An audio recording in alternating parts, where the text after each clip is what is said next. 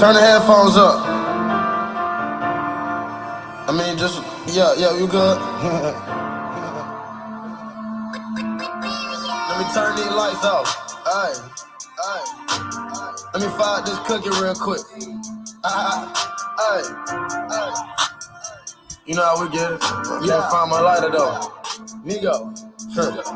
Yo, rich niggas. Yo, niggas been doing real boss shit. They know they got this shit from. Came in the game kicking dough, fucking hoe, rockin' gold. Don't act like you don't know that shit, nigga. Now I'm fighting swole. Big racks. Been having hoes,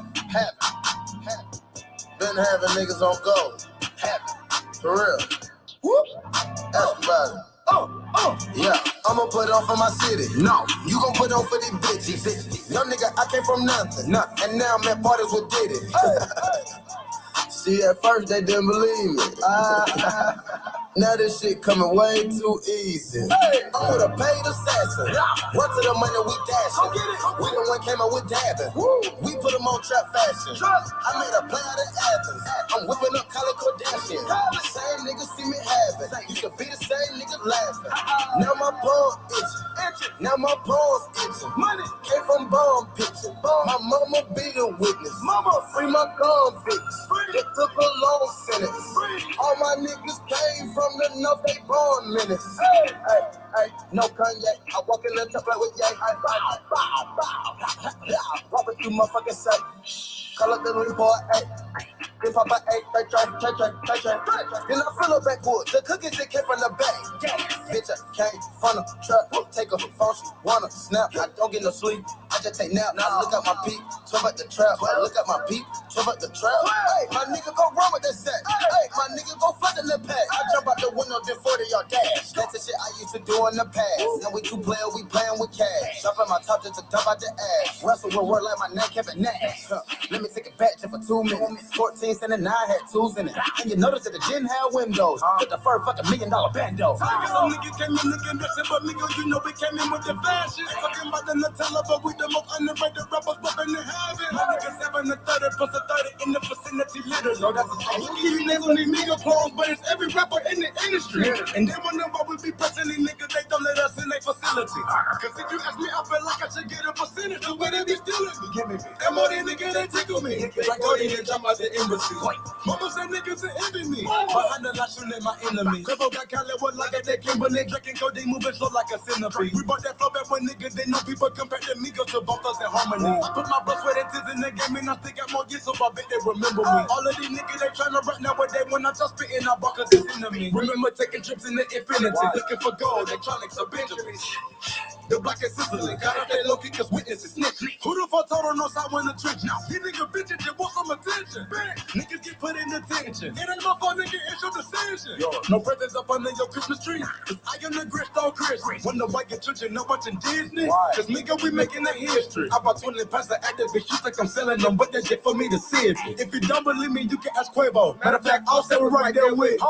History repeats itself, I got like the feeling I came home to the Benjamin. As a young nigga, they always envy you. Copy my dab, you little niggas a mini-me. My necklace, it cost me a brick of piece. But the bitch so good, I made the bitch need weed. Drop the top off the Billy, it's up to me. I sat on $1 million while I was in custody. Got my stick 100 round in my clip. Double cut the activists, I pour a couple zero. I'm that same nigga that jumped in the vet. A lot of nigga pussy cause they know that I'm a killer. Made a couple million, put the bitch up in the rental. We was in the van, traffic cabin, I remember. I really beat a nigga, caught that pussy nigga stealing. Get hit with that stick and I bet you gon' feel it. Pull up in Maserati with my scissors. I see a nigga plotting with my semen. They gon' whip me up a brick in a minute. Throw on my jello one day, then bitch. Got the game and submit to your bitch in my kitchen. Don't care about no hoe cause that money my mission. Hey, want nobody hit finger bit itch. And my Ferrari got bridged by my instinct. Forward no rapper default nigga bitch. I'm not being friendly, I don't want to kick it. Didn't write no letter, you niggas ain't visit. I took the plea, I said fuck it, I did it. YRN2 nigga listen up hear it. We back on that shit, you can't fuck with us period. I see $1 million when I'm in the mirror. Get hit with this flick and I scrape off the cereal. Open the light, hit the gas, hit the gear. I got the shooter with me, he right here.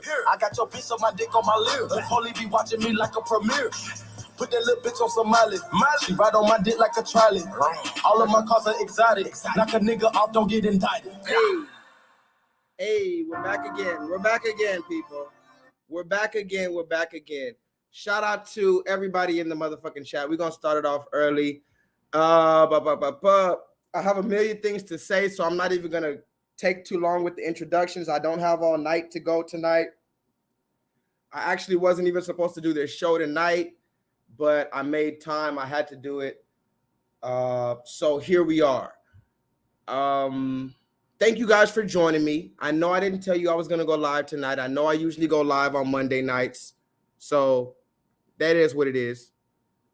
But I'm here with a special online pro bono learning course in which like-minded and some not so like-minded individuals gather in order to discuss nuanced and sometimes controversial topics so that we may all possibly gain a further level of clarity and understanding moving forward. You know, I'm just here to have a good conversation. I was going to do an entire class last Monday, and then I got a strike on my channel, guys. So there's that. But before I even start anything, let me just read this stuff because, you know, I have to read the legal stuff. If you can hear me, please put a 7 in the chat. I'm going to give a few minutes for everybody to join in because, like I said, I'm usually not live this early, and I'm usually not live on Wednesday. So tonight is a very special class because I wanted to bring this to you. I didn't have the money or the time or anything to bring it to you today, but I had to find a way to come to you guys. Why? It's because I take my job very seriously, and I don't necessarily get paid for this job. And there's a lot of risks involved with doing what I do, but it's what I've chosen to do and what I feel like has been placed in my heart and my spirit to do it. So that's why I do these online pro bono learning courses. You know, as I always say, I have a love-hate relationship with YouTube because YouTube is constantly trying to ban me and they took away my channel and all this other stuff. But I'd be lying if I said that YouTube wasn't a great place to be sometimes, mainly because all of us are on here at one time. Everybody from around the world is on YouTube. So technically you can reach around the world with your message. Now, if they hide your videos, if they, you know, don't let people know that you're live, they can do stuff like this. They can discourage you from pushing forward, but they can't really stop you from speaking your mind on camera, right? So here we are again with another online pro bono learning course. And I was going to come to you last week, but we're going to talk about that. I was going to come to you this Monday. I wasn't able to do it, but you know, I love you guys so much. I can't go 3 weeks without talking to you guys because that's unfair to the class. You know, like a lot of people don't understand the reason why I do this show like this, because they don't see the vision that I see it as. But my friend, you know what? Fuck all that. Let me just read this stuff because I'm talking too much. Federal law allows citizens such as myself to reproduce, distribute, exhibit portions of copyright, motion pictures, videotapes, or video discs under certain circumstances without the authorization of the copyright holder. This is called fair use and is allowed for purposes of criticism, news reporting, teaching, and or parody, which does not infringe of copyright 17 under USC 107. So I want to let that be known for YouTube right now. Whatever I show you tonight, please don't try to give me another strike. I'm going to be a good boy.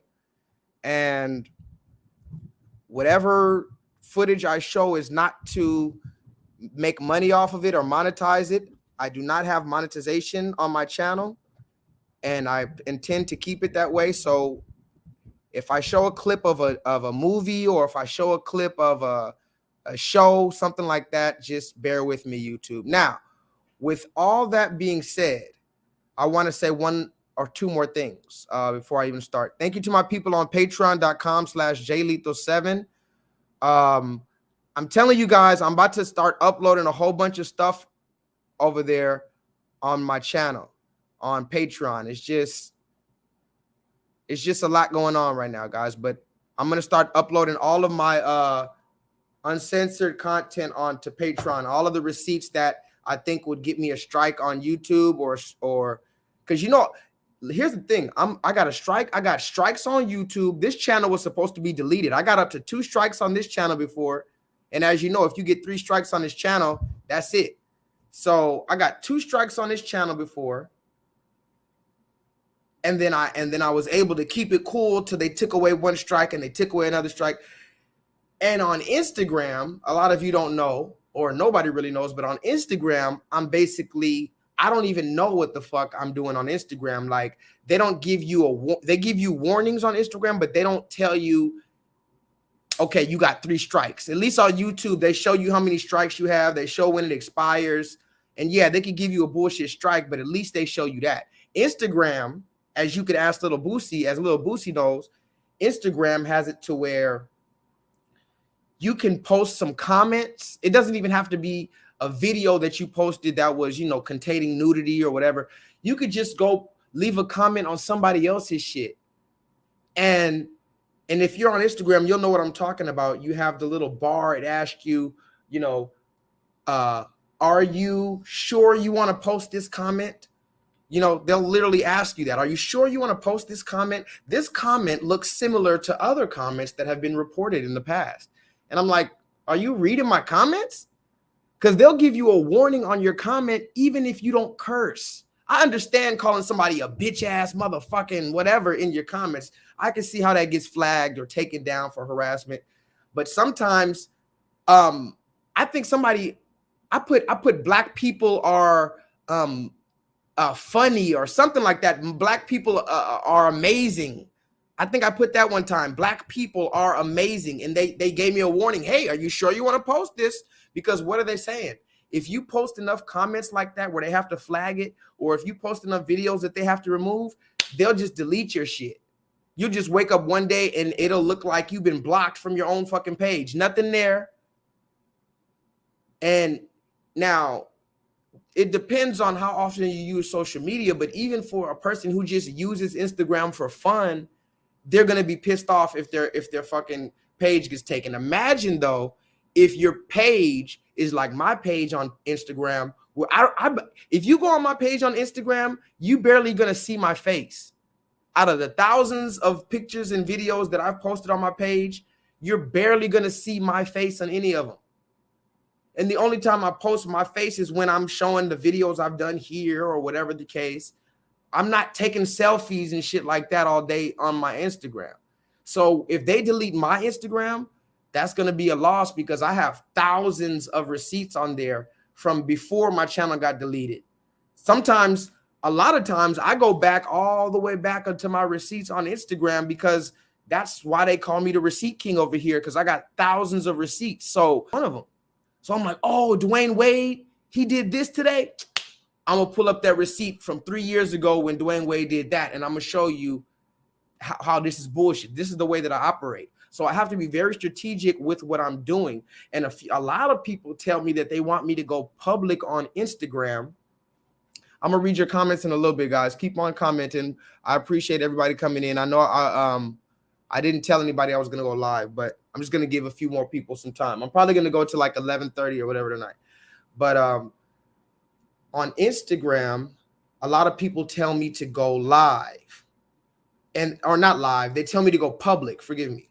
And if you guys can hear me, there's no crackling. And if I'm clear, please let me know.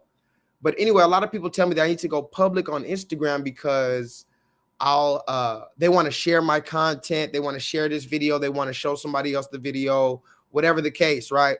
And I understand. And I tell you, if you want to share my content, you can do that, but you're going to have to go download the videos that I have on my page or whatever, and then you download it or whatever the case. There's a way to do it, but I just can't make my page public, because the moment I make my page public, all of those receipts are public for everybody to see. And it's going to get flagged. It's going to get taken down. That's why I have to go through every single friend request I get and I go through all of their pages. Sometimes I'll be having some weird ass. You should see right now on my Instagram how many requests I have. Let me see on my Instagram right now. No lie. No lie right now on my Instagram. I have, hold on. How do I check my requests? I have 74 friend requests on Instagram. 74 active friend requests. But it's because this dude right here, he has no posts of his own, but he's following 243 people. I don't know who the fuck you are, sir. Here's somebody else. Andre I. Chappelle. 3 posts, 61 followers. I don't know who the fuck you are, sir. You could be a police agent. Or they'll have some people, it'll be black people, right? Because I've said it before, I'll accept a lot of black people on my page as long as you have a page, motherfucker, right? As long as I know you're a real black person. So I'll get some black friend requests like this dude right here, but his last post was from 2019 and shit. That's suspicious as a motherfucker. How is it 2022 and you're sending me a friend request and your last post was in 2019? That doesn't even make any sense.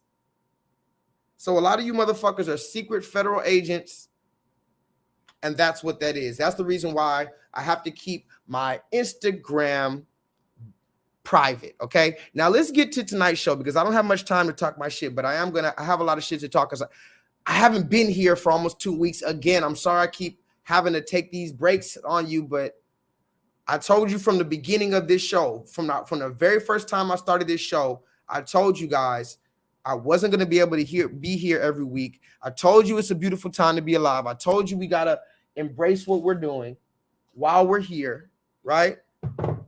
Now, hold on one second. Let me make sure everything good. Okay.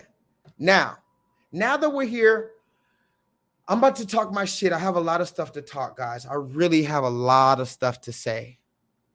And I don't really know if I have the energy to say everything that I want to say. I don't have the energy. I'm going to be honest. I don't have the energy to say everything I have to say, but I'm going to try, okay? Shout out to the beautiful KJ. Haven't seen you in a while. How are you doing, little Miss Lady? Thank you for coming through. Leonard De Yehuda. Leonard in here early. Mark Sanchez. Who else is in the house? Infinite Charms Beauty. How are you? Speaking of Infinite Charms Beauty, wait, let me see. I have some receipts, guys, but I wasn't able to get all the receipts that I needed because I've been going through a lot. I've been doing a lot. Let me see something. Hold on. I'm gonna give my shout outs today because it is what it is. I want to give a shout out to Infinite Charms Beauty because for being her, how she comes through and always shows love. That's always appreciated, because I don't have a big audience here, as you know, because I don't know why the fuck I don't have a big audience. I have my own suspicions, but I'll just leave it up to how it goes. But I just want to give a shout out to the people who are here because, you've heard the phrase quality over quantity, and that's what I believe. So I'm going to give a shout out to Infinite Charms Beauty, and I'm going to stop showing how much people are like sending. Like sometimes people send $3, sometimes people send $7, sometimes people send more. And I don't want anybody, when I show things like this, I don't want anybody to ever feel like, oh, I need to be sending as much as this person, or I don't want anybody to feel like I'm trying to guilt trip you or anything like this. I genuinely just want to show love to the people who are showing love to me. Because as you know, it took a lot for me to ever even make a Cash App, make a PayPal and stuff like that. I did not want to ever ask for any donations, or even when you guys were asking me, hey man, where can we send you money and stuff? I'm like, no. I'm not here for that. I don't want to monetize my content, none of that. But I'm going to tell you the truth, guys. Just the fact that you guys make it real for me when you send that, when you send something, even if it's a comment. When I say send something, I don't mean you have to send money. I just mean when you send even the comments and stuff like that, it means a whole lot to me. Because let's just be honest, when you're being censored by these people on YouTube and stuff like that, it's very discouraging. And I don't know if any of you guys have tried to put content out and had it censored, but it's very discouraging. So when I get a message like this, for instance, from Infinite Charms Beauty, and she sent a little something towards the collection plate. Somebody put that in the chat. Just you don't have to. You don't have to. I'm just saying when you send something in the collection plate, Message. it hits a little different. So Infinite Charms Beauty, when you said, I opened up my, what was it, Venmo? I think you sent that on Venmo. I opened up my Venmo and I was broke as fuck. Listen, here's the thing, guys. You know I keep it funky with you guys.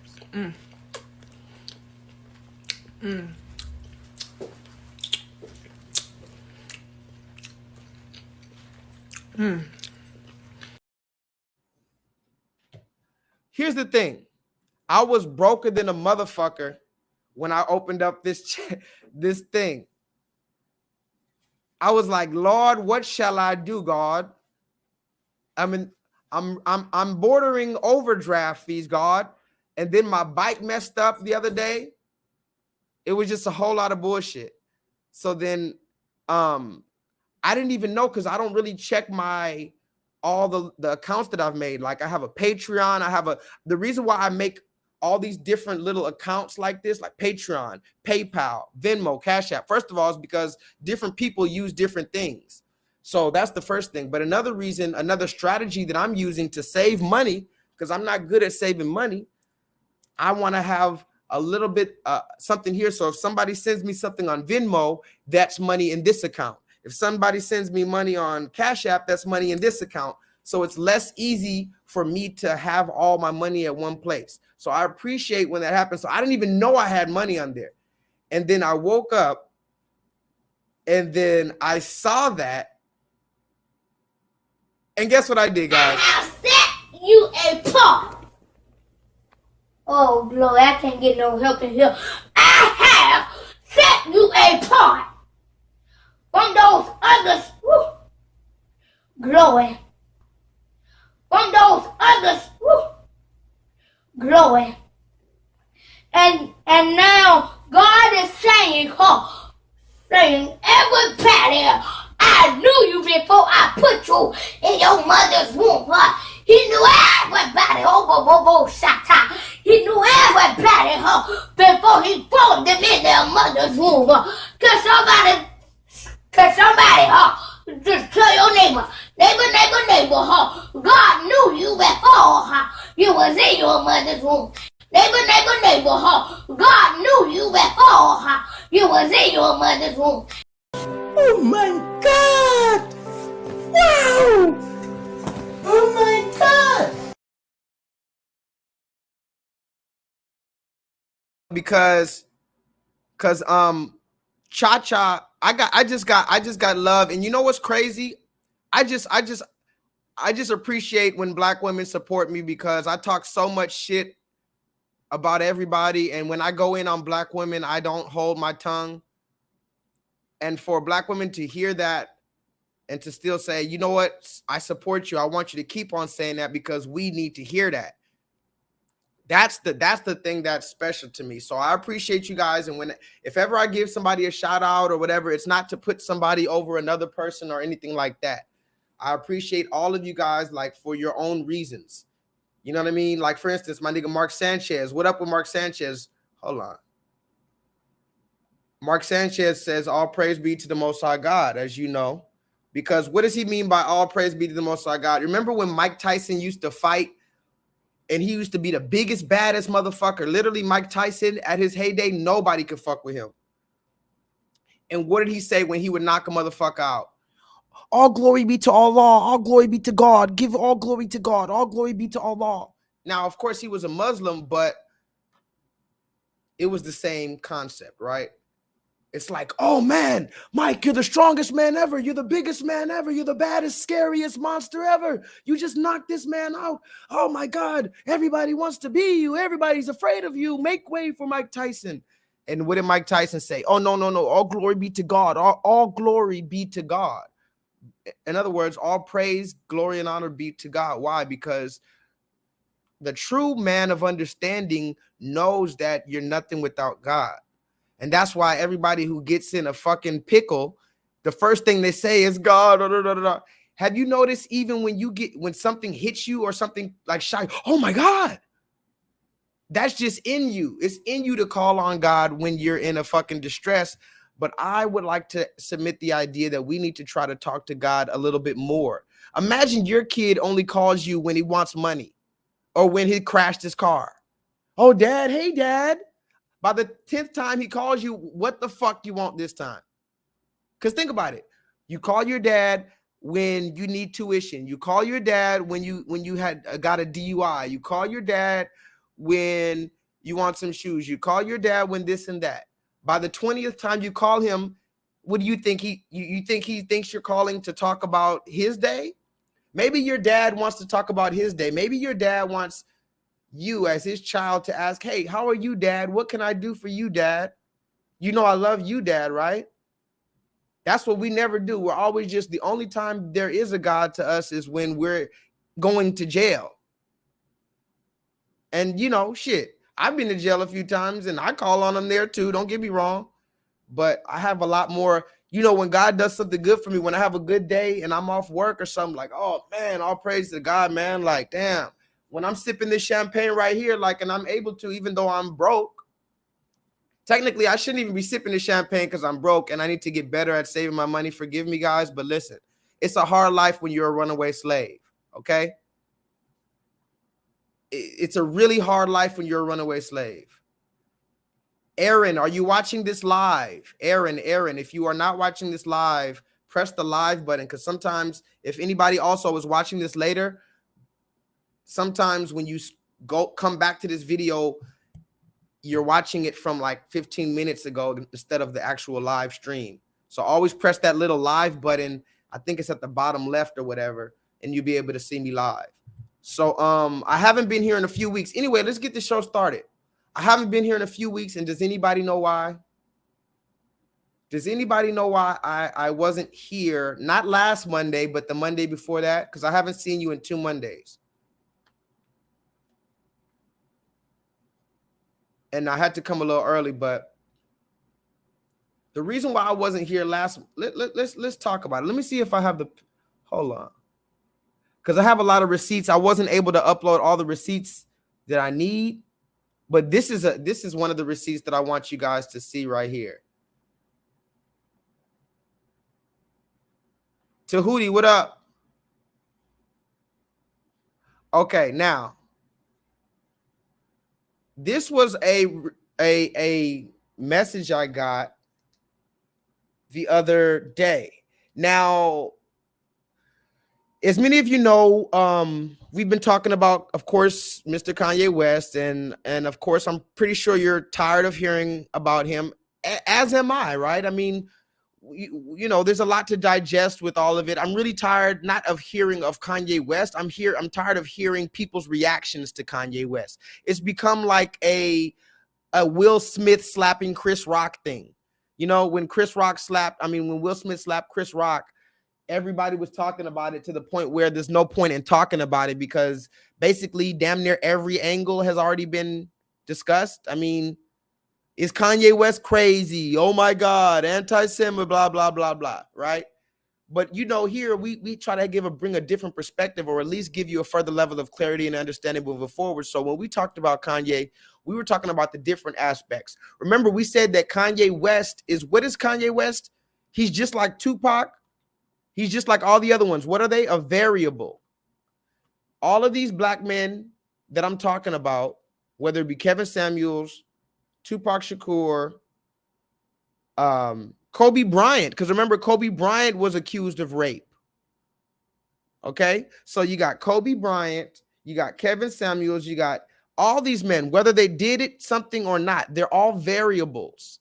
And they all represent you as a black man, whether you like it, believe it, accept it, understand it or not. And yeah, there are some people who don't see color and don't see race, but that's just not the reality that we're living in 2022. So until we can all get to that point, we're going to discuss race. Until we can all truly get to the point where race is not a factor, don't tell a black man not to speak about race when the black man particularly is the one who's always had race put on his fucking head. Don't try to tell us now we are the world, now that we're finally speaking. And I said this shit in 2020 before George Floyd. I have footage where I was saying this before George Floyd. I said that 2020 is going to be the year that the black man wakes up, stands up, and speaks. Coincidentally, that was the same year that a black man had a knee on his neck and was silenced that way, right? But I knew it. I just had a feeling in my gut because I know how fed up I was, and I finally was waking up. So I knew if I was this fed up, I knew there were other black men that were just as fed up as me. So I said, it's our time to speak now. The internet is here. Never in human history that we know of, maybe in some ancient Egypt shit, maybe they had the internet. You know, they said the ancient Egyptians and shit had super technology that we don't even know about. Maybe they had the internet before. But as far as we know in humanity, we've never had the internet where I can talk to however many people in this chat right now. Somebody's over there in Switzerland, somebody's in Germany, somebody's in New Orleans, and you're all listening to me, and I don't have no contract for TV. I'm just talking on my fucking computer.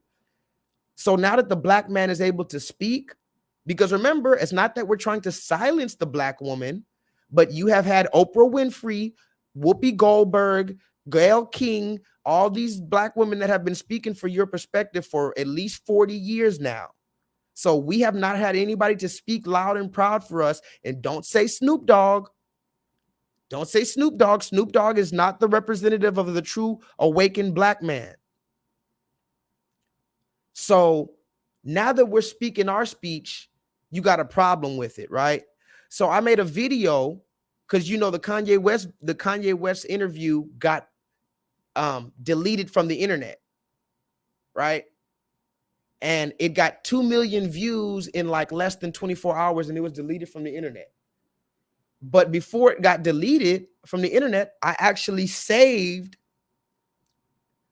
a lot of his things that he was saying.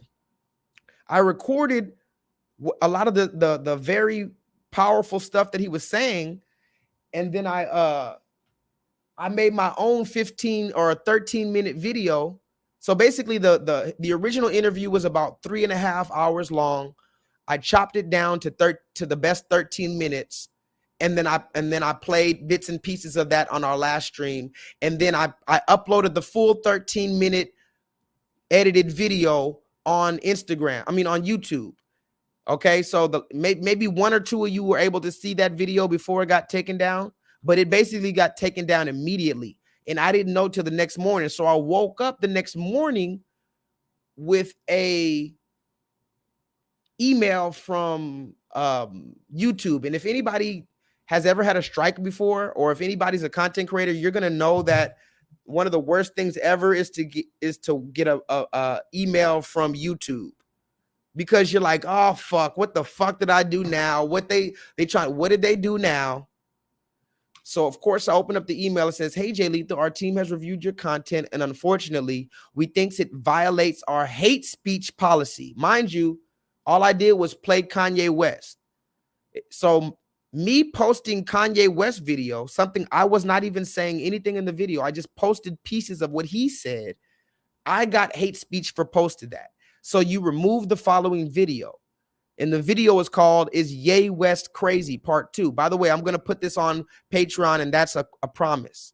I'm going to put the video that got me banned or got me suspended. I'm going to put that on my Patreon. So here, pour some more.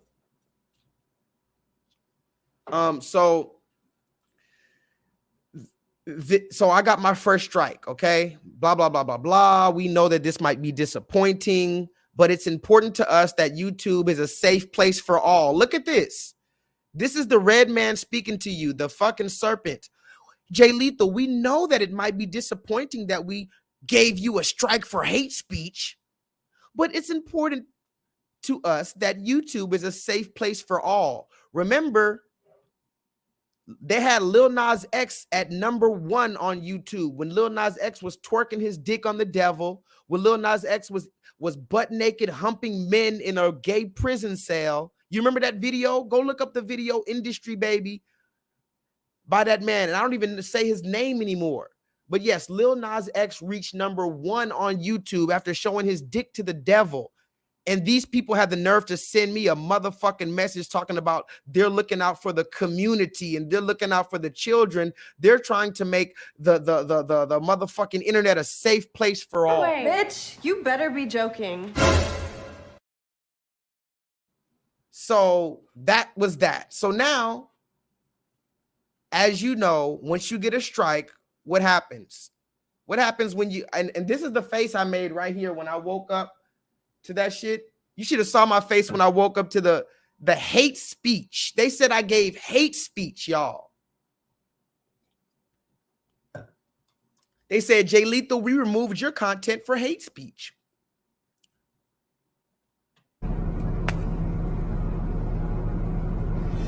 Man.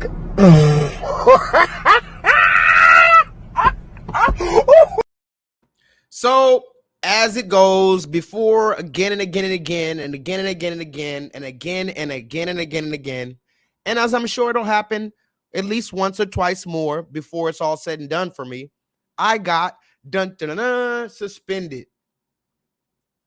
I got fucking suspended. And you know what? At this point, it doesn't really faze me. I'm gonna tell the truth. Now, when I get a second strike, that's kind of crazy for me. But the first strike, as long you know what, I'm kind of comfortable. I'm not, you know what, I'll go as far as to say I'm not fully comfortable if I don't have a strike. If I don't have a strike, I'm not going to be fully comfortable. If I'm not at least suspended or in the principal's office, come on, guys. I don't know about you guys, but okay, how about this? Put a 7 in the chat if you've ever been suspended from school. Now, don't put a 7 just trying to be cool. Don't fucking lie. If you've ever been suspended or expelled from school, put a 7 in the chat and tell me why in a quick sentence. I've been suspended. Now, I'll start. I want to remember what's the first time I was suspended. I want to say 5th grade, maybe 4th grade. I think, okay. Kindergarten, I was good. 1st grade, I was good. 2nd grade, I met my friend Patrick. Shout out to Patrick. I'm still friends with him to this day. He's still out there in Los Angeles. 2nd grade is when I met Patrick, and that's when I started being bad in school. And when I say bad, it's not like I was, Jeffrey Dahmer, like fucking ripping the head off the cat and shit. But I was like, hold on. Hello? What up, bro? All right, cool. Bet. Hey, y'all. This is very unprofessional, but I need you guys to stick around for 30 seconds while I go downstairs and get this weed. I know that sounds crazy, but I have to go downstairs, get this weed because I've been waiting all day for it and I'm stressed. So give me 30 seconds, guys.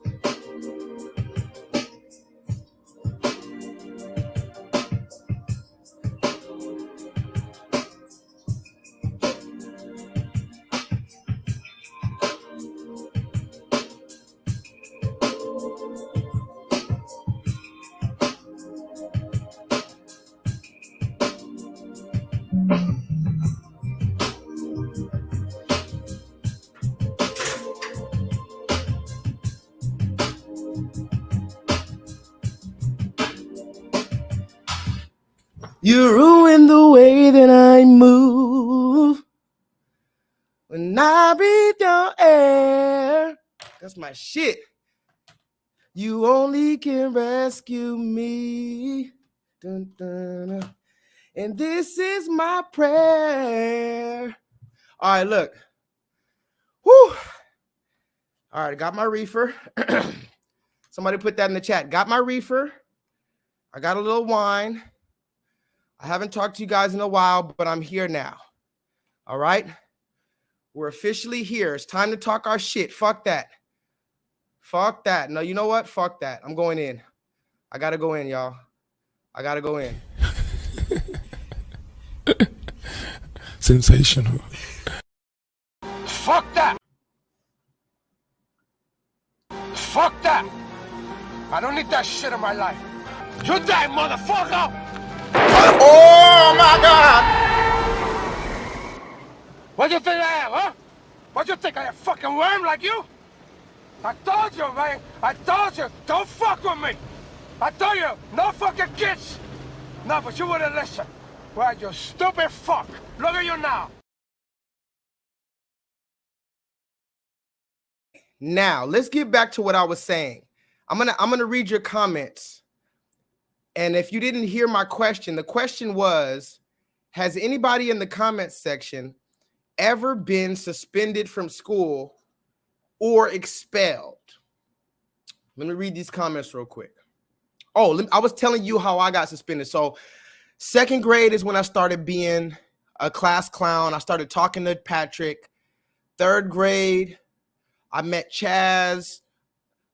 I liked my 3rd grade teacher. He was cool. 4th grade, I was bad. I think 4th grade is when I first started getting suspended. 4th grade, Mrs. King's class. Yeah. Me and Mrs. King did not really get along. I remember I threw away her Taco Bell burrito. I was in 4th grade and my teacher pissed me off and she had bought some Taco Bell for lunchtime and she had it on her desk and I threw her fucking burrito away. And then she accused me of, can you believe this? I threw away her burrito and she didn't see me, but she accused me.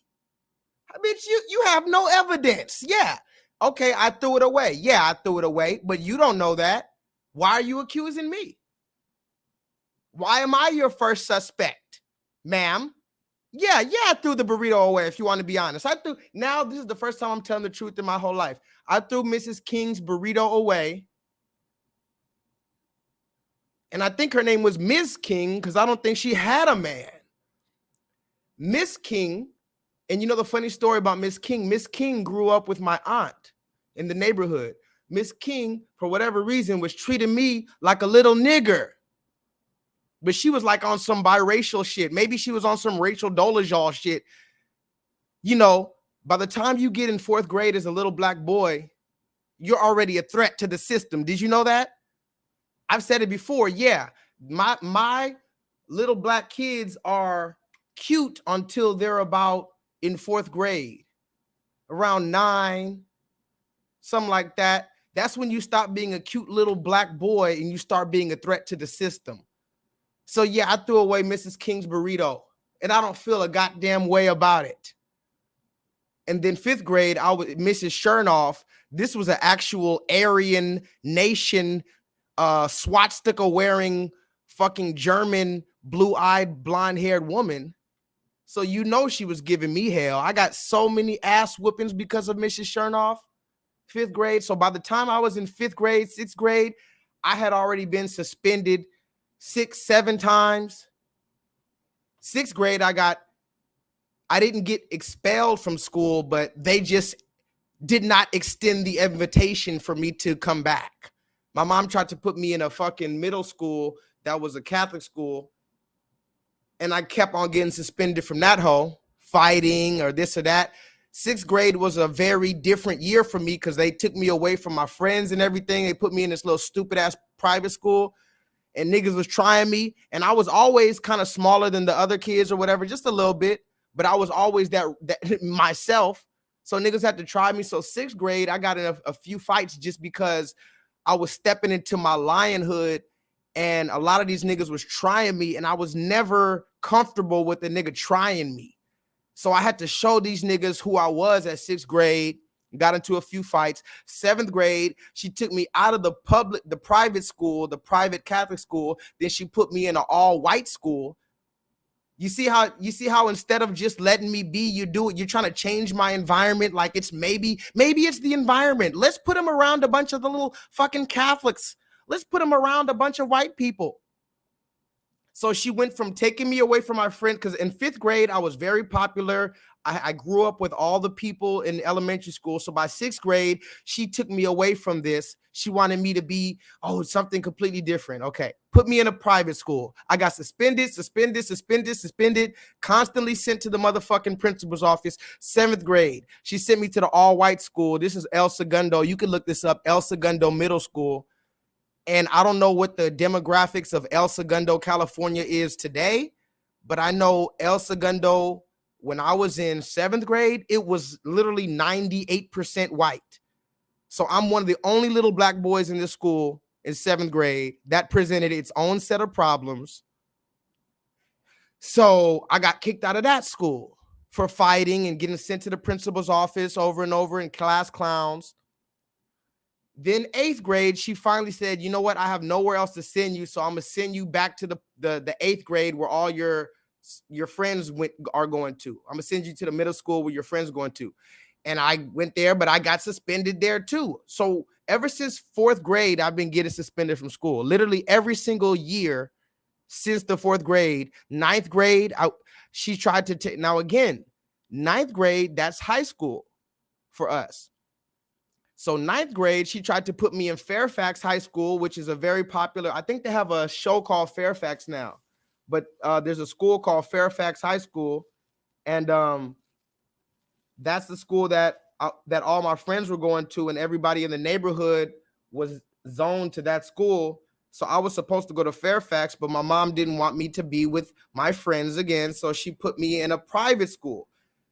And that's where I met that dude, Amazing Lucas. Some of y'all know Amazing Lucas on here on YouTube. I went to private school with him in 9th grade. And I got kicked out of there by the beginning of 10th grade. Expelled, suspended. So why am I telling you this? I'm telling you all this because to let you know this is my life. This is how I've been trained. I've been trained and to constantly be the outcast of society. You understand? So I don't really take it that harsh when somebody tries to silence my voice, or because you can't silence my voice, right? All you can do is kick me out of the class. So that's what it is when they're trying to delete your channel or da-da-da-da-da. They're trying to kick you out of the class. What does it mean, kick you out of the class? So that it's not that they're trying to silence your voice, right? But it's that they're trying to silence your voice from being heard. There's a big difference, right? Because if a tree falls down in the woods and no one is around to hear it, does it even make a sound? That's the question. So you take me out of the class and my fellow students are not going to be able to hear what I have to say. So this is what has happened to me the last week when I got my channel deleted, or my video deleted for a Kanye West interview. Now let's get straight to it, because then this brings us to the perfect topic. I'm not the only one that's gotten suspended in his life, and I'm not the only one that's going to be suspended. I'm not the only. And guess what? My suspensions are on a much lower level than some other people's suspensions. Some people are still being suspended and still being sent to the principal's office today. And guess what school is? School is indoctrinating you and teaching you how to just be, how to accept their authority and how to understand their levels of punishment. Because what is detention? What is suspension? These are all, what is the principal and all these other things? And I'm going to put you in detention, and you got the hall monitors. And think about it. The snitches of today would be the hall monitors, and you got the principals and all these other different type of authorities that can, you get sent to the principal's office and all this other weird shit. What is it doing? It's training you on how to, mind you, and then when you do good, oh my God, let's give him valedictorian and let's let him, he's an honor roll student because he can listen to what the fuck we have to say and regurgitate this shit. And the other guy, he's not going to listen to us, and he doesn't give a fuck about Christopher Columbus. So let's give him detention, and let's just say let's give him a D or a F. Do you hear how stupid this truly sounds? We don't even let our kids go outside for more than, they're lucky if they get to see 30 minutes of sunlight in school. And you're telling me that these are the people that's teaching our children? They teach us nothing about farming. They teach us nothing about accounting. They teach us nothing about credit. They teach us nothing about, they don't even teach us how to get a fucking apartment. They don't even teach us, hey, you know, you got to have 3 times amount your rent. You know, the renters are going to want to make sure that you make 3 times the amount of your rent. And you got to have this, and this. And they don't teach us anything in school that we're barely going to know, aside from the fucking 2 + 2. And you have the nerve to send us to this office and tell us we're not reading up to par and we're not doing this. Okay. Well, let's just talk about it, because I'm not new to being suspended. So here I am. I'm back. Okay, guys.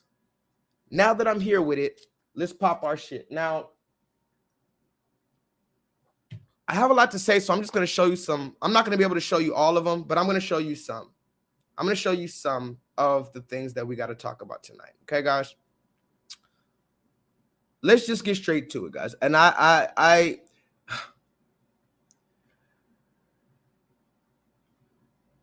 so the news of the day is, for some reason, it's still Kanye. It's still Kanye. That's still the number one thing. Obviously, we had another rapper die, and I told you again and again, it's every week there's going to be a new rapper dies. So it just happens to be that I personally did like this particular rapper that died, but that doesn't change the fact that this is our culture. This is what has become our culture. Now, funny enough, we'll talk about that later. We're going to talk about Kanye real quick, because that's important. That's always important. When we're talking about being suspended, who's more suspended than Kanye right now? They said he lost $2 billion, guys. You heard that? And remember, I'm not here to have the same hamster wheel conversations that everybody has about Kanye or whatever else. I don't have the same conversations everybody else has. But what I am saying is we need to talk about the smear campaigns. We don't even have to talk about the message. We have to talk about the clear smear campaigns.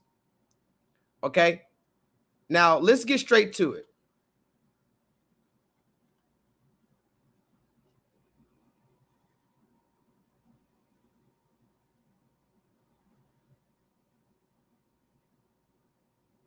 Let me find this video. Did I upload it? Hold on.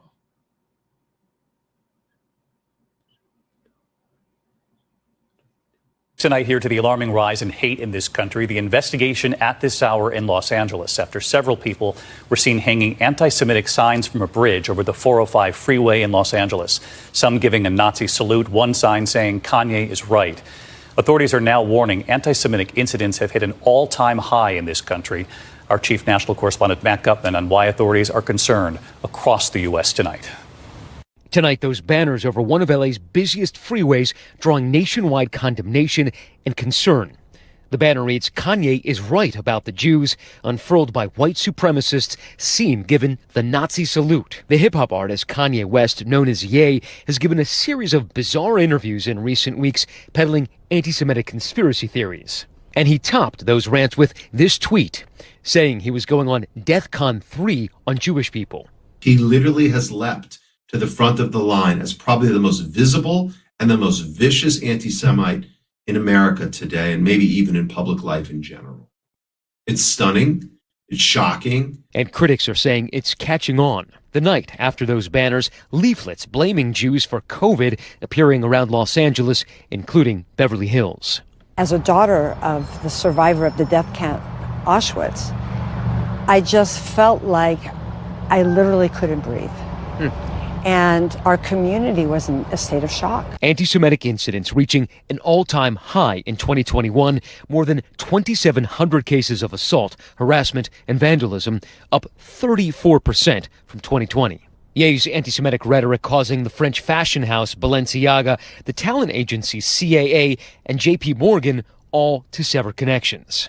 And last week, the hip-hop artist seemingly taunting Adidas, which sells his pricey Yeezy line, on the Drinks Champs podcast, saying, I could say anti-Semitic things and Adidas can't drop me. Now, Adidas has said its relationship with Kanye West was under review, but David, that was on October 6th. We have not heard from the company since then. In the meantime, it continues to sell the popular brand of Yeezy sneakers. Now, the ADL calling Adidas's silence both deafening and dangerous. David. The authorities have to take this seriously. Saying that it's something that Joseph Goebbels, the propaganda minister of Nazi Germany, said. I'm saying it's been said so many times in order to murder and torture Jewish people that it just rings wrong. And that's the just thing. like the N word when spoken by people that have the same skin color as me. It reminds people of a very dark time. I know. If Jewish people would accept that I'm Jew, then they would see what I'm saying in a different way. They would hear it in a different way. But see, the people that... No, I'm Jew, not Jewish. Jewish means like that of a Jew. I'm saying I'm Jew. You're a Jew. Blood of Christ. That Orthodox comes from, Christian. Right. But are you a follower of the philosophy of the Black Hebrew Israelites? Because that's where the idea comes from. Not all of those folks are extremists, but some are extremists. Saying that it's something that Joseph Goebbels, the propaganda minister of Nazi Germany, said.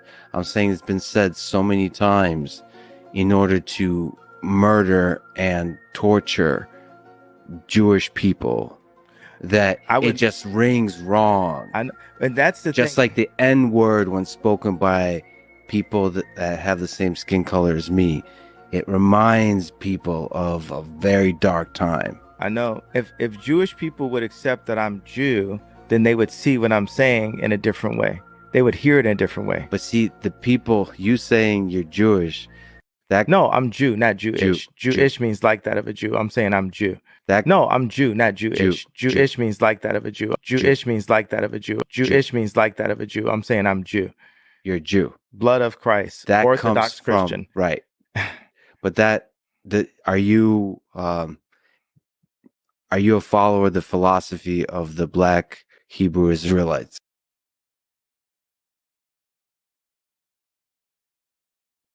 Are you a follower of the philosophy of the Black Hebrew Israelites? Because that's where the idea comes from. Not all of those folks are extremists, but some are extremists. Why would you say that? Why would you say that? That's suspicious. That's weird. Woke up and burst into tears. DEFCON 3 on Jewish people? What are you doing? It's bad enough that fascism is on the rise around the world, but on Twitter, on a portal, to pour that in as if Jewish people haven't had it hard enough. I've interviewed you a number of times. I have never seen your eyes well up in anger like that. I literally, I woke up and I thought, my grandparents? Yeah.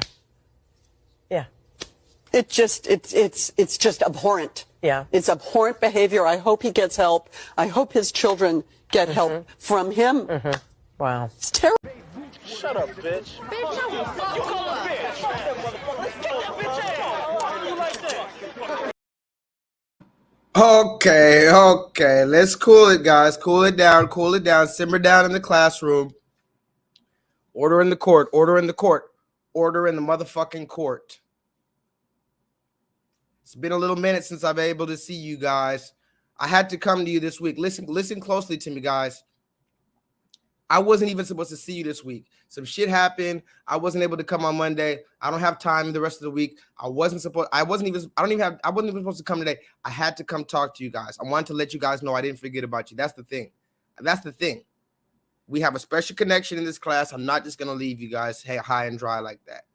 The only time I'm leaving high and dry is if you know what happens. There's only two ways out this motherfucker. And you know what I'm talking about. So at this point, We're walking through this. Hashtag stick with me in the chat, guys. Let's move forward.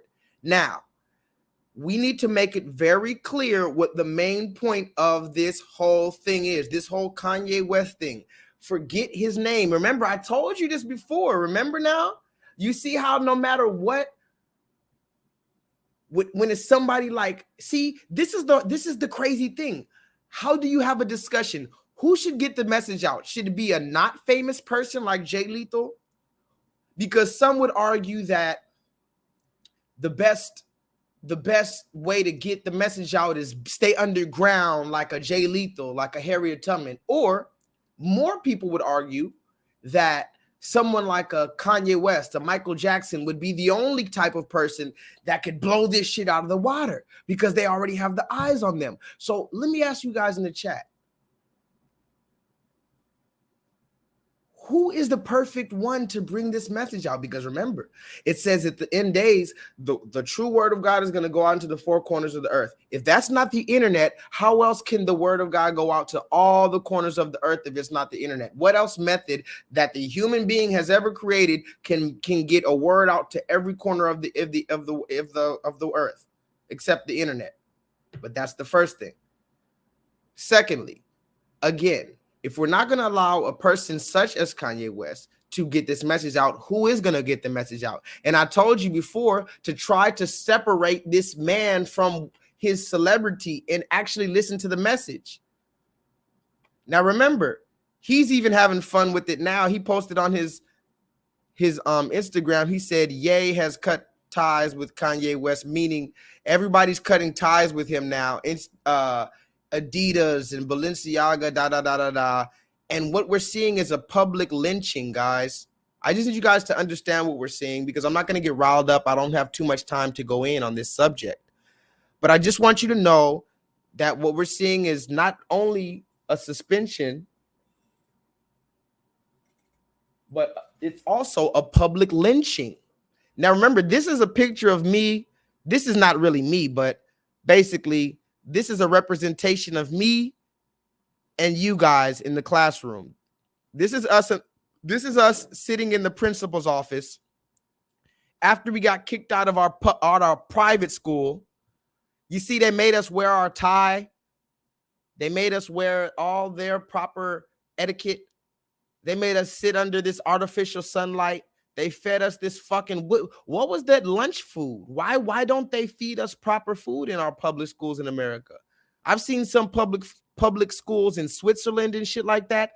The Norwegian people, their fucking public school, they have big ass apples and fucking sandwiches with fucking lettuce and crisp romaine lettuce and shit.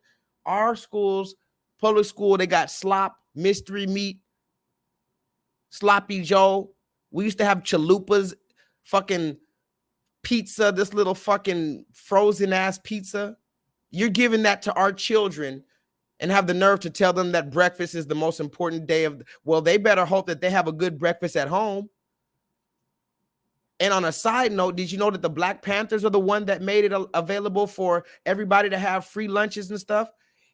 See, we set the initiatives for this, but the red man doesn't meet us halfway. The red man, you need to meet us halfway and give us quality product. Instead, you want to, police our tone of voice and shit. You want to kick us out. Okay, but let's continue, guys. So now everybody's cutting ties with the man. And, this is a public lynching. Did y'all know that? Y'all ever heard about a public lynching? Let me talk to you guys real quick. This is literally a public lynching, like to the point where, and I said we need to, you know what? Somebody put that in the chat. Somebody remind me in the chat. And I'm sorry I'm not reading your comments. I just got so much to say. I just got to get this on my mind. We have to talk about the Willie Lynch letters. The Willie Lynch letters are the ones that explained it. Remember we talked about last time the generational gap between the older and the younger generation when I talked about, I talked about Mr. Tom. I talked about Mr. Tom, and I told you guys that this older dude at my job, he's real slavery-like, and he was always giving me the Django look. You know, the Django look when Django pulled up on the horse and they're looking at you like, who is this nigga? Even the slaves that they just didn't understand. There were just a lot of slaves that were looking at Django like they're flabbergasted. They're not even hating on you. They're just, what? But this is, I'm that nigga. I'm that Django nigga. So talked about Mr. Tom, the older and the younger generation. You have to bridge that gap because that's the what? That's the Willie Lynch doctrine. What's another Willie Lynch doctrine? Take the most vocal. Now remember, take the most powerful slave. We'll call it that. Somebody put that in the chat. Rule number 1 of the Willie Lynch doctrine: separate the older from the younger, the lighter skin from the darker skin, the fair in hair from the more nappy in hair, big nose from a thinner nose, big lips, small lips. Separate them by that. Have them fighting over that. That's the first one. Then if you have someone rise among those ranks that's able to jump over those conversations of those meaningless shit and he starts being powerful, what does it mean to be a powerful slave? It doesn't mean you could pick up a heavy log. Yeah, that's a powerful slave, but shit, that's a field nigga. You had a million big buff Hercules ass niggas picking up big logs and chopping down a tree for the red man. What is a true powerful slave? A true powerful slave is one that is able to be the runaway, or one that is able to not only be the runaway, but can inspire the runaway. It's one thing to be a runaway. It's another thing to be a runaway and inspire a runaway, and now y'all both are running away. So they don't want that to happen. So what is a powerful slave? The one who can inspire. So how do you inspire? Through action and through speech. So what do you do in the Willie Lynch doctrine when it comes down to the powerful, inspiring nigga? Can somebody answer me that in the chat? I need to know if anybody knows about this Willie Lynch letter. When you trying to inspire and be powerful to other slaves, what is it called? And what do they do to you? Infinite Charms Beauty knows exactly about those Willie Lynch letters. She says you break down the most powerful slave in front of all the others so that you can put the fear of God in them. Wow. Wow. But she says first you must separate them. You take the powerful slave, you separate them, you put the father against the son. You break down the most powerful slave in front of all the... Oh, wow. Jeez Louise. Jeez Louise. But like KJ says, the very first rule of all, split us up. We have to all be split up, whether it's based off of our skin color. Now we're arguing, oh, look at this light nigga. Look at this dark midnight nigga. Stupid. If you understood that black means absorb with light, and if you understood that we have all spectrums of light in us, if you understood the albino is also black. I got an albino homeboy. Shout out to The Light. He makes comic books. He makes comic books. He used to have a YouTube channel, but now he just be chilling and stuff, but he makes comic books. He's an albino, got the blonde dreadlocks. Blonde dreadlocks, blonde, pale face and everything. It's a black man. Who else has that spectrum of light other than us? But we don't understand that. Now let's continue, because remember, tonight I don't have much time, but I did want to talk to you about my suspension. So I got suspended from YouTube. So I wasn't able to post, but I looked at it as like an honor, you know? It's an honor to finally realize that, yeah, I'm among the people that are being blocked and censored for not because I'm wrong. See, there's a difference. Some people just like to be a shock jock and just say shit and just, I'm not calling nobody out their name and shit like that and threatening nobody. So if you do all that and then you want to complain about being banned, that's stupid. And if you say something wrong and you don't want to be banned, that's also stupid. But see, YouTube never could send me a message that said you said something wrong, you threatened somebody, you showed nudity, you do that. So they always got to catch me on some stupid shit, try to suspend me for a week, try to suspend me for 2 weeks. They want to show me that they can get rid of me whenever they want to. That's what the whole thing is. It's not about the suspension. It's about showing you that we can separate you from the class when we want to. That's what they've been showing me ever since 4th grade. And better believe me, when I got home, I don't know where my mom must have been abducted by aliens now. Let me tell you guys something. My mother must have been abducted by aliens because my mother used to whoop my ass and she used to let my stepdad whoop my ass like a grown man with a belt. Now these same people don't understand why I'm disciplinarian on my son. How? But I grew up getting my motherfucking ass whooped when I got suspended. Oh, you better believe that was a long ride home. That was a long day after you got suspended. Look, these were the worst times for me. I don't know what it was like for y'all in school. The worst times for me, suspension, of course, expulsion, because I've been expelled from a few schools. So suspension, expulsion, of course. But what about report card day? Can somebody put that in the chat? What about report card day, progress report day? And my mom and all that, they knew the day that the progress report came out. So I couldn't even hide my progress report because they're looking for it. Shout out to my homeboy, John Michael. I had a homeboy named John Michael in 7th grade. He was able to make he wasn't able to make fake report cards, but he was able to like kind of erase it and then like kind of draw it in to make it, he could turn your D into a B. So shout out to John Michael, but I've been suspended so many goddamn times. I don't care. YouTube, I love you. Thank you for suspending me. Now let's move forward. Speaking of, did you hear what Kanye told him? He said, I'm not Jew-ish, you stupid. Listen to what he said. I'm not Jewish, I'm Jew. And then the other dude was like, huh? Well, you said you're Jewish. No. Saying that it's something that Joseph Goebbels, the propaganda minister of Nazi Germany, said. I'm saying it's been said so many times in order to murder and torture Jewish people that it just rings wrong. And that's the just thing. Like the N-word when spoken by people that have the same skin color as me. It reminds people of a very dark time. I know. If Jewish people would accept that I'm Jew, then they would see what I'm saying in a different way. They would hear it in a different way. But see, the people, you saying you're Jewish, no, I'm Jew, not Jewish. Jewish means like that of a Jew. I'm saying I'm saying that it's something that Joseph Goebbels. Jewish means like that of a Jew. I'm not Jewish, I'm Jew. And the dude doesn't understand. And the whole conversation keeps going back to anti-da-da-da-da-da. And it's a shame that we still can't see past the celebrity of these people.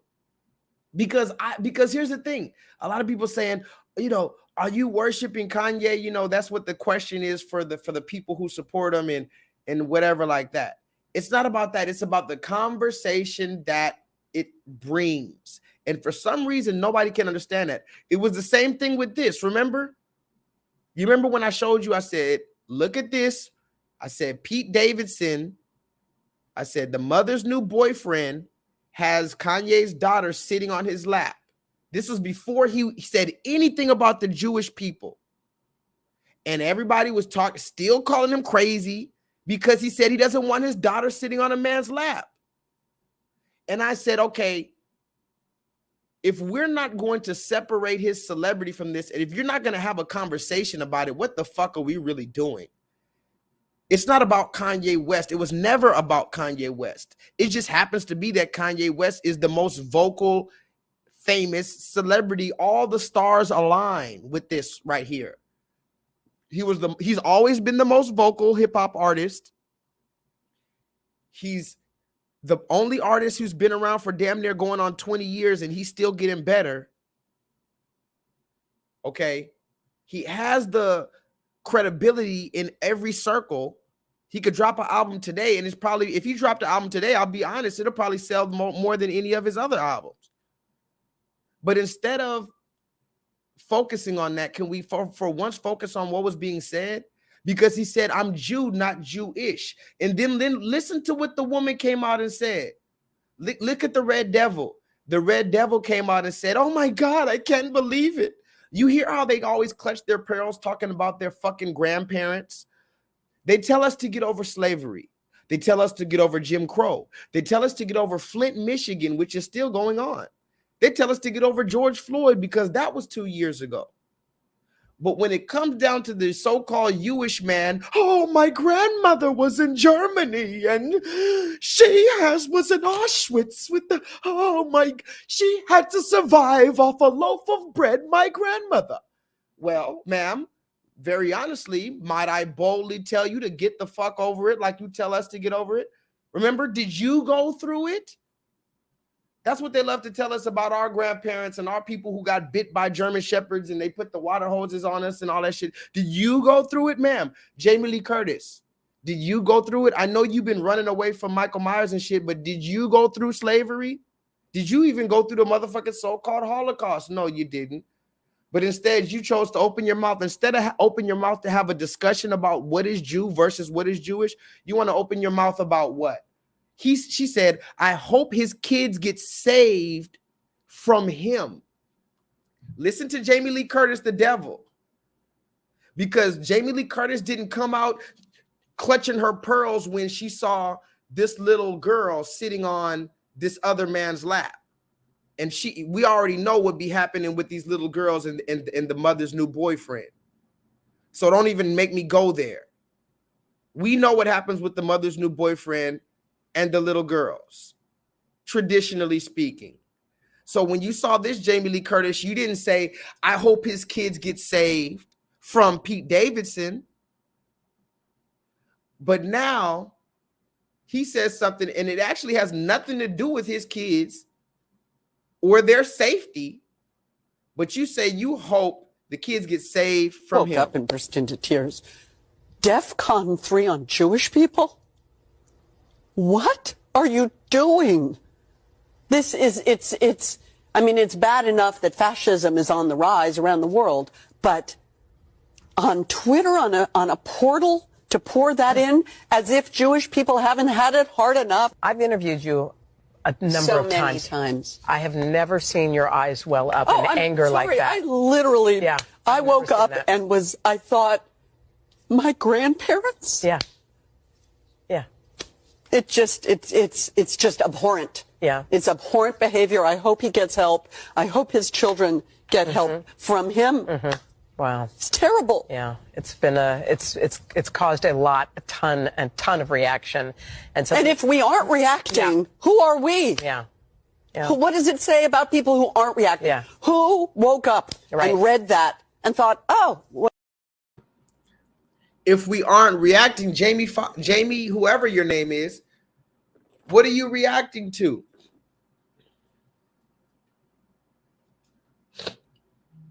Let's move forward. We're on suspension. Put a 7 in the chat if you're with me, guys. Put a 7 in the chat if you're with me.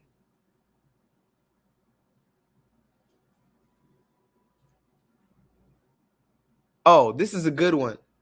I need a lead. You know what? Let's stick with this. Somebody put that in the chat. What is Jew versus what is Jewish? Because that's the conversation that they're trying to run away from.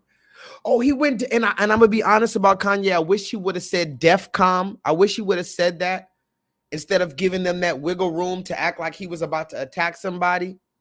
I wish he would have actually spelled it right and said it right and said DEFCON. And I wish he would have just went, but he's doing enough, whatever. Other people are doing what they're doing. Remember, it's not on one man. He said that in his song, no one man should have all that power. No one man has that power. Remember, we're following the Most High God. We're not following Kanye West.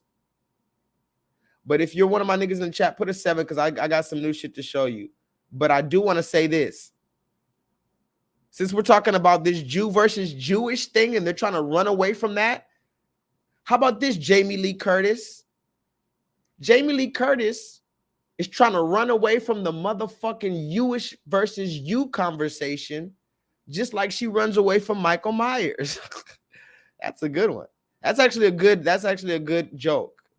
If I could, I just made it up right here, but if I polish it right, I'm turning into a comedian. Jamie Lee Curtis running away from the Jewish fucking conversation like that. Now look at this, Jamie Lee Curtis. What do you got to say about this?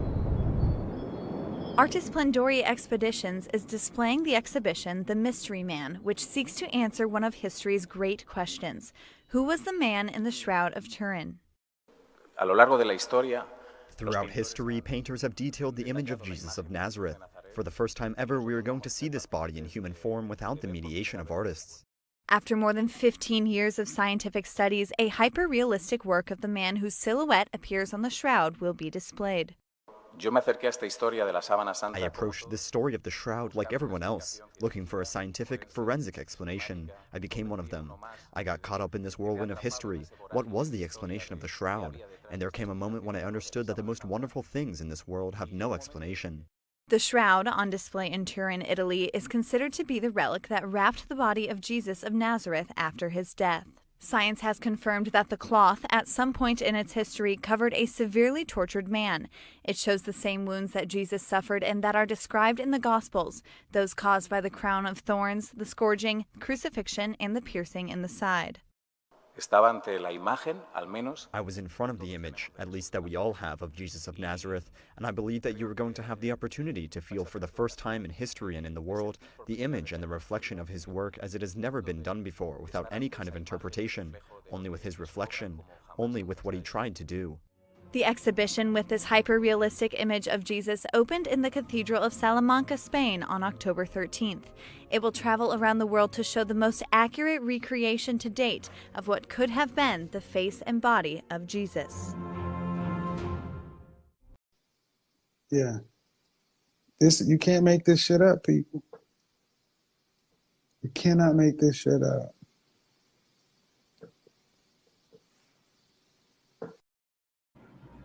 Talk to me in the chat, guys. What is even... So yeah, there's that. Somebody put that in the chat. A super... Jay said this random ass beating up. That's funny. I'm not gonna lie. That's funny as hell. This random beaten up ass red man. It's not just a random beaten up ass red man. It's a hyper realistic random ass beaten up red. They just found a red hobo. They went and beat up a hobo for somebody put these are a sick people. These people are sick. They went and beat up a hobo for scientific purposes. Oh my God! Wow! Oh my God! They beat up some man under the bridge for scientific purposes and then took a hyper-realistic silicone mold of his body and they passed that off as the Lord and Savior. You got to be kidding me. This is literally blasphemy, guys. Like I'm not even like I don't use that word often, but that's a powerful word. But that, dare I say, this is blasphemy? Like what? And then you're standing around it like, and then you read the comments. This is a real thing, by the way. This is not Mad TV. This is not, this is a real thing that just came out. And these are the so-called, remember, the scientists, the experts, the authorities. These are the same people when we were young. Who were they? The principal, the vice principal, the teachers, the hall monitors. These are the people that you listen to because I'm just a kid. I don't know shit. Don't you realize that that's how they were treating you all throughout high school? You're just a kid. You don't know shit. All through school, period. When did they give you the respect? It wasn't until college that you weren't able to get up and take a piss without raising your hand. I remember when I barely went to college for like a half a semester, but I remember thinking how cool it was that I could just get the fuck up whenever I want. But you know why? That's because you're paying for it. You're paying for it. So if you walk out, hey, fuck it.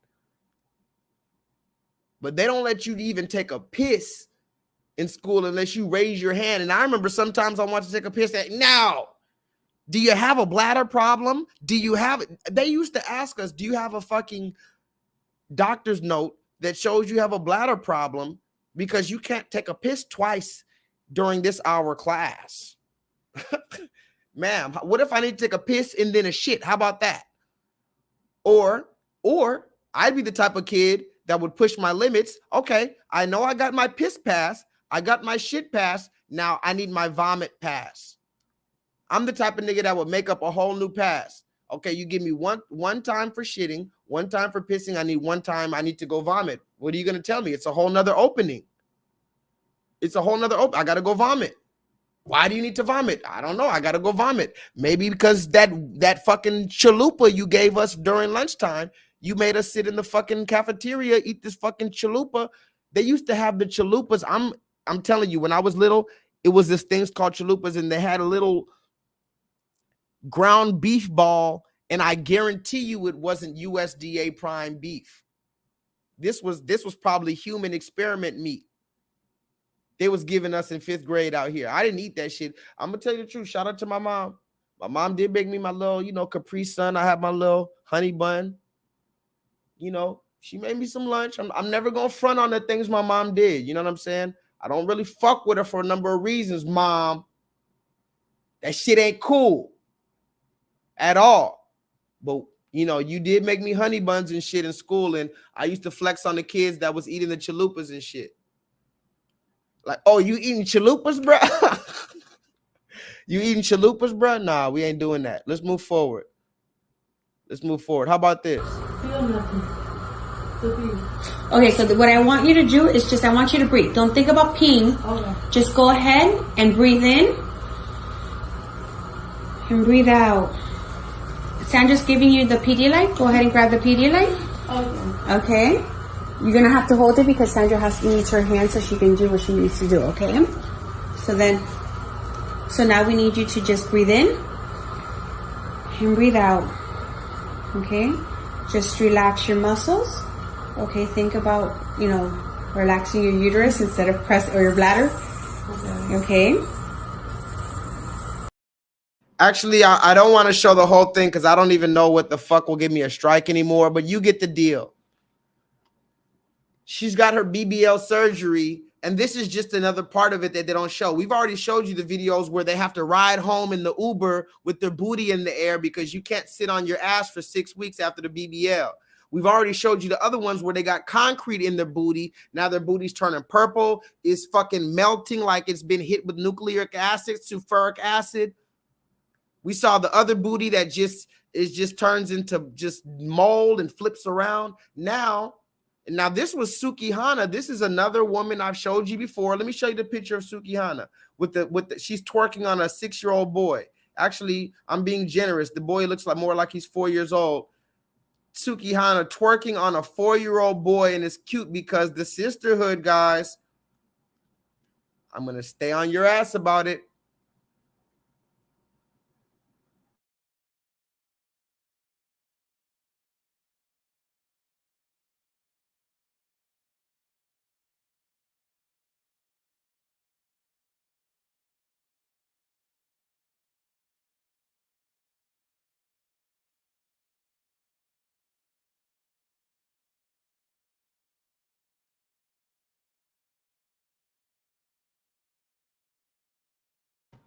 So Sukihana's twerking on a 4-year-old boy with her BBL. Look at her BBL. And look at the other woman in the back. She's just waiting to get her BBL. She's just waiting for her child to get old enough to get twerked on. All sorts of dysfunction. That's okay, though. Let's move forward because these are the type of the things that are not anti-Semitic. These are the things that are allowed to go on in our community. Now, I have so many receipts. I'm not. There's no way I'm going to be able to show them to you today. I tried to think about what should I? But basically, we're going to keep with the common theme of what's going on. Suspended. Can somebody put that in the chat? This is the lifestyle that I've lived. the suspended life. I'm constantly getting a strike on YouTube. They suspend me. Remember, what is the point of giving you a suspension? Is it to get your ass whooped? Well, yeah. They hope that when you get home, you get your ass whooped. They hope that you're embarrassed. They hope that you know, all of the things. But the main thing is they want to separate you from the class. They want to indoctrinate you into being separated from the class. Now, let me see if I have this. Hold on.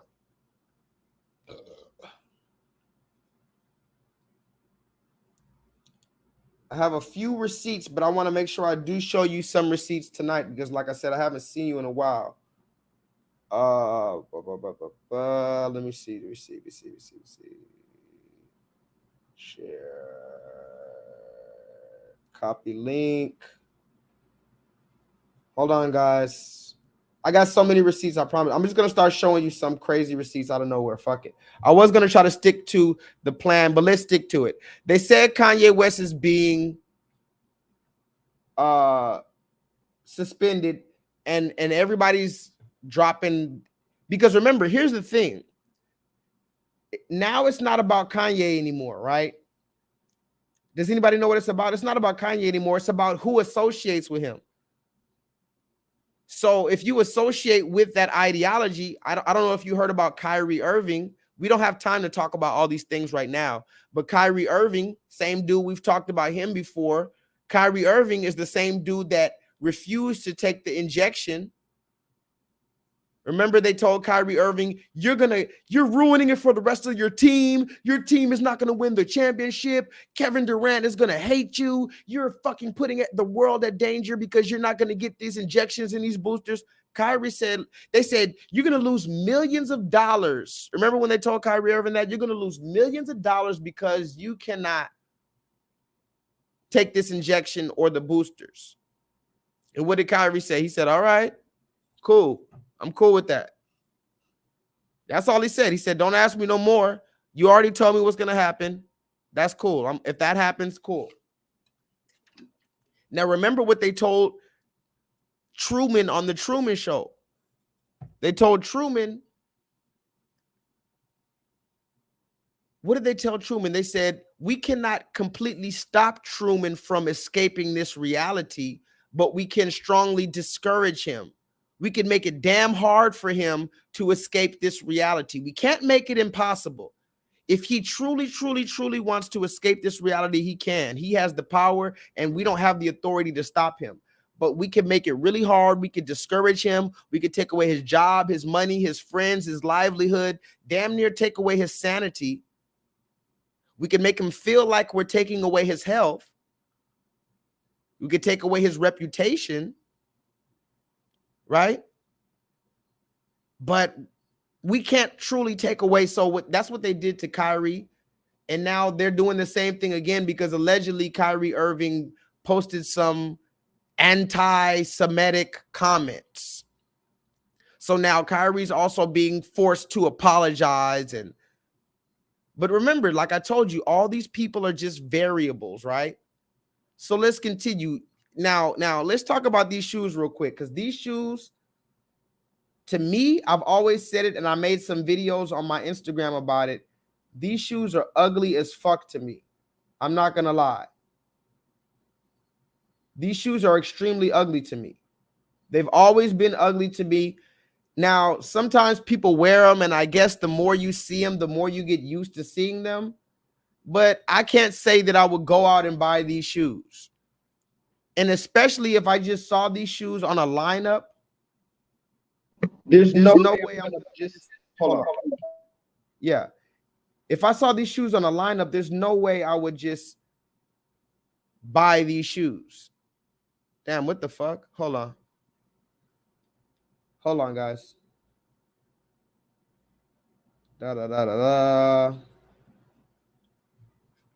What happened to my fucking picture?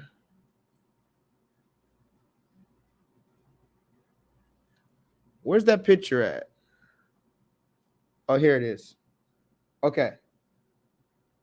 Like I said, there's no way I would buy these shoes. But the fact of the matter is, somebody is buying these shoes. And it's not because they look good. Can y'all hear me? Put a 7 in the chat if you heard me. I said the reason why people are buying these Yeezy shoes is not because they actually look good. The reason why you're buying these Yeezy shoes is because Kanye West, because the influence and because the clout on that shoe. It's not because look at the shoe. When it starts raining, what the fuck are you going to do with this shoe? You can't do it. Can you run from the police in this shoe? This shoe, it serves no purpose whatsoever, but you're wearing it because it's like, oh yeah. And how much are these shoes, you think?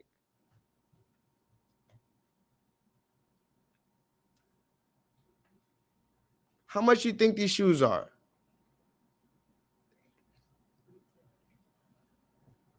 Because the last Yeezys, I done seen the slides. How much are the slides? They had to be like, because the last time I saw the slides, or I don't know, maybe I'm tripping because I thought all his shit was like 300, 350. I don't know. Either way, I see everybody with this shit, and I know they don't think that shit looks good. I'm sorry, and I fuck with you, Kanye, but I know you don't think that shit looks like that's the best shit on the market right now. And the only way it must make sense is if this shit like super, super comfortable. Talk to me in the chat, guys. Does anybody have these shoes?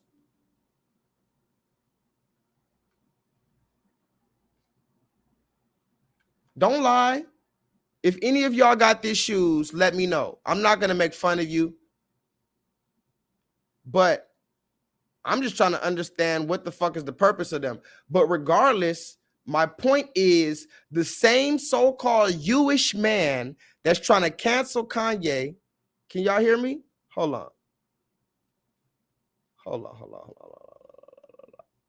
7 in the chat if y'all can hear me. I think I'm having technical difficulties.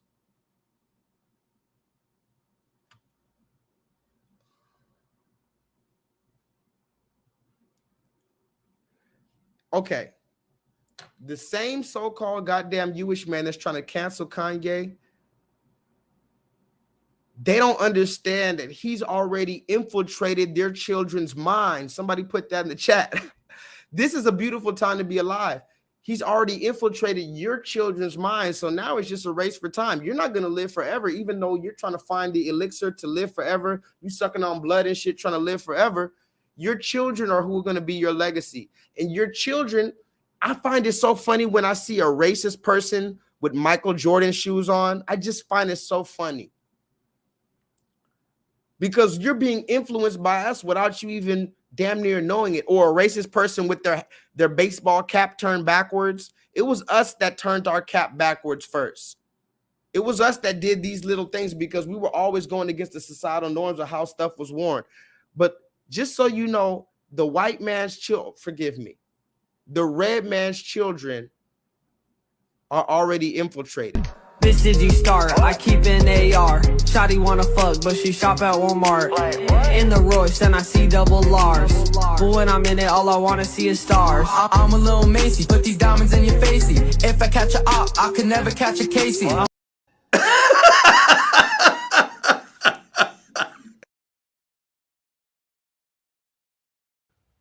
Yeah, man. Bitch, did you start? I keep an AR. Shawty wanna fuck, but she shop at Walmart. In the Royce, then I see double R's. But when I'm in it, all I wanna see is stars. I'm a little Macy, put these diamonds in your facey. If I catch a op, I could never catch a Casey. I witness the kid, we get rid of the ops. And if you... Now, mind you, they both got the Yeezys on. Somebody put that in the chat. They both got the Yeezys on, different kinds of Yeezys, though.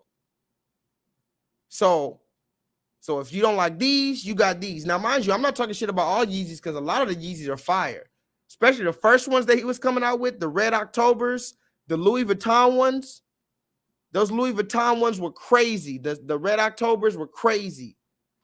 Like, just incredible. I think he was even wearing those Marty McFly ones. He might have even had something to do with those Marty McFly ones, but this new shit I don't know about. But regardless, the red, you could try to cancel him. Your children want the Yeezys, though. Put that in the chat. Your children don't understand why we have to cancel Kanye. Bitch, did you start? I keep an AR. Shawty wanna fuck, but she shop at Walmart. In the Royce, and I see double R's. But when I'm in it, all I wanna see is stars. I'm a little Macy, put these diamonds in your facey. If I catch a op, I could never catch a Casey. I'm with That's the Kid, we get rid of the ops. And if you Infinite Tribe says, looks kind of suspicious to me. Oh, Solo Dolo. Wow, you got the stem player, bro. I've been wanting that shit, man. I'm not going to lie. I extremely want that stem player. I extremely want that stem player. What is it, like $200? How much is that stem player? I think it's like $200. That shit is fire, bro. I saw that shit. I want to get it. I want to get that. But let's move forward, guys. I have some. Oh, since Solo Dolo, let me show you this too. Forget Kanye for now. I want to show you some more shit because I haven't been talking to y'all for a minute. Look at this shit. This is another thing I'm talking about. We allow this shit on TV, but you want to talk about, just look at this. People are coming at Malika Andrews for this, saying that, she treats black men poorly. She is pushing a pro-feminist agenda at ESPN and trying to shut people down. Have you seen this discourse, and can you help us make some sense of it? Oh, yeah, I've definitely seen it. And I caught some strays because of it. And because, the ashies, as I call them, the ashies and the incels. Hey, do you ever wonder, like, what is going on? I mean, like, do you ever, like, wake up or do something and you're just like, what the fuck is going on? People are coming at Malika Andrews for this, saying that, she treats black men poorly. She is pushing a pro-feminist agenda at ESPN and trying to shut people down. Have you seen this discourse, and can you help us make some sense of it? Oh, yeah, I've definitely seen it. And I caught some strays because of it. And because, the ashies, as I call them, the ashies and the incels decided that they wanted to either try to weaponize me against Malika or bring up the fact that she is just among a long list of black women at ESPN who hate black men. It's hurtful because a lot of the people saying that, they don't know how hard it is to get to where a Malika Andrews is, where I am. Malika Andrews is not even 30 years old, and she has her own daily NBA talk show. She was, I believe, like the youngest sideline reporter ever at the NBA Finals. She's just, over the last 2 years, been crushing it. The first woman to host the NBA draft, which she did earlier this year. I didn't like the reaction at all, because I thought it spoke to how even now that whenever a black woman voices an opinion, it just becomes an invitation for the incels and the ashies to get their rocks off by coming forth with their latest, band of ignorant hotepery on 10. And it's just amazing to see how quickly this has turned from just disagreeing with her opinion of Ime Udoka, which you are allowed to do. And I have no problem if you want to challenge, her assessment of the situation, or even if you want to challenge the fact that the interim coach she brought in, his past criminal record, she brought that into the conversation. That's fine. But where you lose me is when you start saying things like she hates black men, start posting a photo or photos of the person that she is allegedly dating and using that as an indictment to come after her blackness. We look juvenile and silly by doing that. That's a pointless conversation. By calling her a sellout, a mammy, a bed wench, all the things that I've been called to. And so that's the part to me that's really, really hurtful. And especially because, and I'm not saying they're the only ones so that people don't misunderstand me, but especially seeing enough of a disturbing amount of it coming from black men. Sports is such a, it can be a very unwelcome space, for women, because, I was just going through some of the comments, and it was just interesting how not only was there cheering in terms of knocking Malika down a peg or two, But it was a whole lot of, this is why women don't belong in sports. And who is she to, even with Kendrick Perkins, who is she to challenge Kendrick Perkins and Richard Jefferson? And she's never played, and all this kind of stuff, and all that noise that most of us who are in the game have heard that our entire careers. Like, that's not a new insult, my man. It's not new. I've heard that my whole fucking career. I know I didn't play. I got it. Okay, I didn't black out at that time. I was in the NFL and fucking missed it. I already know. Okay. and like, yo, but you know, as I often say to them, yo ass didn't play either. You feel very comfortable telling me how to do my job, and you yelling at your TV, acting like you know more than Patrick Mahomes too. So I guess we both in the same boat. But the difference is, I'm actually getting paid to give my opinion, and yo ass ain't. So you know, it's almost like Malika used to trend on Twitter a lot, like during the draft, during other NBA coverage points, because a lot of dudes were looking at Malika and be like, she's fine and she's knowledgeable, right? Then she was trending for all the right reasons in their mind. But the moment that she voiced a stronger opinion, particularly this kind of issue, then all of a sudden she is a biscuit eater and a bed wench. And I'm just like, I'm just trying to follow what the train of thought was. The biscuit eater is the one that kills me. Y'all can't do this. I've been Dan, telling do you know how many times every time y'all do the biscuit thing, a biscuit eater? Biscuit. I don't even know what it means. I was like, what does it mean? I was like, I like biscuits. This is a sick Negro.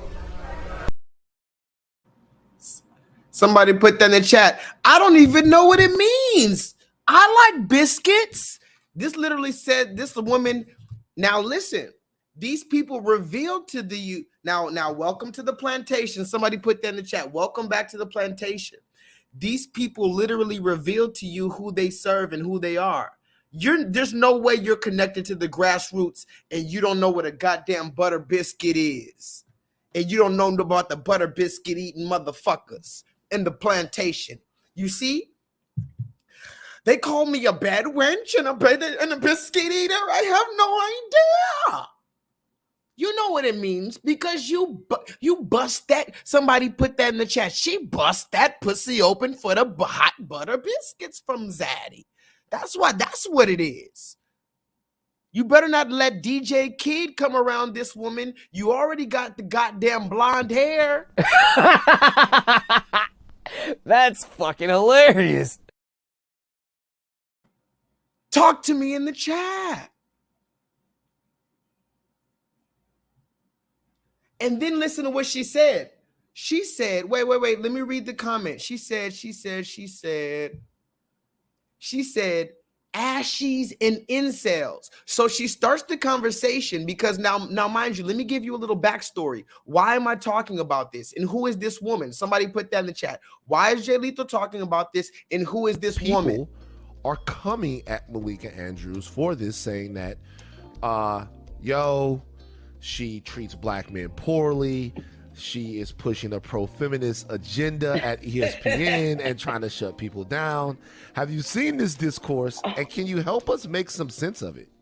Oh, yeah, I've definitely seen it. And I caught some strays because of it. And because, the ashies, as I call them, the ashies and the incels.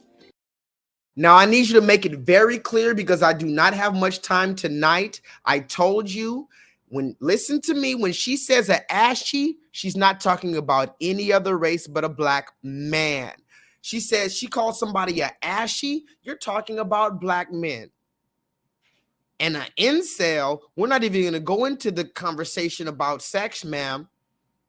Incel, you're probably fucking him, her, she, they, them, there. You got about 7 dildos under your bed. You might be letting your dog suck your pussy. Oh, yeah, I went there. I saw a video on Instagram and I saved it before it got deleted, and I'm not going to show it to you here. And I'm scared to even post that shit on Patreon. A fucking pit bull licking this black woman's pussy. Not even just on a porno, like on some weird porno, like a regular black woman. I was like, oh, what the fuck? And I've heard about that from a lot of people, a lot of these, and here, this is where we're going to go ahead and blow the lid off of it. J-Lethal's going to do it. Ready, go. A lot of these motherfucking women walking around with these big ass fucking dogs on the leash, they go home and bust it open for the dog. You know, one day I feel like I'm gonna have to look in the mirror and like take accountability for my actions and realize that I am the toxic one. Maybe I am the problem. But not today, bitch, because it's never me. It is always the man, ladies. Remember that. We are never wrong.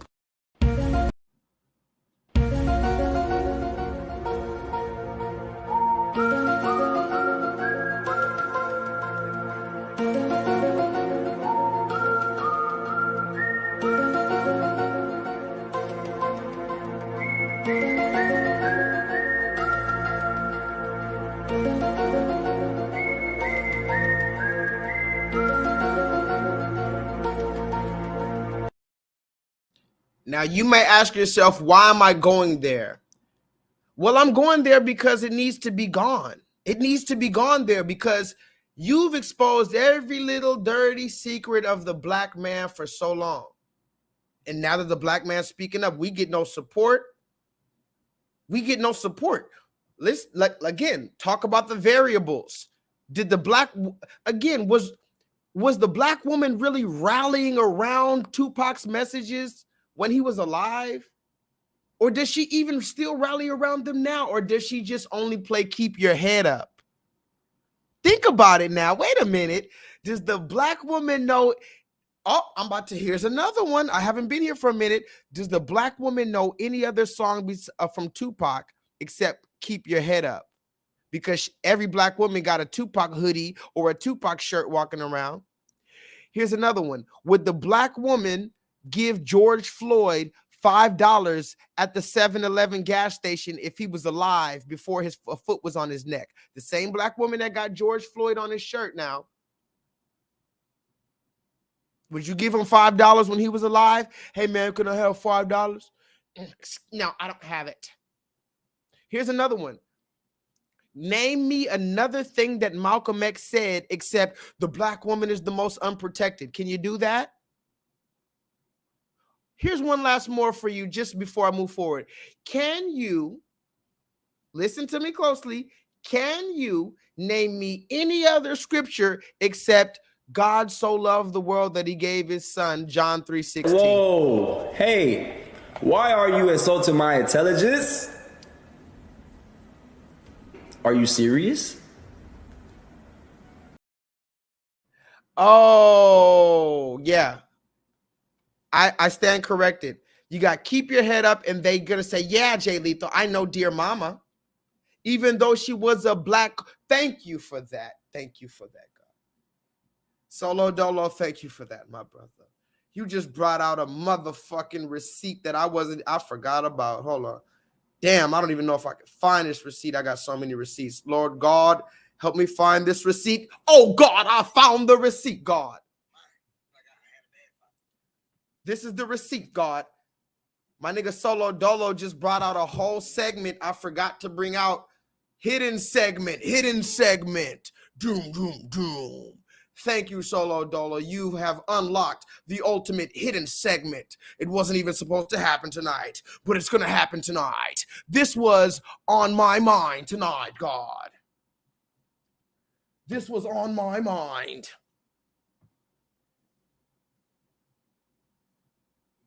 Now, we're going to talk about two things. One, somebody put that in the chat. Dear mama. Dear mama. Lady. Sing it with me now. Don't you know I love you? Sweet. Come on. Lady. Come on. Don't feel ashamed. It's part of the process.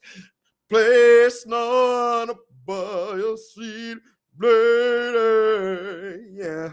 Don't you know? I said sing the fucking song aloud with me. Come on.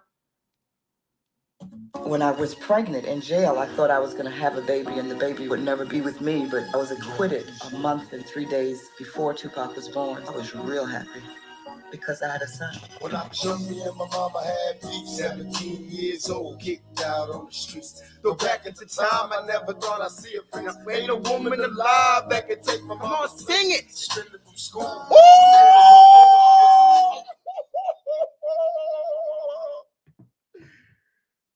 fucking solo dolo. That's why you my nigga, dog. You heard what he said? I didn't even expect that. That's just the spirit. That's the spirit, God. He said suspended from school.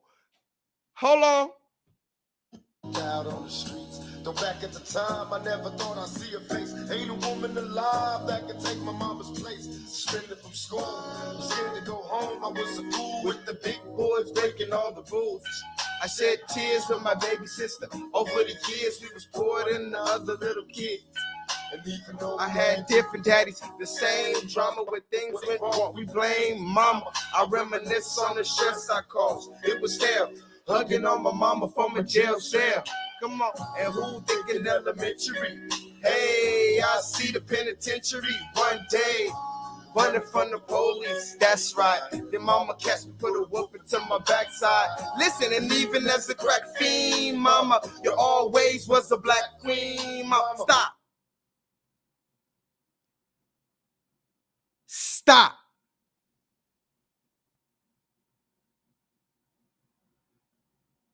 Stop right there. I have a question. I said I have a fucking question, and I'm tired of being silenced, and I'm going to question everybody, and I'm going to question Tupac, my motherfucking nigga. I'm going to question Tupac. Yeah, you heard me?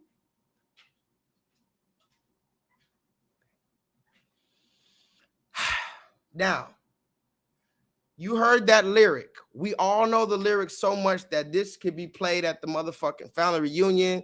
It could be played at the funeral. It could be played at the wedding. It could be played at the motherfucking Mother's Day. It could be played at the motherfucking cookout, whatever you want. But listen closely what he said. I finally understand for a woman it ain't easy trying to raise a man. And even as a crack fiend, mama, you always was a black queen, mama. So he says, and even as a crack fiend mama, you always was a black queen mama, right? And I don't see nothing necessarily wrong with that. Put a 7 in the chat if you see anything wrong. How about that? Put a 7 in the chat if you see anything wrong with saying, and even you were a crack fiend mama, you always were a black queen mama. Because remember, that's a beautiful thing. That was a beautiful statement when he said it, and everybody just, it finally brought understanding, and it gave humanity to the mother. It gave her, the mother, leniency. It showed the mother, it gave her some slack, right? And there's nothing wrong with that. But let me show you something real quick. Because remember, if Tupac said that his mother was a crack fiend mama, but she was a black queen mama, let me ask you the question. Can we say the same thing about our father? And even as a crack fiend father, you always were a black king father? Can we say that? Does anybody say that? Would any black person say, and even though you were a crack fiend father, you were addicted to crack, probably not because you just liked it, probably the life choices you've made and all the systematic enforcement of the ideologies of white supremacy, let's be fucking honest, might have led him to a crack lifestyle. And because that was just one piece of his life, that has nothing to do with the totality of who he was as a person. But because our fathers are on crack, or our fathers went to jail, or whatever happened, we're willing to throw them out into the fire. But when it's our mother, she could be addicted to crack. She's still a queen. Now listen. No disrespect to my dad, because I know he'll see this. He's still alive. Yeah, listen.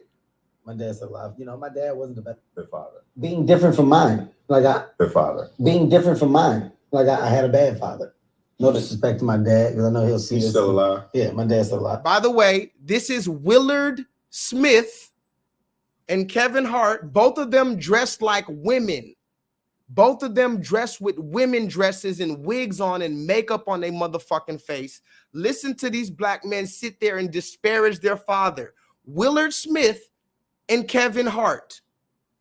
Good father. Being different from mine. I had a bad father. No disrespect to my dad, because I know he'll see this. He's still alive. Yeah, my dad's still alive. My dad wasn't the best father. My dad had all the bouts with life. Good father. Being different from mine. I had a bad father. No disrespect to my dad, because I know he'll see this. He's still alive? Yeah, my dad's still alive. You know, my dad wasn't the best father. My dad had all the bouts with life that are within the stereotype or stereotypical conversation. The drugs, the absent, the jail, the not in your life because of the relationship with your mother, etc. Like all of that was heavy in my household. Me and my brother knew my dad was on drugs, and that's tough. Yeah, I had a rough relationship with my father. Also, I grew up in a serious military household, and I watched my father bust my mother in the head and knock her down. So that was my image of relating, and I made the decision that I damn sure wasn't going to do that when I had my family. Wow, I see the mistakes my dad made. Look at that! Look at that! Look at that! Willard Smith, hold on. Let me show you my face for this. What the fuck is wrong with this? I hate when the camera does that. Hold on, because I need you to see me clearly for this one.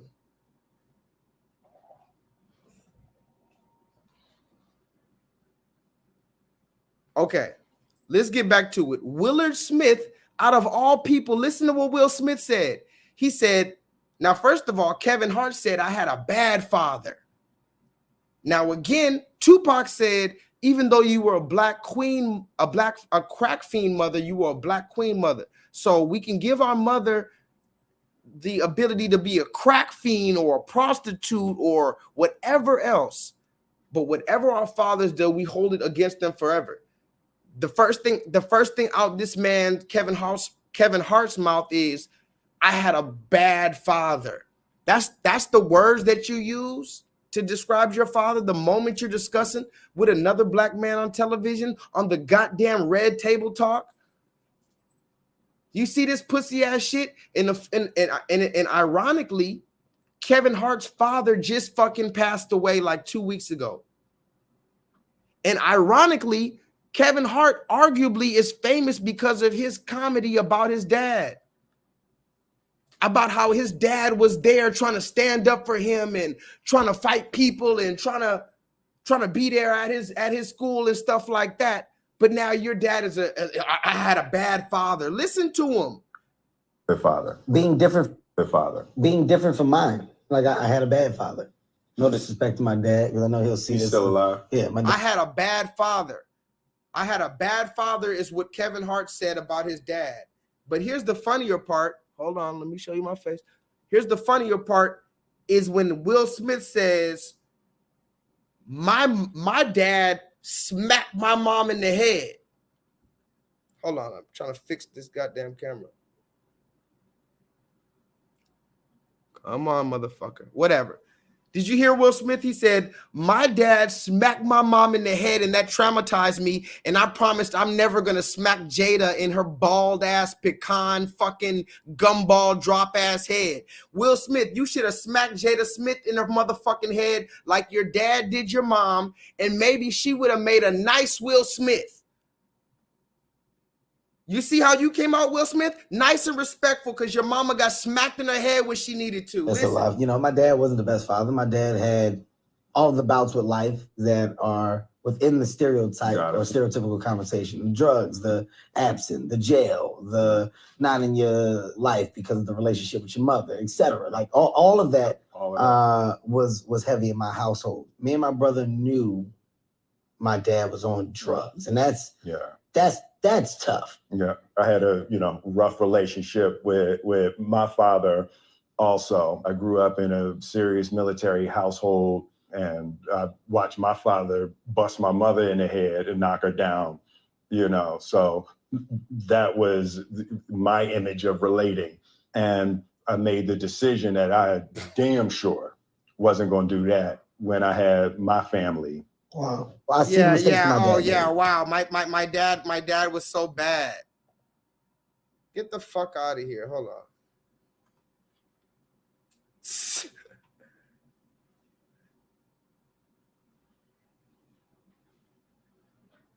Hold on, guys. There we go. Now, again, I'm just posing the simple question. Why is it that Our mothers can be crack fiends, prostitutes, and we give them the Dear Mama song. But our fathers, we don't speak about them. And when we do, we have the nerve to say they were a bad father. It's just as simple like that, right? Who's going to come out and be like, I had a bad mom? Who's going to come out and say that no matter what she did, I had a bad mother. She was just bad, just a deadbeat. It doesn't matter. That's not, see, I'm trying to get you to break out of your programming, B, because until you break out of your programming, you're not going to see things from all angles. I'm not telling you to throw away your sympathy for black women at all.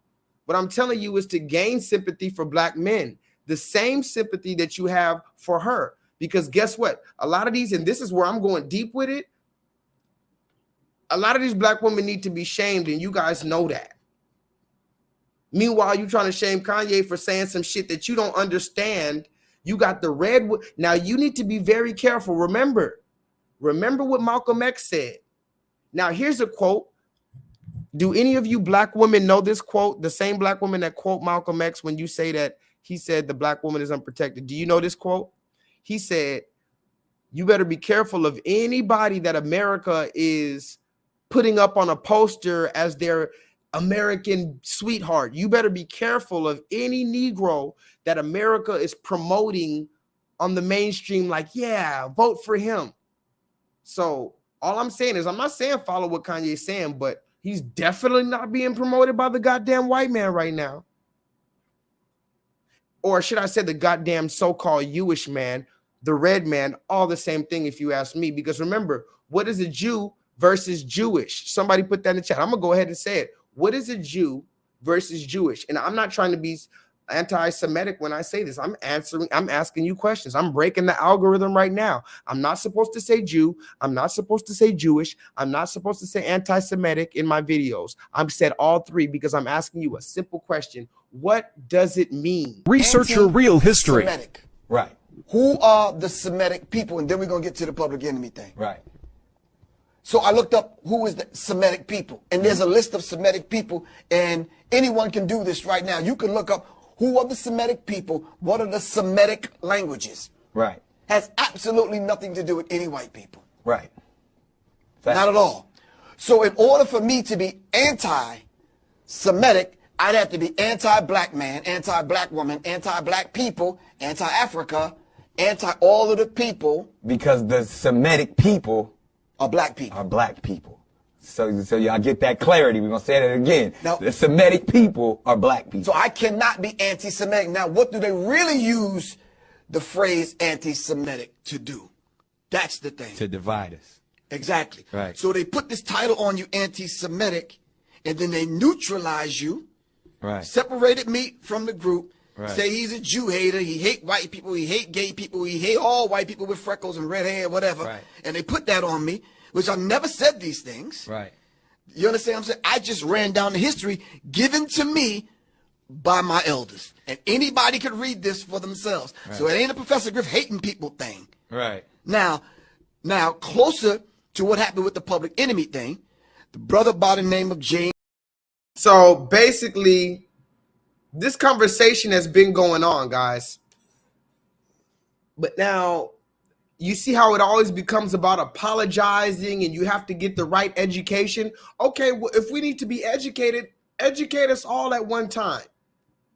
Tell us how you are Jewish without bringing up the so-called Holocaust. I'm not saying it didn't happen. I'm not saying it's a good thing, I'm saying tell us how it relates to you without bringing that up. And tell us what that has to do with you being Jewish. What does the Holocaust, the fact that your people were put in concentration camps allegedly, what does that have to do with Jewish at all or Jew at all? That's what we really want to know. Because when I was in 5th grade, they took us to a motherfucking field trip to the Holocaust Museum. And I had to listen to the rabbi and this and that. I had to read a book about Anne Frank and Auschwitz and Schindler's List. I had to watch Schindler's List. Now I'm asking you questions and you don't want to answer. It's a lot like the so-called Jehovah's Witness. I don't got a problem with the Jehovah's Witness, but if I did have a so-called problem with the Jehovah's Witnesses, I need you to be more open to dialogue and serious conversation, because you used to come banging on our motherfucking windows. You remember that movie Friday? That was the Jehovah's Witness banging on the Craig's door. She was banging on the window, bang, bang, bang, waking us up at 7 a.m. on our only off day to talk about the Bible, right?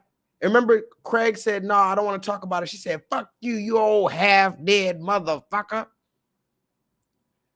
That was the Jehovah's Witness. But now when you see the Jehovah's Witness on the street that are trying to so-called preach to people, you come up to them, ask them a few hard-hitting questions. Now you're being, oh, you know what?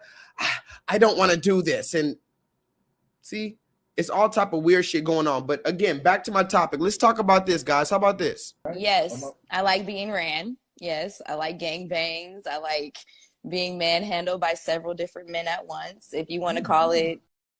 Yes, I like being ran. Yes, I like gangbangs. I like being manhandled by several different men at once. Yes, I like being ran. Yes, I like gangbangs. I like being manhandled by several different men at once, if you want to. You cold. He cold. She belongs to the streets. Yes, I like being ran. Yes, I like gangbangs. I like being manhandled by several different men at once. If you want to call it being ran, you call whatever the fuck you want. I'm sexually liberated and I'm a goddess and I deserve to have hands all over my body. Right. Yes, I like being ran. Yes, I like gangbangs. I like being manhandled by several different men at once. If you want to call it being ran, you call whatever the fuck you want. I'm sexually liberated and I'm a goddess and I deserve to have hands all over my body. Right. I deserve to be worshipped. Like, why not? I deserve that attention. Sure. All right. So you. Yes, I like being ran. Yes, I like gangbangs. I like being manhandled by several different men at once. If you want to call it being ran, you call whatever the fuck you want. I'm sexually liberated and I'm a goddess and I deserve to have hands all over my body. Right. I deserve to be worshipped. Like, why not? I deserve that attention. Sure. All right. So you. I'm putting this. Now, I need y'all to, I played that a few times because I want you guys to listen to what she said. Now, you know, the good thing about these podcasts, remember, did you ever see this? I don't know if I showed you this one. I know I showed it to you, but I don't know if you saw this one. A lot of people don't want us to be doing this little podcast thing. Like, for instance, right now, I'm just some random guy on the internet barely doing my little thing. And some people will be like, this dude needs to shut up, da da da da da da. And believe it or not, a lot of women are telling black men they need to stop doing podcasts. You know, you niggas need to stop doing podcasts. And I get it, because a lot of these niggas are just talking. First of all, a lot of people on the internet are talking. So that's just what that is. You can't say men are just the only ones blabbing their mouth. But at least when men are talking on the internet, it seems like they're, for the general consensus, it seems like they're trying to build something. They're trying to at least analyze something, and they're not just, and unless I could be wrong, this is how I see it. But I need you to hear what this woman said, because this is the good thing about the woman doing podcasts. Because see, the men are doing podcasts and you don't like it because we're saying this, we sound misogynistic, da da da da da, all these other buzzwords, right? But how about the women that do the podcast? The good thing about it is you show the sisterhood, what you're really about. You're finally revealing the sisterhood to the world. Listen to this woman one more time. She said, now I need you to listen, because if you don't listen, you're going to miss it. The woman said, I'm a goddess. I deserve to be worshipped by many men, and I deserve to have their heads on my body. Now, listen, see, nobody else would understand that. If you were just watching on the internet, you're like, she said, I'm a goddess. I deserve to have many different men's heads on my body. Like, what does that mean? Different men's heads on my body. I'm a goddess. I deserve to be worshipped. What? Yes, I like being ran. Yes, I like gangbangs. I like being manhandled by several different men at once. If you want to call it being ran, you call whatever the fuck you want. I'm sexually liberated and I'm a goddess and I deserve to have hands all over my body. Right. I like it. I deserve to be worshipped. Like, why not? I deserve that attention. Can somebody please tell me what the fuck is going on? I don't know. Can somebody put that in the chat? She's a goddess that she wants to have heads all over her body. What does it mean? What does it mean? What does it motherfucking mean? What does it mean? Solo Dolo, what does it mean? Raheem 180 on the motherfucking Rise Weight Loss channel. What does it mean? Infinite Charms, tell me in the chat for extra credit brownie points. What does it mean? I'm sorry I haven't been reading the comments, guys, but I've been having to get this off and I need you. I'm going to read the comments later. What does it mean when a black woman says, yes, I have many men doing trains on me and this, I got that. I don't give a fuck. I'm sexually liberated because I'm a goddess. I deserve to have many men's heads on me. What does that mean? What does it mean? What does it mean? What does it mean? Sexually liberated goddess that deserves to have. No, not hands, not hands, not hands. Heads, heads, heads. Listen to me, Infinite Charms. Listen it very closely. She did not say hands all over her body. She said heads all over her body. Yes, I like being ran. Yes, I like gangbangs. I like being manhandled by several different men at once. If you want to call it being ran, you call whatever the fuck you want. I'm sexually liberated and I'm a goddess and I deserve to have hands all over my body. Right. I like it. I deserve. Now, it sounds like she says hands, right? But listen to what she says. It's her accent. She says heads all over my body. It's heads. Now, I know that's going to sound crazy, right? Because she says she's a goddess. She deserves to be worshipped. Listen to what she's saying.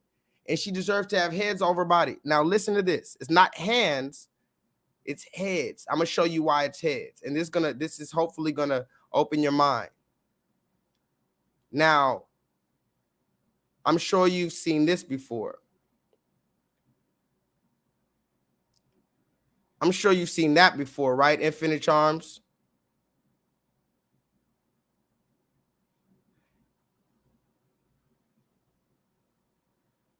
This woman is now remember what the woman said. She said, I'm a goddess that deserves to be worshipped. Right?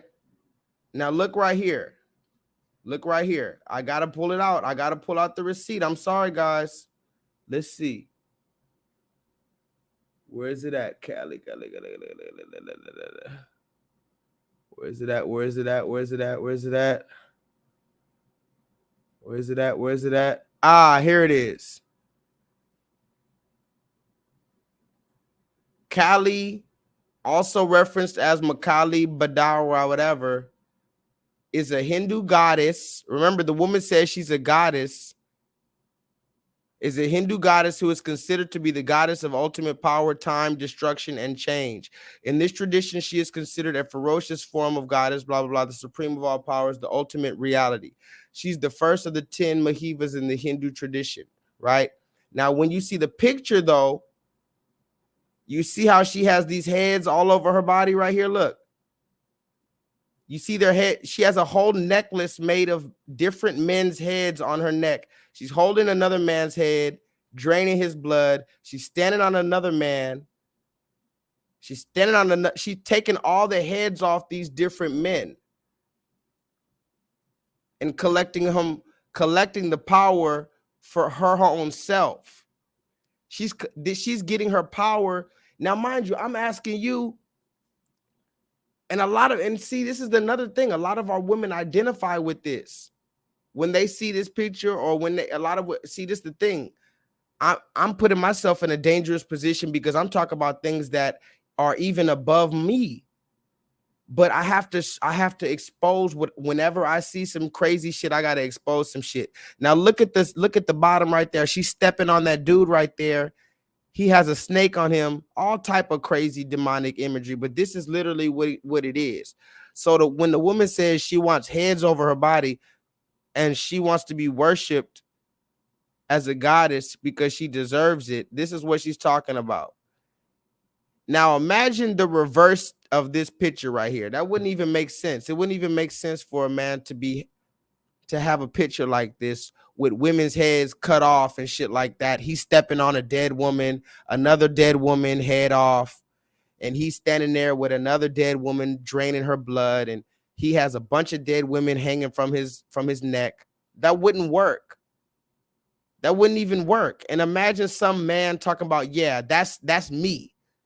Imagine a man in 2022 seeing a picture like this, the male version of this picture, and saying, yeah, that's me. So again, this is the reason why I'm suspended, because I've always talked about stuff like this. I've always pushed the limits and boundaries of what I'm supposed to be talking about. It's okay though. You guys need to look up Dwayne Wade. Right now, Dwayne Wade's I don't know if I don't even think I have the receipt. Let me see if I have the receipt. Dwayne Wade's mom, not Dwayne Wade's mom, Dwayne Wade's baby mom. Hold on, let me see if I have this. I don't think I have the receipt.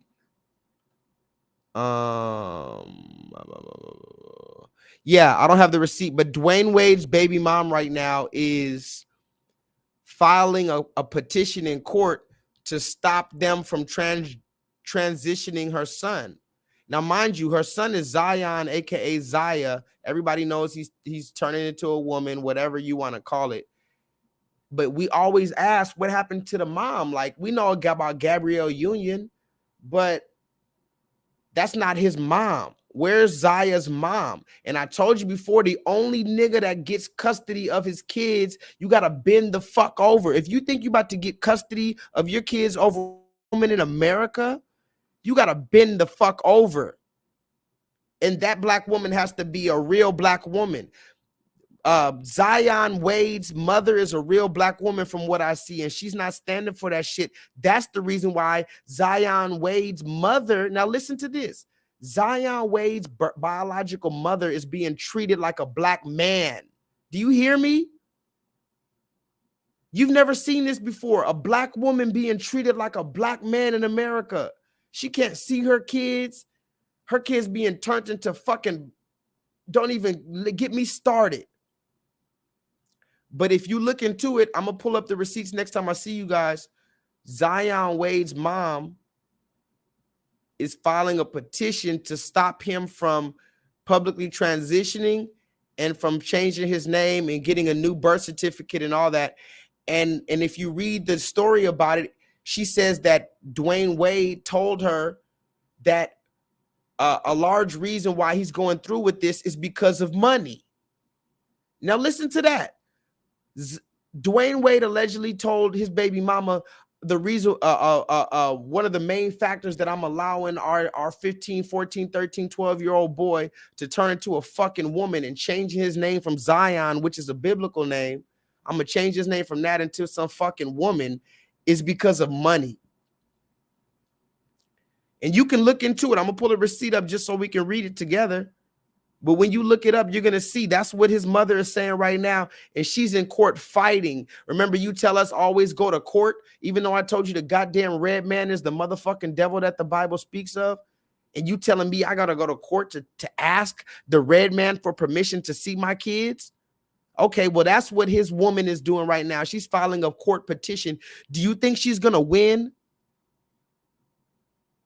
Do you think Dwayne Wade's baby mama is going to win in court over Dwayne Wade? No. Dwayne Wade is the bitch in court. Do you hear me? Dwayne Wade now is playing the role of the black woman. He's the one that's protected by the government now. Because Dwayne Wade's baby mama is standing up like a real black woman and not allowing no bullshit. So she's going to be treated worse than a black man. I told somebody the other day, the real absorbed with light black woman, she probably has it harder than the black man. You better believe it's hard for a black woman to be absorbed with light and not twerking her ass and not throwing the black man under the bus, it's probably harder for the black woman that wants to hold us down.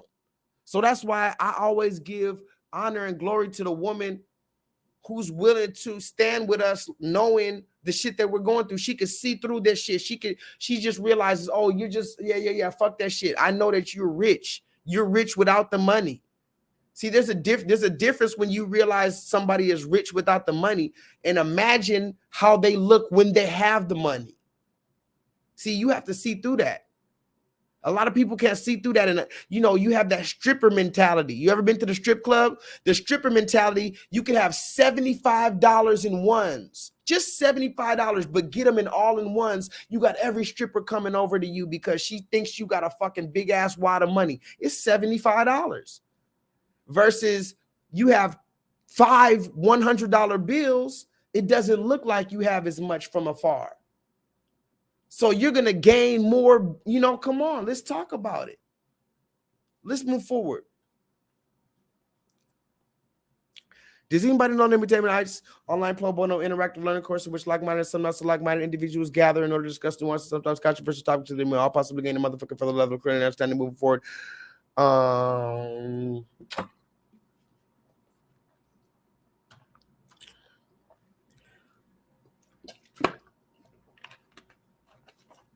What up, Andrea? Everybody in the chat, I want you talking. Let's talk. This is a new picture that the scientists, somebody put that in the chat. Andrea, the scientists, now mind you, I'm not like, again, I'm not a racist, but we just have to show you how they're trying to literally dismiss black people altogether.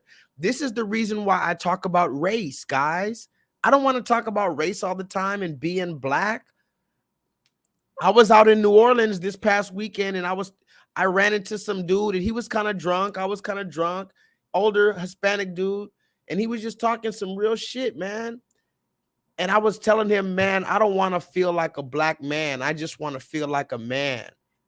You know, I don't want my life to be directed through the lens of a black man. And I don't want people to see me as a black man and have all type of stereotypes on me before I could open my mouth. I don't like that. So that's why I speak about it.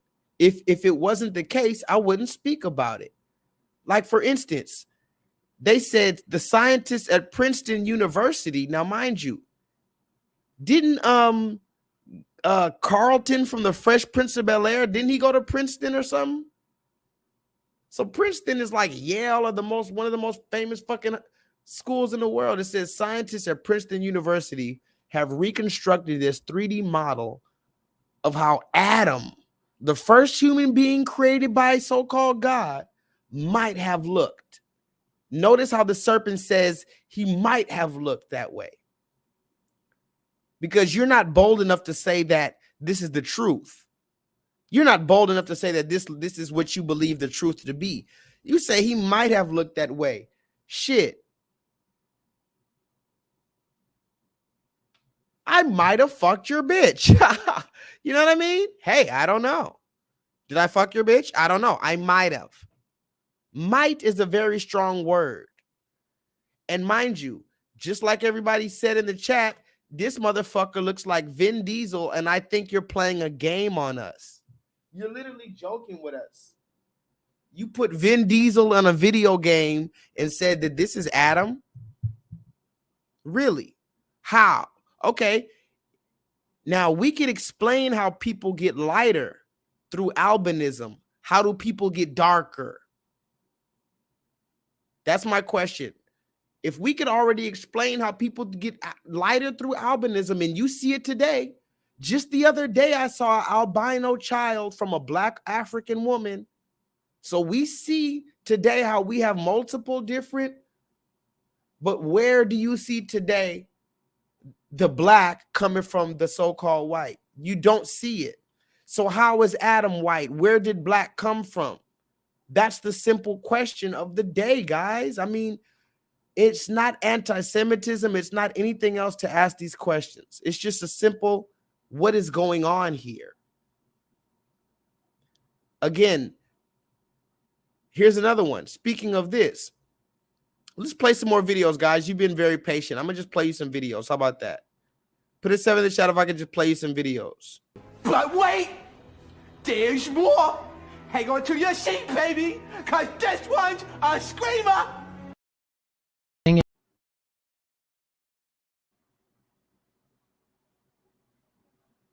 Thing is about 6ix9ine that amazes me is that he's Tekashi 6ix9ine. He's worldwide famous. It's crazy. He will treat my best friends, my mother, the same as the random guy that he meets in the supermarket. He literally treats every single person that he meets in life the same, and it's incredible. And All right, can we get some tequila? Because he's capping right now. He's capping. No, he's not. We could be anywhere, and he'll sit there and have a full-on conversation with a random person. I think he lives the moment, right? Yeah, yeah. Oh my God! Wow! Oh my God! Thing is about 6ix9ine that amazes me is that he's Tekashi 6ix9ine. He's worldwide famous. It's crazy. He will treat my best friends, my mother, the same as the random guy that he meets in the supermarket. He literally treats every single person that he meets in life the same, and it's incredible. Myself, but till you said that, duh. Like, Name any rapper in the world who doesn't. But have that's a line what's happened with these labels now. They've thrown them around so wildly. Yeah, I just think every man who's half a man is a misogynist. I think women like the disrespect. To be honest, I just choked the fuck out of someone, and they threw up in their mouth and then cried to me. He was fucking 2 black chicks, and he was fucking. Myself, but till you said that, duh.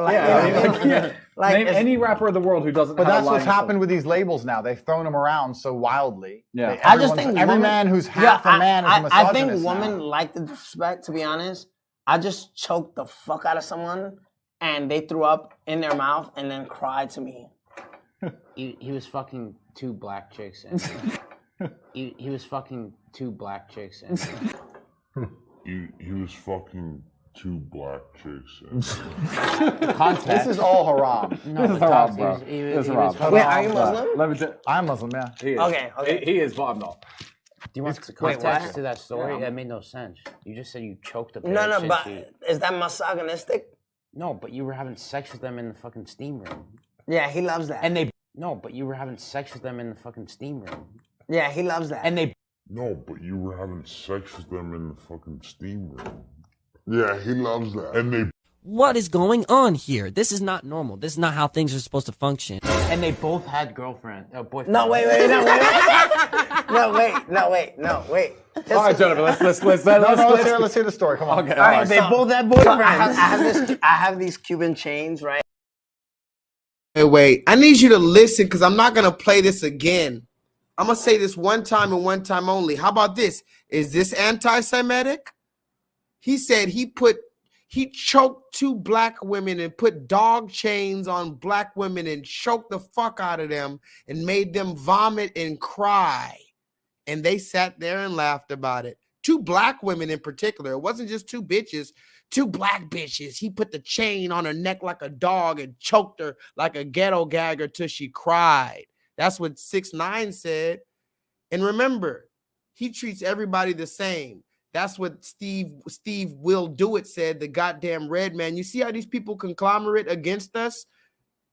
And mind you, 6ix9ine is happy with everybody else. When 6ix9ine, I told you, when he goes to the motherfucking Latino community, he's over there selling cilantro and tortillas in Pico de Gallo. But when he comes to our community, he's talking about King Von. He's talking about all these dead black men. He's talking about Nipsey Hussle. He's talking about PNB Rock, laughing at our dead black men. But when he goes to every other community, he's keeping it cool. And then when he gets on the internet again, he said, yeah, I put a dog chain on this black bitch. And then another white man sitting next to him. Now, remember, Tekashi 6ix9ine is Hispanic, and I use that term very lightly because he's not an Aztec. And and honestly, let me not even go there. And then he's got the white man sitting next to him like, yeah, he told me the story how he put a dog chain on these 2 black bitches' neck and made them throw up and cry. And they're laughing about it. But here's the thing. Does he get canceled for that? Is it anti-Semitic to say you did that to a black person? What if he said, I had these 2 Jewish bitches on a motherfucking leash. I put a motherfucking chain on this Jewish bitch. I made the bitch gag and cry to me in my arms like a little bitch. How would that sound? YouTube, I'm just saying, you know, don't give me a strike. Myself, but till you said that, duh. Like, Name any rapper in the world who doesn't. But have that's a line what's happened with these labels now. They've thrown them around so wildly. Yeah, I just think every man who's half a man is a misogynist. I think women like the disrespect. To be honest, I just choked the fuck out of someone, and they threw up in their mouth and then cried to me. He was fucking 2 black chicks. And he was fucking 2 black chicks. And He was fucking 2 black chicks. This is all haram. No, This is haram, bro. This This is was haram. Wait, are you Muslim? Let me I'm Muslim, yeah. He is. Okay. He is, but I'm not. Do you want the Wait, context what? to that story? Yeah. That made no sense. You just said you choked a No, pair of but chicks. is that misogynistic? No, but you were having sex with them in the fucking steam room. Yeah, he loves that. And they... No, but you were having sex with them in the fucking steam room. Yeah, he loves that. And they... No, but you were having sex with them in the fucking steam room. Yeah, he loves that. And they... What is going on here? This is not normal. This is not how things are supposed to function. And they both had boyfriends. No, wait. No, wait. All right, Jennifer, let's hear the story. Come on. Okay, all right, they both have boyfriends. I have these Cuban chains, right? Yeah. You see this Cuban chain? Yeah. I have another one of this length. So I'll take it off. They flew 14 hours. No, wait. Okay. 7 hours. Dude, bro, from Miami. No, wait. Yeah, bro. No, wait. No, I'm on blast. No, wait. For 7 hours. Oh, okay. All right, so what's the length of this chain? I don't know. Tell me. No, I don't know either. I'm asking you. Like, I'm fucked up. 50 centimeters. Yeah, 50, 60 I don't know. centimeters. But anyway, these were my dog leashes. I had 2 of them. Okay. So I put one over her neck and then the other one over her neck. And then And they labeled you a misogynist for this? No, they probably enjoyed it. No, they got in trouble. No, wait. Yo, bro, get him off the podcast. Haram. Where's our haram button? Haram. All right, let's just stop. Okay. Producer, press the haram button. No, wait, just mute his mic, cause Here's my 2 cents. spoke about this. I think I understand the story well enough. No, we spoke But about it. I think I understand the story well enough. And what I will say about the situation is this. It's very easy to look at a young man who likes to enjoy his life, like these 2 young men here obviously do, and to call them names and to give them labels because, you know, they sleep with the women they sleep with or they do the things that they do. But women, ultimately, are the gatekeepers of sexual relationships. It's their fault. Women choose who they sleep with. No one here would ever force himself on anybody. So I believe that, you know, if you and your consenting friends wish to do whatever with your chains in the steam room, to partake in these kind of activities, a lovely afternoon. Yeah. No, but they're not partake of love making in your particular fashion, then that is their prerogative, and those women are permitted But they to didn't do just that. partake. I, of course, am a Sorry. I don't want to see the rest of that. Just so you know, I want to show you, like Tahuti said, I know Tahuti's been watching this for a very long time. Tahuti has been watching my coverage on 6ix9ine. Tahuti has been watching very closely my coverage on Tekashi 6ix9ine. This is a very interesting revelation, is it not? You see how close he is to that other man? You see how giddy he is around that other man? You see how when that other man started talking about what was going on, he no, don't say. That's suspicious as a grown man. And do you see how he said he put dog chains on a black woman's neck and it was funny to everybody? And there's now I'm not calling for anybody to be canceled, but again, how is it that we haven't called for his cancellation? Have you ever heard for the cancellation of Tekashi 6ix9ine for the systematic enforcement of the ideologies of white supremacy? It's not about Tekashi 6ix9ine, his beef or whatever, his trolling. Do you ever hear anybody really rally around his specific racism, his specific antagonization of the black community in particular, and only the black community? But then he changes his voice. He doesn't even introduce himself as Tekashi 6ix9ine.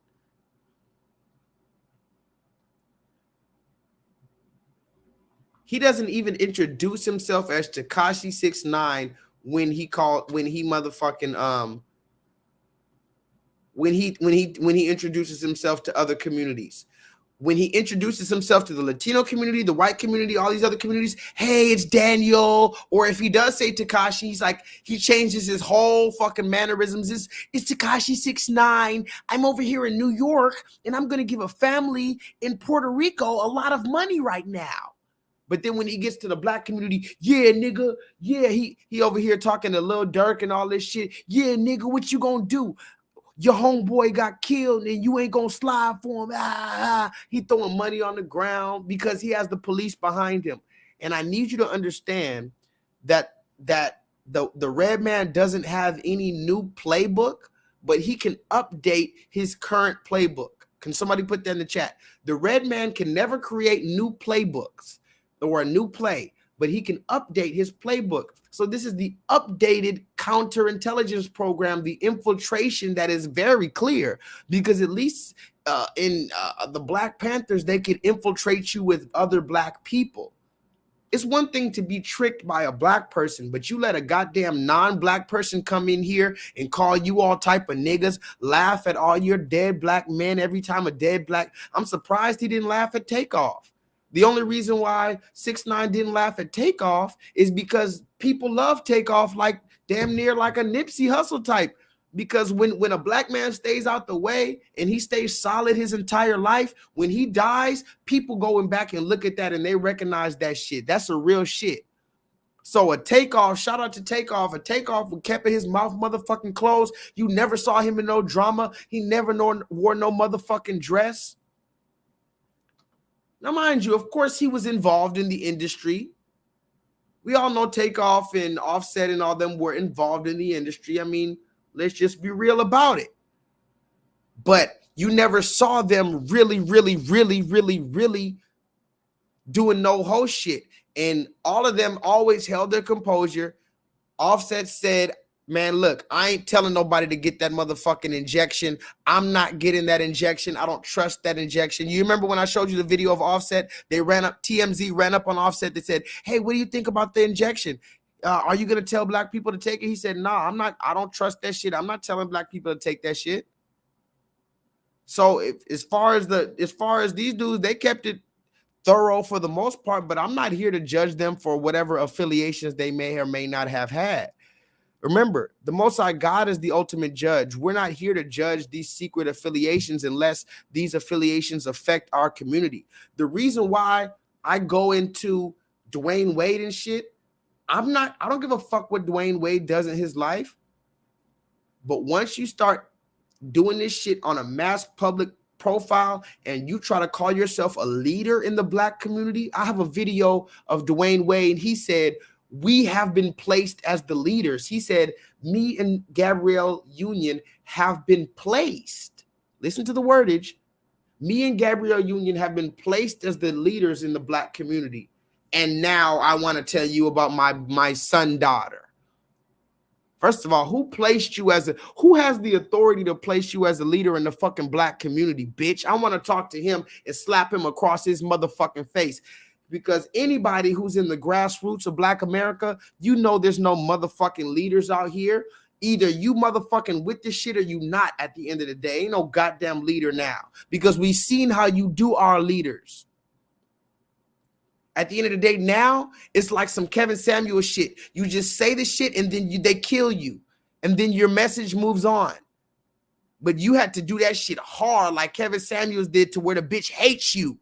You need a bitch to hate you like Kevin Samuels, like, haha, he's dead. She thinks you're dead, that stupid wench. She thinks you're dead.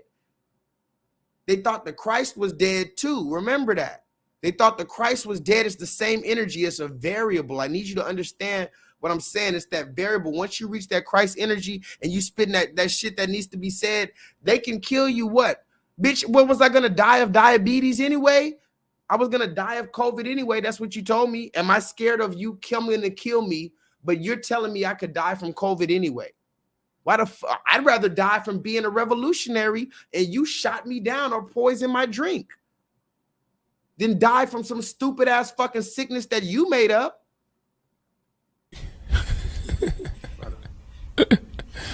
Sensational.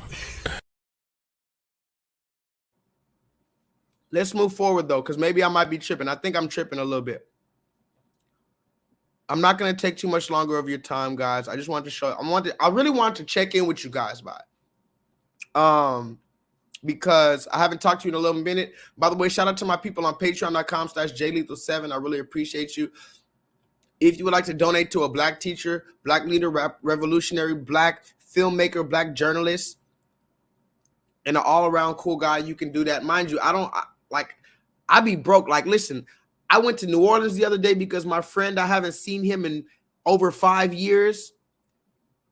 He was in New Orleans for his birthday, and he told me to come out there. So I met up there with my last little money, just because, you know, you only live once, right? In this physical realm. It was cool. We'll talk about it another time. But my bike, my transportation, I ride like a little moped, like a little bike. It fucked up the same day I was going out there. I didn't let it ruin my day, but I did go out there. Now I came back. My bike is fucked up. I just picked up a second job to try to maintain because my first job is bullshitting. So I just picked up a second job. My bike is fucked up. Now I got to go back to the bus or bicycle or try to figure that out until I get my bike fixed and figure out how much that's going to cost. I already needed a new bike. It's just too much, but I had to come back here and talk to you guys. I wasn't going to let another motherfucking week go by. Because why? What we're doing here is a class. It's something special. Remember Trevor Noah? I'm not talking shit about Trevor Noah, but he's canceling his show or whatever. If Trevor Noah could make millions of dollars or hundreds upon hundreds of thousands of dollars for sitting there and not being funny, Trevor Noah, you're a nice guy. You have a good perspective. You're not funny, bro. You're on Comedy Central and you're not funny. How the fuck? You need to put J-Lethal on that bitch. I guarantee you it's turning the fuck up. That's the problem. They don't put me in front of no goddamn TV. You got some goddamn brown paper bag looking ass Trevor Noah. Kanye West said Trevor Noah just looks black. And Trevor Noah, somebody go look up how much Trevor Noah's worth, how much he makes a fucking year. I bet you he has more than 400 subscribers. Or how about Stephen A. Smith? Stephen A. Smith gets paid $8 million a year to talk motherfucking shit about LeBron James and Steve Nash and whoever else. Every day, Stephen A. Smith is talking about the Cowboys and Peyton Manning and whoever else. $8 million every 365 days to do that shit. You gonna tell me J-Lethal just needs to hang it up and not do what I'm doing? It's the reason why I'm barely on the motherfucking internet. It's the reason why they don't let you guys know I'm live. It's the reason why motherfuckers feel uncomfortable when I say what I say. But remember what I told you. It's not really church. All these motherfucking little buildings on the side of the road, that's not church. It's not really church if a motherfucker doesn't feel a way. I want you guys to feel a way. I want you to fight me. I want you to want to feel like you want to fight me or you want to curse me out. But even more than that, I want you to prove me wrong. Go back on any of the videos I motherfucking made. I make 5-hour videos. I'm supposed to be done right now. I make 5-hour fucking videos. I want you to go back on any of the videos and tell me when I was wrong. Even before the shit happened, I called the shit. Let me know anytime I was wrong about some shit, even after the fact. And I'll cut down my whole channel. If not, you need to motherfucking join the bandwagon and you need to donate physical cash to this motherfucking black man because I don't have no sponsorships. You remember PBS? You remember you were young and used to watch PBS? PBS is brought to you by people like you. The only way the public broadcasting system is going to run is from people like you. It's not enough to watch my channel, bitch. What I look like? What's that fat nigga's name? Drewski? You ever seen this fat nigga? He's not even funny. You got niggas famous that aren't even funny in 2022. Who the fuck is Drewski? I looked through his videos to try to laugh. I tried to find a video to laugh at. Why the fuck is somebody go tell me how many views? And I'm sorry to throw you under the bus, brother. You might be a good brother, but tell me how many subscribers or how many motherfucking followers Drewski has. This fat nigga with a blonde head. He's just, ha ha ha ha ha. He's not even funny. The comedians in 2022 aren't even funny. I'm funnier. And the only reason why I'm funny is to take some heat off of the shit I'm saying. If I knew that you could digest this shit, I wouldn't even be funny. The only time I make you laugh is when I calm down a little bit just to say, hey, let's relax. Bitch, did you start? I keep an AR. Shawty wanna fuck, but she shop at Walmart. In the Royce, and I see double R's. But when I'm in it, all I wanna see is stars. I'm a little Macy, put these diamonds in your facey. If I catch a op, I could never catch a Casey. I'm with that's the kid, we get rid of the ops. And if you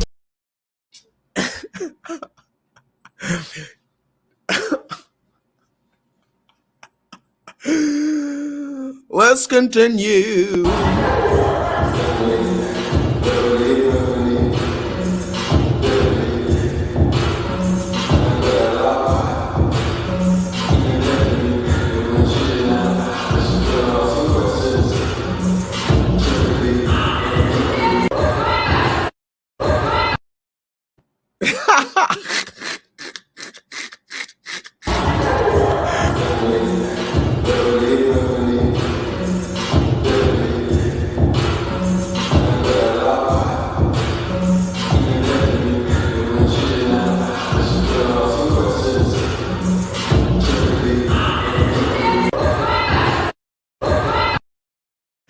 See, even the animals are tired of you twerking. Here's the thing.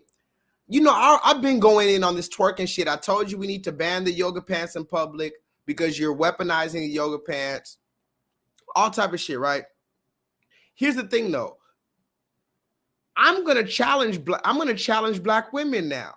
Forget the yoga pants. I'm gonna challenge y'all. Do y'all know any other dance but the twerk in 2022? Let's just call it out. Because remember in the 90s, you remember the kid and play dance? You ever seen the movie House Party? The kid and play dance? You put the leg together and do all that shit. You have the Tootsie Roll, the Running Man, the robot. Bitch, can you do anything else but twerk in 2022? Don't blame the music. Don't blame Juvenile. Don't blame somebody else. Can you do any other move but the motherfucking twerk? Hold on, because I don't think you hear me. I need you to answer my question. Has twerking become the default character move? Like when you play a video game, you get better moves as you go on, but the first move is like, then you learn some shit and you get some special powers. The first move the black woman knows is the goddamn twerk. Straight out the womb now. Because these bitches is twerking pregnant now. So the child is coming out twerking now. Do you know any other move, ma'am?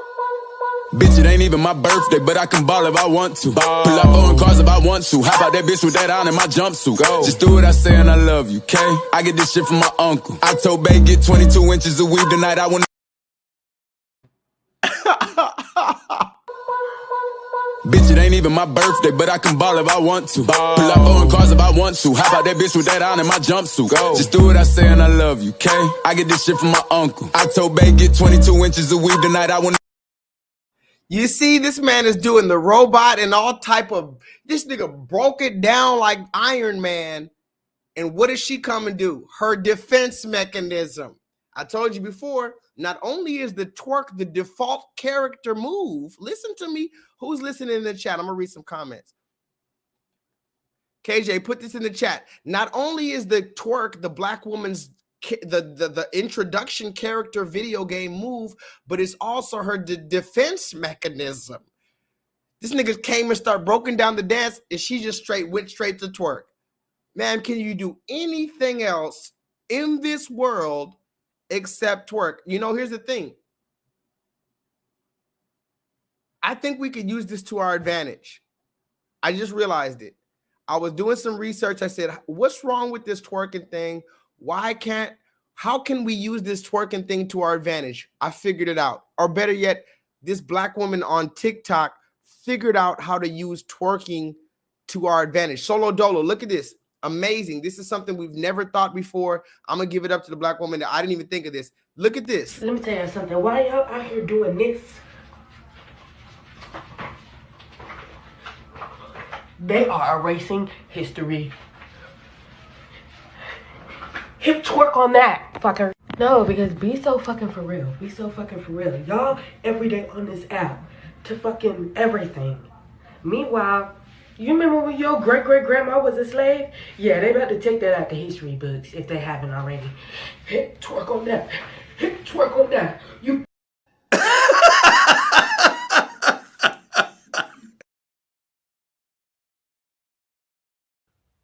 Yeah, man. Let me tell you something. Let me tell you something. Why y'all out here doing this? They are erasing history. Hip twerk on that, fucker. No, because be so fucking for real. Be so fucking for real. Y'all every day on this app to fucking everything. Meanwhile, you remember when your great-great-grandma was a slave? Yeah, they about to take that out the history books if they haven't already. Hip twerk on that. Hip twerk on that. They about to erase your fucking bloodline. And you hip twerking.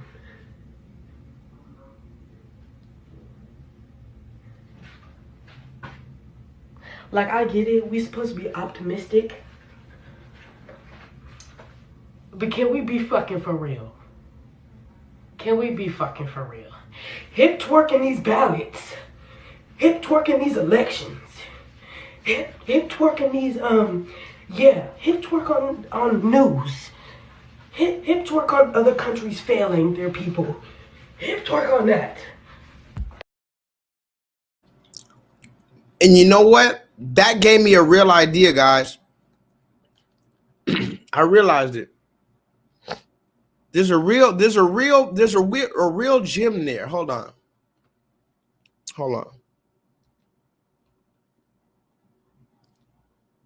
Can y'all hear me? Let me refresh this page real quick.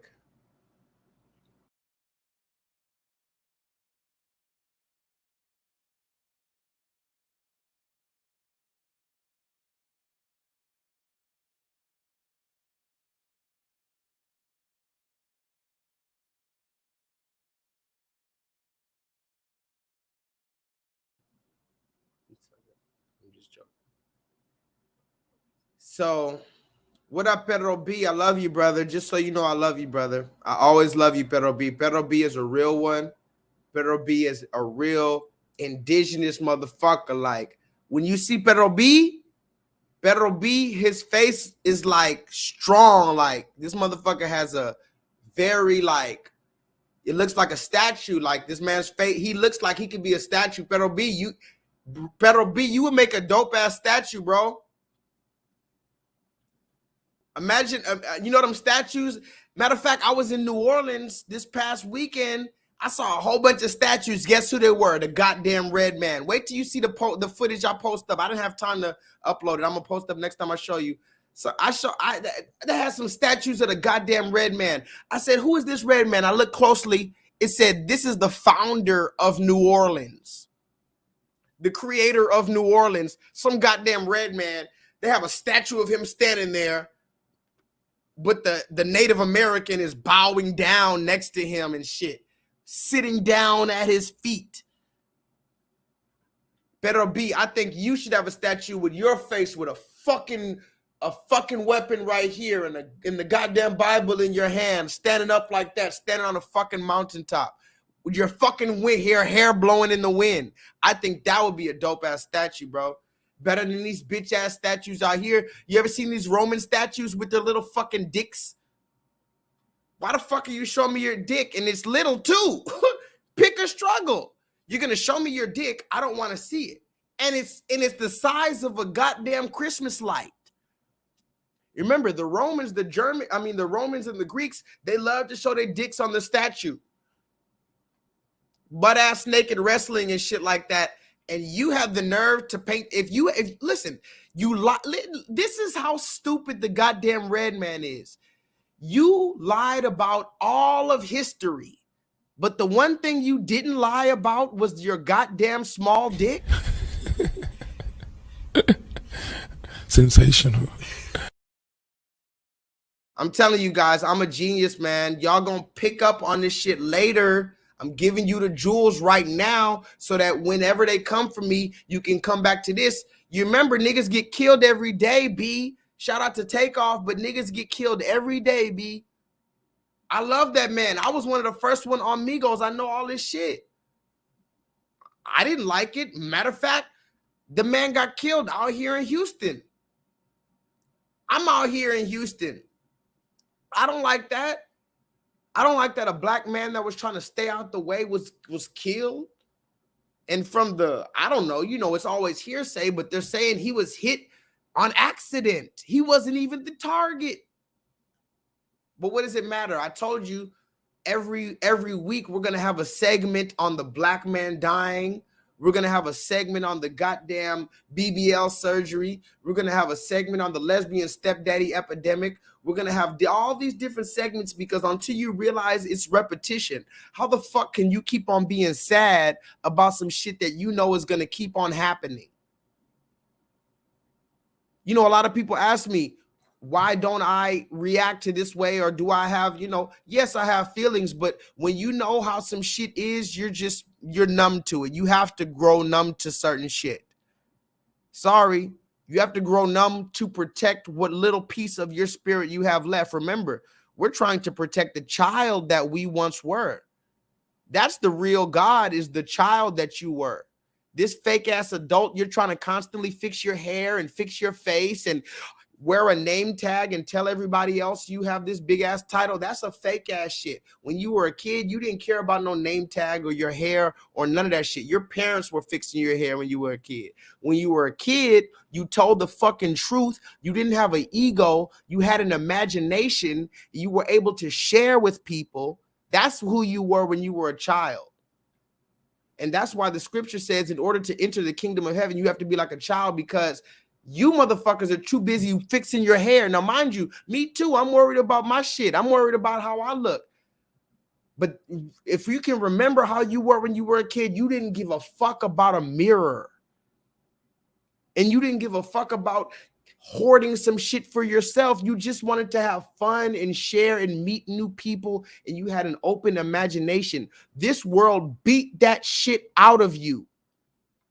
How there's many ways that they beat it out of you. What is the one way that they try to beat it out of me?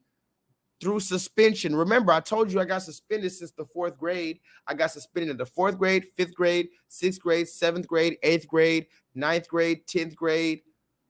I stopped getting suspended. Actually, no, I got suspended in the 11th grade. And I got suspended in the 12th grade. Here's a funny thing. Shout out to my nigga HK3. What is his HBMG? That's what he calls his company now. But HK3, his real name is Henry. I know you as Henry, but I respect you. So HK3, shout out to my nigga HK3 HBMG. We got suspended together because we got into a fight with these other people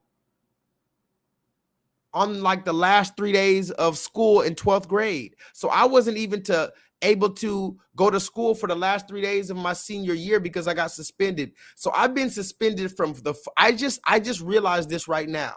This is a revelation to me. I've been suspended every single year of school since the 4th grade until the 12th grade. Every single year. Every single year I've been suspended at least once. Some of the schools I got expelled from. I got expelled from the 6th grade. I got expelled from the 7th grade. And I got expelled from the 10th grade. And I was never selling drugs. It was never because I was ditching. It was never because I was in a gang. Most of it is because I was just a class clown. And I didn't want to listen to the bullshit that the motherfucking white supremacist was trying to teach me. And I guess that was already in my spirit. Why the fuck I got to listen to Christopher Columbus? And all my history books, think about it. They got you carrying around history books that got the white man riding on horses while your people are getting whipped on their motherfucking backs. This is a crime against humanity, bitch. I'm tired of playing along with these motherfuckers. I'm the king in the flesh. I was walking around with these big ass fucking backpacks on, straining my back with fucking books that had images of white Jesus and Napoleon Bonaparte and all these, Alexander the Great and George Washington. But when you showed my people in these books, we had literal scars on our backs from how you whipped us. And I'm supposed to, and you're going to suspend me, bitch? How about I suspend you for life? How about I suspend you for the motherfucking rest of eternity? I don't give a fuck about that bullshit. Let's move forward. Let me read some comments.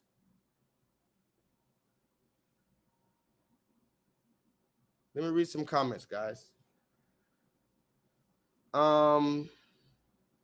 Just like the church got you carry around. Andrea says that's similar to how the church has you carrying around Bibles that they hope you never read. Look at that. I was thinking about that the other day. Have you noticed that our preachers always talk about, they barely reference the Bible, first of all, but when they do reference the Bible, that's almost like they're assuming that you've already read it. You know goddamn well the Black American has not read the entire Bible, so why does the preacher talk to you like you've already read it? If he's going to explain anything in the Bible, he needs to explain everything and where it came from. So we walking around with these motherfucking Bibles, we haven't read it. The Black community, or I'm not even going to talk about the Black community.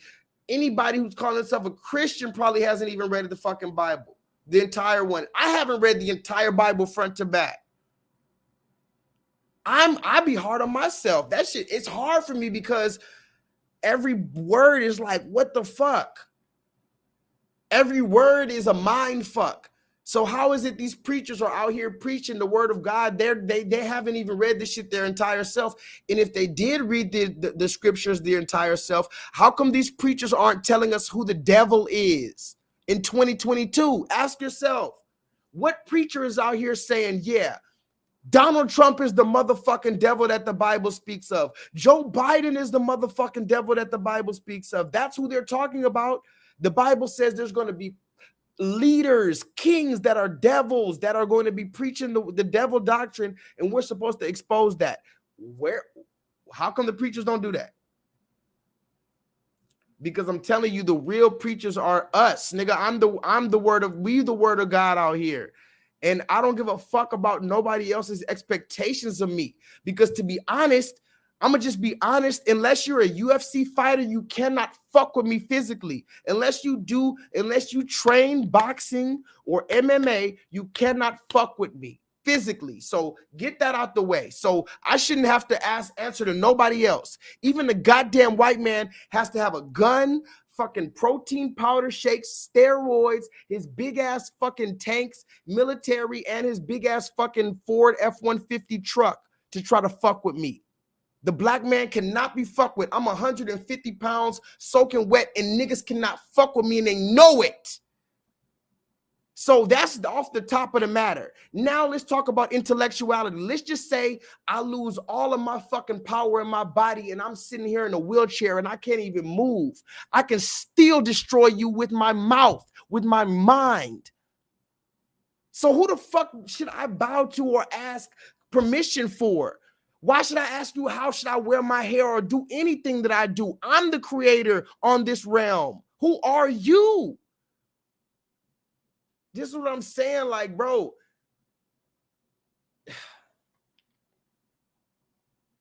Let's move forward, guys.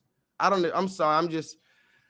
I have too much to say, and I wasn't allowed to say it last Monday, and this Monday I wasn't in the right environment to say this shit that I just say. I'm not gonna keep on. I'm gonna go broke to say this shit. Fuck that shit. I'm not gonna I'm trying to save my money, but I'm not gonna sacrifice what I'm doing right here. When I do this shit on Monday nights or Wednesday nights, whenever I do this shit, I'm doing this shit for more than money. I'm doing this shit for a reason. Let me bring my nigga on the stream, my nigga Tahuti. Hey, what's good? Tahuti, what up, bro? Yo, excellent stream. And yeah, I just wanted to pop up here for a quick second and say a couple words. Talk your shit, bro. It's your channel right now, bro. No doubt.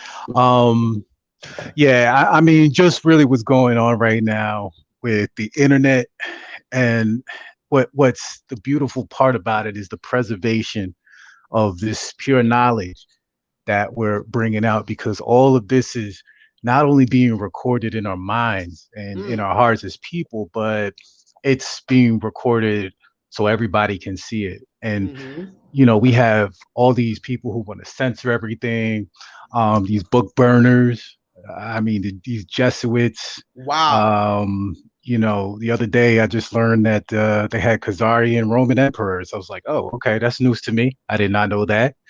And so basically, you know, what we're seeing right now. Hold on. Tahuti,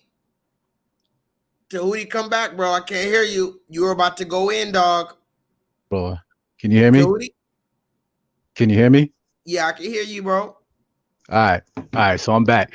So I don't know where we left off at, but you know, the other day I just learned that, you know, some of these people were Roman emperors, and you know, you look at some of their histories, the Roman Empire in general, and you're like, man, these people had no honor.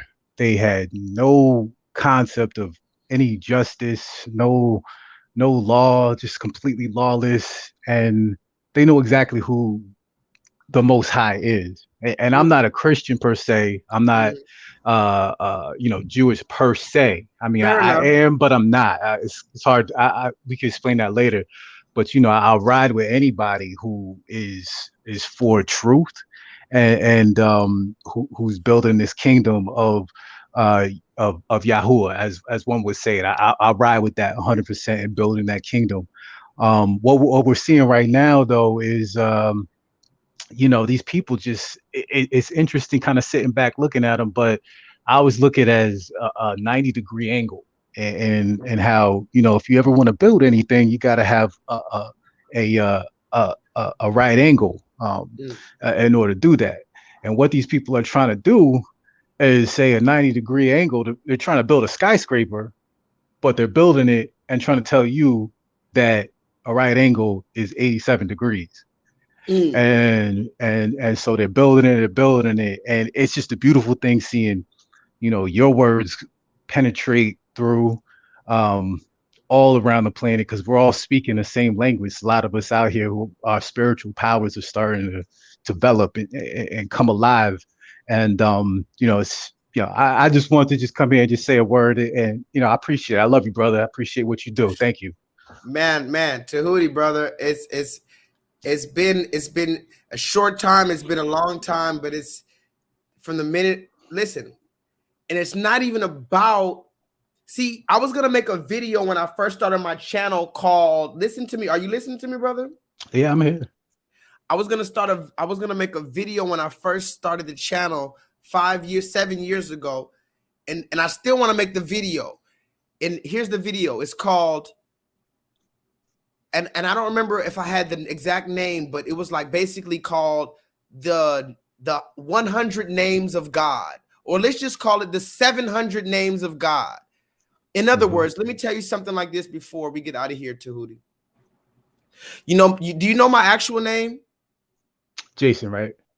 No, Joshua. Joshua, sorry. Yeah, that's right. Okay, it's fair because I'm called J-LEETHAL. So no, but barely you would have to watch a lot of my content to even know my actual name. I should know your name, but it's all good. I got you. I'm listening. Well, now you know. Now you know. So my name is Joshua, but guess what? Some people call me Joshua. Some people call me Josh. Some people call me Jay. Some people call me J-LEETHAL. Some people call me Murdoch, which is my mother's maiden last name. Some people call me Cooper, which is my father's last name. Some people call me Lil Magic, which is my family name. Some people call me Chawita. That's my grandma's name that she calls me. But listen, regardless of what people call me, it's just based off of their relationship with me, what they call me. That doesn't mean I'm a different person. So someone can call me Josh, someone can call me Coop, someone can call me J-LEETHAL, someone can call me this, but based on my relationship with them, I understand who they're calling out to. So I truly believe, Tahuti, that if you're searching out and crying out to the Most High God, who is the only one, he's going to bring you to that truth if you're willing to submit, and he's going to accept you reaching out for him as long as you're not denying the truth when he brings it to him, because he has many names. So to answer to what you were saying, you're not a Christian per se. That's fine as long as you're searching for the truth. You're trying to reach it. I think you're on the right path. Yeah, absolutely. I mean, don't get me wrong, because I do read the Bible, and I understand what it's saying. Christ is king. I get that. I just kind of, you know, everything that's been hidden will come to the light. And so listen, with everything going on with Kanye and the enlightenment that we are the Israelites and the Hebrews, it gets me excited to see that. And right. I pray, you know what I mean? All of that. I go, I'm like you, my man. I go deep though. You know what I'm saying? So, I just, you know, you're absolutely correct, and we on the same page. Believe me, we on the same path. When I say I'm not a Christian, I am a Christian at heart. No, It's I hard get to, it. yeah, I get it. I get it. Believe me. Don't even say no more. We're here with it. Believe me. Don't even. There's no need to explain. I understand exactly what you mean. For sure. But yeah, I just wanted to throw that out there, and yeah, just keep doing your thing, brother. Thank you, brother. I appreciate you, bro. Call in next time. No I doubt. appreciate you calling in. Absolutely. Peace. Thank you, brother. Peace. Everybody put your favorite emoji in the chat for Tahuti. Call in. Like I said, if you want to call in real quick, ain't no big deal. Just let me know that you're there. You know, it's cool to leave your comments, but I want to hear your voice. Did you hear what I said tonight? I wasn't even supposed to be here tonight. How do you guys feel about this? Artist Splendori Expeditions is displaying the exhibition The Mystery Man, which seeks to answer one of history's great questions. Who was the man in the Shroud of Turin? A lo largo de la historia, throughout history, painters have detailed the image of Jesus of Nazareth. For the first time ever, we are going to see this body in human form without the mediation of artists.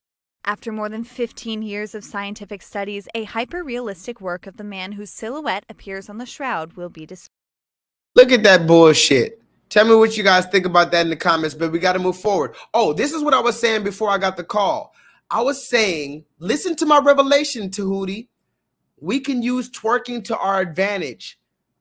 I introduced to you now the first annual, listen to me closely, or any of the ladies in the chat. If any other ladies in the chat, please put this in the chat. The first annual, listen to me, the Twerk and Teach. Mind blown. The Twerk and Teach, not A-N-D, just put the letter N. The Twerk and Teach. You're twerking to satisfy your carnal needs, and you're teaching to satisfy your mental needs. The first annual Twerk and Teach. We can do this. Let me tell you something. Why y'all out here doing this? They are erasing history. Hip twerk on that, fucker. No, because be so fucking for real. Be so fucking for real. Y'all every day on this app to fucking everything. Meanwhile, you remember when your great-great-grandma was a slave? Yeah, they about to take that out the history books if they haven't already. Hip twerk on that. Hip twerk on that. They about to erase your fucking bloodline. The first annual Twerk and Teach, this is where we can satisfy all your needs. I'm not saying you even have to stop twerking. I tried to do that for many years. You're not going to stop twerking. You actually got more aggressive with your twerking. Now you're twerking on our children. Okay, I'm throwing in the red flag. You can twerk wherever you want. You could twerk at the IHOP. You could twerk at grandpa's funeral. But here's the thing. How about you teach while you twerking? Talk about Harriet Tubman while twerking. Hey, look, fuck it. You can talk about whatever you want. You could even throw in a little period, period, Y'all seen that shit? Listen, I'm about to get out of here. I got to get out of here. But at the first annual Twerk and Teach, you can do whatever you want. You can twerk on the table as long as you teach about Harriet Tubman. But in order to keep their attention, because remember, black people have the attention of a goldfish. 1 minute here, next minute there. Remember Moses went up to the fucking mountain to try to get the 10 commandments? He wasn't even there for 40 days. These motherfuckers was down there worshiping a golden calf because we're a stiff-necked people and we have a very short attention span, and you just give us a little bit of folly and we'll completely forget about the Most High God. But in the first annual Twerk and Teach, you can do whatever you want, but just make sure that you throw in a period and a period just so that you keep our people interested. Our people will, somebody put this in the chat. You can twerk and teach. Our people will not be interested for a long time unless you throw in a spontaneous period and another spontaneous period Brit Barbie.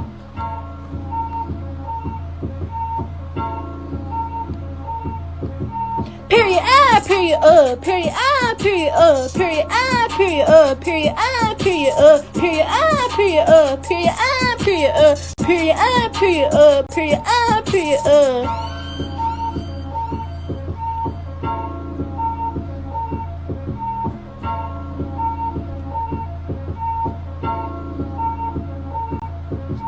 Period period period period period period period period period period period period period period period period period period period I am period you are period I am period you are period my bag is period your bag is period period period period period period period period period period period period period period period period I am period you are period I am period you are period period period period period period Remember this one? period period period Brace yourself. She's got fans now. Imagine being this excited to see someone who thinks their hair grows from the end of their hair. Yeah, so I just found something out. So I never knew that your hair grows from up here. I never knew that. Yeah, these are the same type of people who think the Earth has 6 moons. How many moons does the Earth have? 6. Yes. I always thought that your hair grows from right here and it just grows and grows and grows. Is there hair in my head? Yeah, there is. The giant hairball in your head where your brain's supposed to be. Like actually like in there? Yeah, that's where your hair's coming from. Jesus Christ, and this is their hero. Oh my God, what type of drugs were the parents putting in these kids' cereal when they were growing up? Listen to this. Yes! This chick sounds like she's getting double teamed by The Rock and Aquaman. Yes! Look, you got a kid from Yale, one of America's most prestigious universities. Yeah, they're really producing some winners.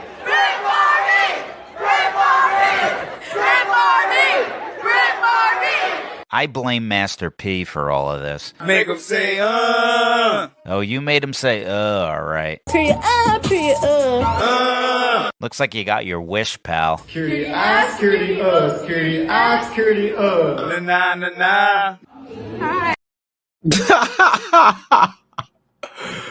Yeah, guys, we're living in a very beautiful time. It's a very beautiful time to be alive, guys. Somebody put that in the chat. A very beautiful time to be alive. I don't have much time longer. I have a lot more receipts. I don't have much time left, but I do want to show you some more things. Now, let's see. I showed you that. I showed you that. I showed you that.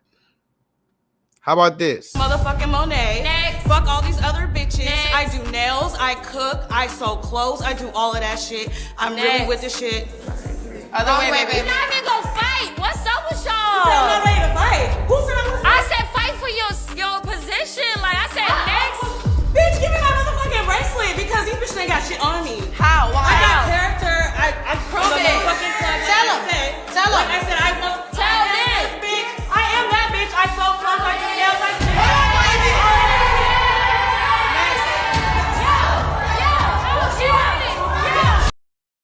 Somebody tell me again how this so-called matriarchy is going to be so much better than the patriarchy?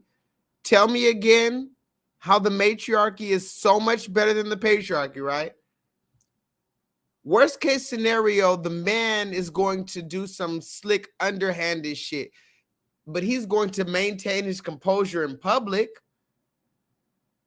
Tell me again how the matriarchy is so much better than the patriarchy. Motherfucking Monet. Next. Fuck all these other bitches. Next. I do nails, I cook, I sew clothes, I do all of that shit. I'm really with the shit. Wait. You're not even gonna fight. What's up with y'all? You said I'm not ready to fight. Who said I was? I said fight for your position. Like I said next. Bitch, give me my motherfucking bracelet because these bitches ain't got shit on me. How? Why? I got character. I prove it. Tell him. Like I said, I know. Tell them. Bitch, I am that bitch. I sew clothes. I do nails. I do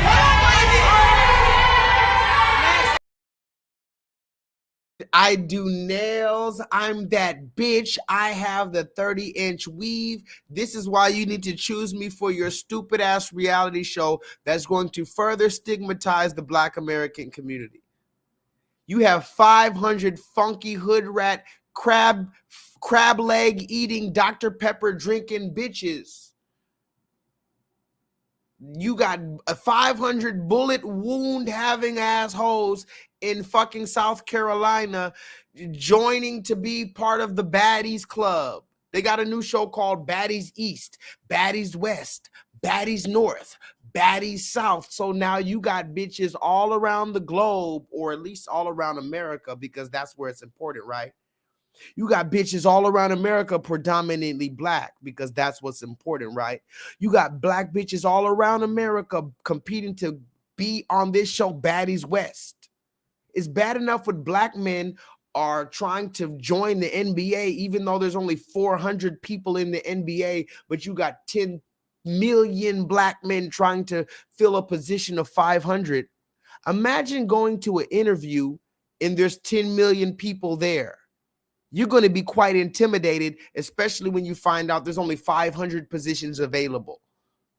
You might as well just fucking go home because you know you're not qualified. You got these women sitting out here, 500 bitches, and I use that term very strongly, 500 bitches at the Baddies West. They want to be on the new Zeus network, the same Zeus network that I keep showing you. This must be ran by the so-called Jewish man in the flesh. Somebody go look behind who runs the Zeus network. Guarantee you it ain't a black man. It might even blow your mind because it might go back into what Kanye West is saying. Who runs the motherfucking Zeus network? The goddamn Jewish man. Look at these women. 500 women trying to compete to be the new baddie. And I didn't even upload the other video. There's another video. This woman trying to compete for this same show. She comes up twerking because remember, twerking is your, and I'm not going to show it because I might get a strike on this same show. Go look it up. Baddies West. The same show. They got 1 million bitches trying to go up and tell you why she needs to get picked. The funniest thing ever. It's just like Kevin Samuels. It's just like Kevin Samuels told you. Yeah. You can't make this shit up, people. You cannot make this shit up.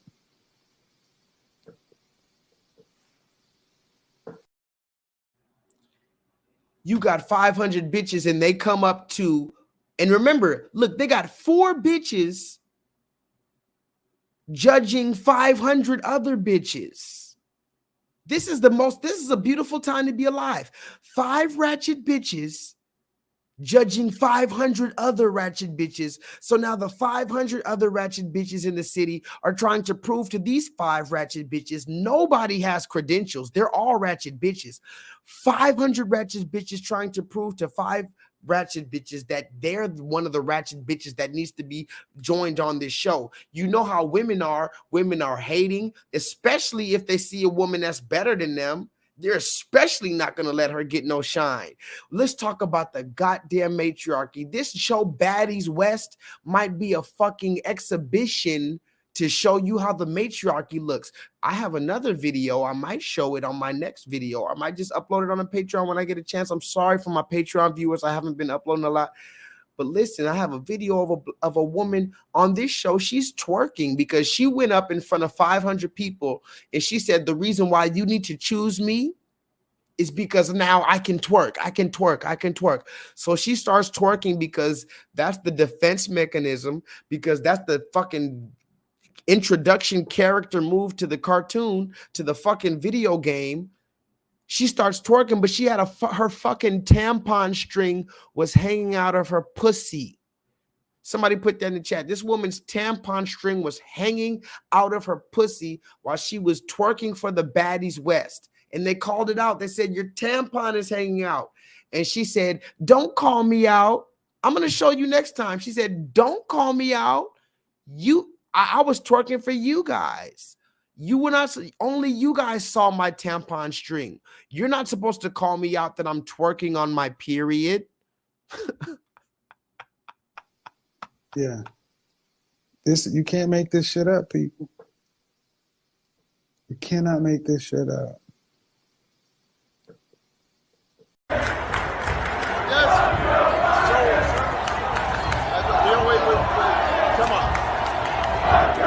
But this is what I mean. This is what I mean. I mean, we're having a conversation.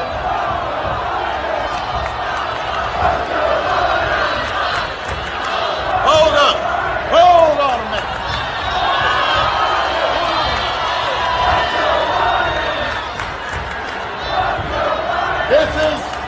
Listen, everybody. Hey, y'all up there, pay attention.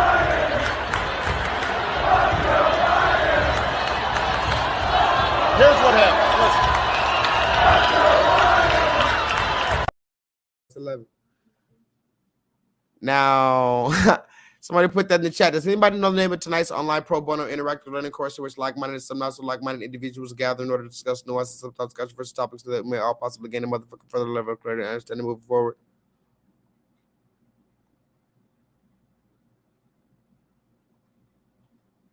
What is the name of tonight's show? Because we're about to get out of here. I told you I can't be here for too much longer. But I did want to show my face to you guys, because I'm not fuck that. I'm holding this shit down. I told you I was gonna be here consistently. I told you I was gonna stand here in the place. Listen, you got Trevor Noah doing some fake ass. Trevor Noah is the fake J-Lethal. Trevor Noah is like, if J-Lethal is straight black coffee, Trevor Noah is like a drop of black coffee. Like, I don't know how to explain it. Trevor Noah is like the most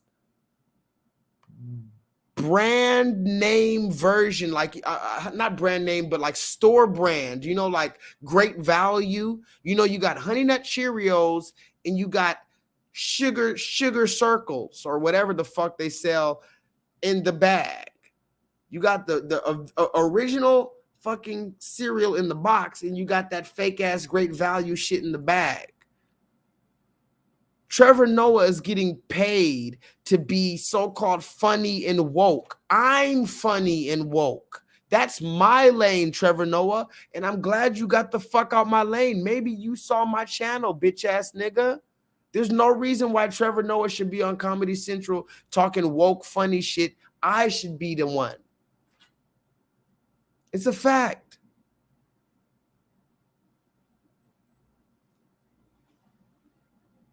It's a fact. Let me read some stuff before I get out of here, because tonight is a class, and you know my online pro bono interactive learning course, I don't go without reading a class. Let's read some stuff before we get out of here, guys, just so we can say that this is a class. Look at Tim Allen. Now, if you don't know who Tim Allen is, he's some red man who's an actor. He was on Home Improvement. If you're old enough, if you're young enough, maybe you'll understand he was Buzz Lightyear. So if you're old enough, you're going to remember Home Improvement. If you're young enough, you're going to talk about Buzz Lightyear. Either way, that's who this dude is.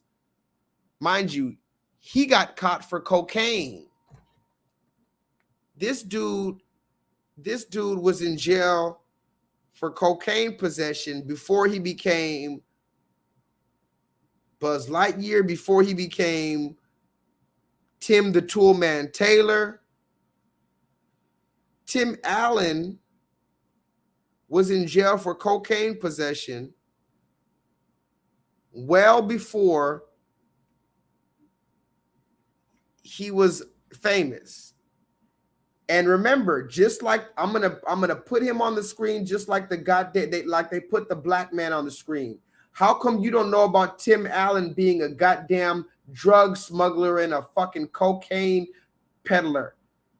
Who knows what this man was doing for cocaine? He was probably sucking dick for cocaine. But remember, when it's a black man, you want to bring up what we did in the 4th grade. How did this man smuggle cocaine or have cocaine and then become Buzz Lightyear? How did this man do this shit and become Tim the Toolman Taylor? You remember that show?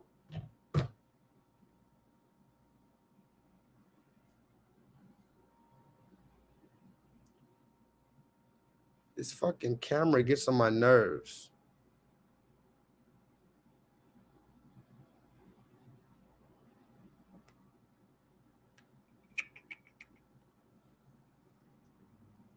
Anyway, how did he become the fucking Buzz Lightyear after selling cocaine? Tell me in the chat. Home Improvement. He was peddling cocaine, but he became Buzz Lightyear. Could a black man peddle cocaine and become one of the most beloved Disney characters of all time? And the only reason why I keep doing this hand gesture is because, like, the way my camera is set up, it's like when I show up, like, for instance, the way my camera is set up, when I show you a picture like this, it starts focusing on this picture very closely. So I'm gonna have to be real close like that. Let me see. Okay, there we go. Maybe that's the trick. I got to get real close to the camera first and then back up because it'd be blurry when I try to show myself again. Anyway, let me show you something else before I move forward. Look at this. Last month, Solo Dolo, are you in the chat? I barely was able to talk to you tonight, brother. I love you, brother. Relly Rail, holla at your boy. Relly Rail says, I will never wear them shits if I got paid $1 million. What you talk about? You will never wear what? Tell me. I forgot what I was talking about. But Relly Rail, tell me this.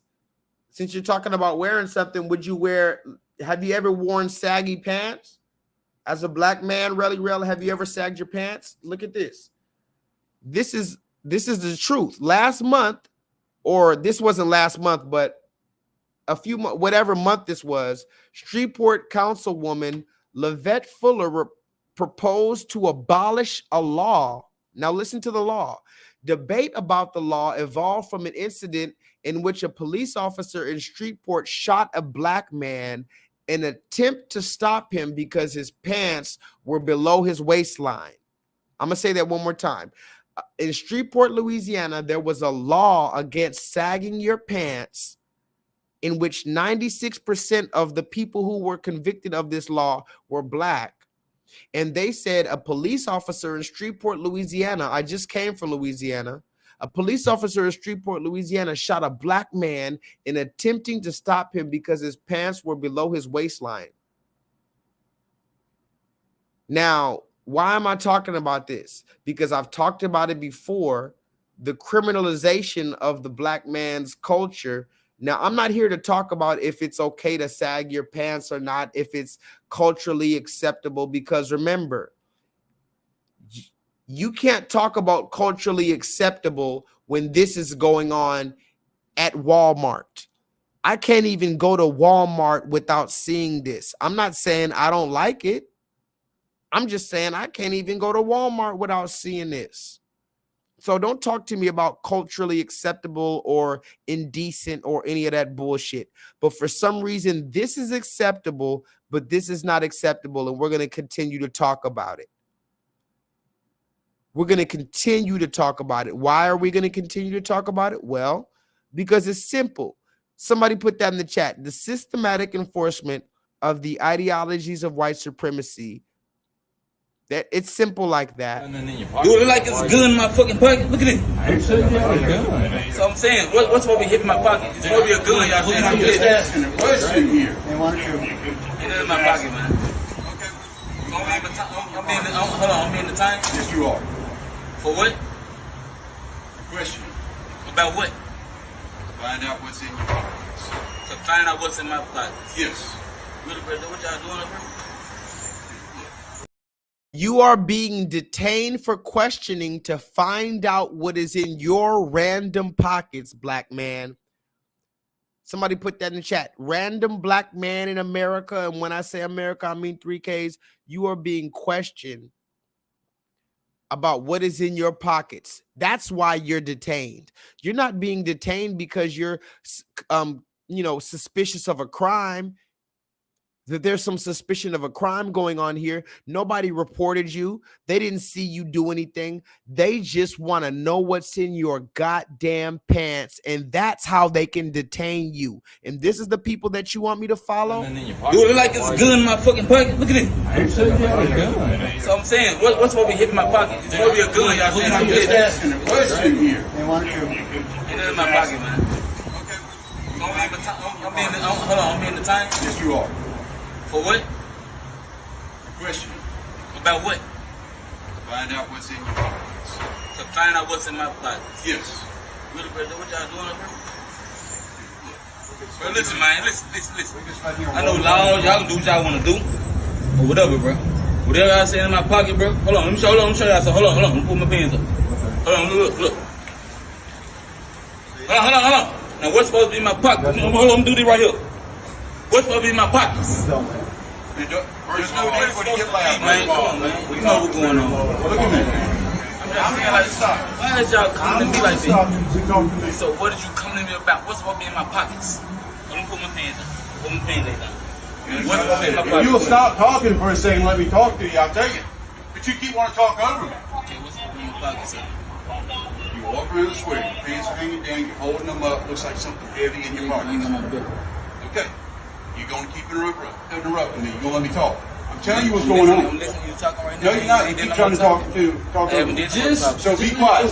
Calm down. You're walking around the square, your pants are hanging down, you got something that looks heavy in your pockets. I ask you what's in your pockets. You're giving me attitude. All I'm doing is asking you questions. Sure, I told you ain't nothing in my pockets. Okay. That's why I pulled my hands up and I did all this. But you do That's have why stuff I did in your all this. pockets. Ain't nothing in my pockets. There's something in your pocket. What's in your pocket? What y'all thinking in my pocket is not in my pocket. Why can't you answer the question? Hold on. 1 minute. You want me to answer your pocket? pocket? Hold on. I'm going to empty my pocket out for y'all. Hold on. You do that 5 minutes. Hold on, look. What I'm saying is, ain't nothing in my pocket. Y'all know if it was a gun, y'all thinking it's a gun. Ain't none in my pockets, man. See, this what y'all own. Y'all know it ain't no damn gun.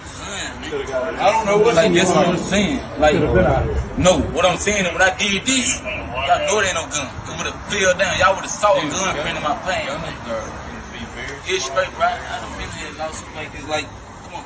Like, I ain't on none of that. I ain't that type of person, bro. I ain't that dude. You feel what I'm saying? That's all you have to do at the beginning. Y'all gotta look at the other dudes like that. I ain't that. All you have to I ain't do that, at the bro. beginning. I'm on the square, bro. I'm enjoying myself, bro. Enjoy yourself. That's what I'm trying to do until y'all did this, bro. Like, I ain't that dude. You feel what I'm saying? You see? Hold on. So you see, guys, as I told you before, just simply being a black man and existing in America. Hold on. Remove.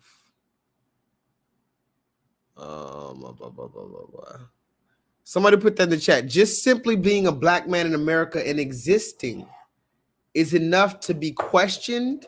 And think about it. How much do you feel as a black man being told to empty out your pockets simply because we want to know what's in your pockets? You look suspicious to us. Tell me what part of the Constitution that is that they can come up to you and just reveal everything that's on your person simply because they feel that you're suspicious. And then everybody, and this is why I used to hate being in the Matrix. I don't hate it anymore. I'm understanding the Matrix. I want to understand the Matrix. I used to hate being in the Matrix because people would try to tell me just go along with them. Just let them do that. Let them strip you of the contents of your pockets like a bitch. Do you know what it means for another man to run your pockets? So here it is, a group of these red men telling you empty out your pockets because we said so. And here it is, instead of calling out that bullshit, you're going to tell the black man, why isn't he willing to do it? Just show them everything in your pockets. Well, if you understood our history, bitch, you'd understand that the last thing I'm going to do is, first of all, answer to them. But first of all, if I am going to answer to this goddamn red man, you better believe he has a reason to get some shit. You ever seen that movie Training Day? You ever seen that movie Training Day with Macy Gray? She was like, show me the goddamn warrant. Show me the goddamn warrant. I don't believe you a motherfucking cop. Show me the warrant. In other words, bitch, you're going to have to prove to me why I need to obey your authority. If not, you're going to get this motherfucking work like Macy Gray tried to do to Denzel in Training Day. Stop playing with me. But before I get out of here, let me show you this other two things. I swear I got to go. I swear I got to go. Let me see if I have literally 2 more videos. One of them is like 5 minutes though. I'm gonna see if I have anything to read. I'm gonna come back to you later. But I think I'm good for on reading. Hold on, let me see.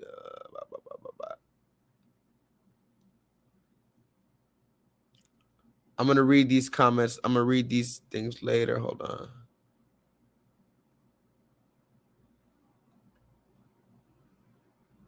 Okay, yeah, I'm gonna read all these later. I'm about to get out of here. Look, this is the last video I'm gonna play for you guys.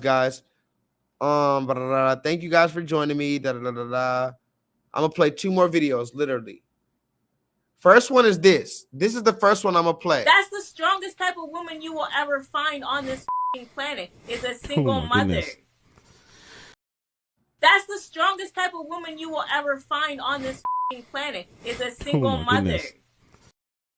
That's the strongest type of woman you will ever find on this planet is a single mother. Goodness. That's the strongest woman you will ever find on this planet. Are you kidding me? Well, you understand that our women are not to be strong. They're supposed to be nurturing and soft. Well, guess what? We got no choice. We have to be strong. Were you forced to be a single mom? No, absolutely not. No, I wasn't. I chose to be a single mother. So you did have a choice. I chose to be a single Okay, mother. so when you say I had no choice, you actually did have a choice because you chose that life, right? That's the strongest type of woman you will ever find on this planet is a single mother. Goodness. That's the strongest woman you will ever find on this planet. Are you kidding me? Well, you understand that our women are not to be strong. They're supposed to be nurturing and soft. Well, guess what? We got no choice. We have to be strong. Were you forced to be a single mom? No, absolutely not. No, I wasn't. I chose to be a single mother. So you did have a choice. I chose to be a single Okay, mother. so when you say I had no choice, you actually did have a choice because you chose that life, right? Okay, so I will be married, have my family, but be unhappy as Okay, you picked that man. You chose him. You chose him, right?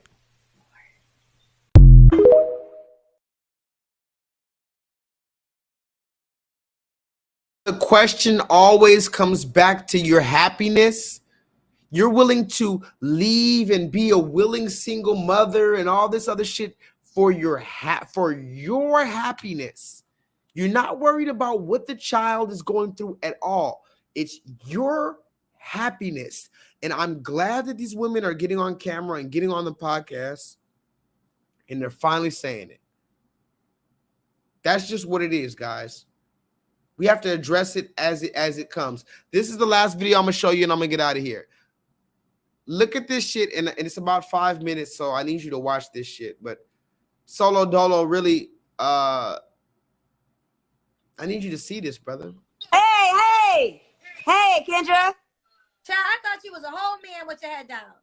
No, I'm over here like, why you keep dissing me? Why I wasn't picked? How you doing? I'm so excited. Oh my You God. are here. What's your name, baby girl? I'm Babs, B-A-B-S. How old are you, honey? 40. We can't see you. What's going on? Turn the phone the other way. Oh, my bad. I'm 40. You're 40. Okay, you have any children? Nah, I got 5 dogs. That's it. Who you looking for tonight, Babs?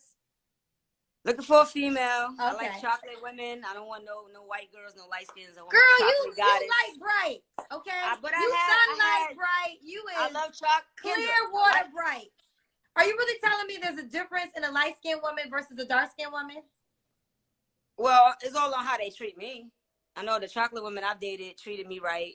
The light-skinned ones always be in competition with me, always with the bull. So I had better relationships with chocolate women. Does the woman gotta look a certain way? She got to be thick. I like them thick. I don't really like slim women that much. I like them thick. Small waist, big booty, nice breasts. Yeah. I always loved dark-skinned women. My first girlfriend when I was 12 was chocolate. Like Serena Williams thick. She was, So that's what I want. Would you date a bisexual woman? Yeah. Most of the women I dated were straight. Like I turned them out. Yeah. You don't have to answer, but I'm gonna ask. When's the last time you was intimate with someone? I'm gonna be honest. I'm celibate. It's been 2 years since her because I've been with over 300 women, so I figure like this time around I wanna have. Wait a minute, Babs.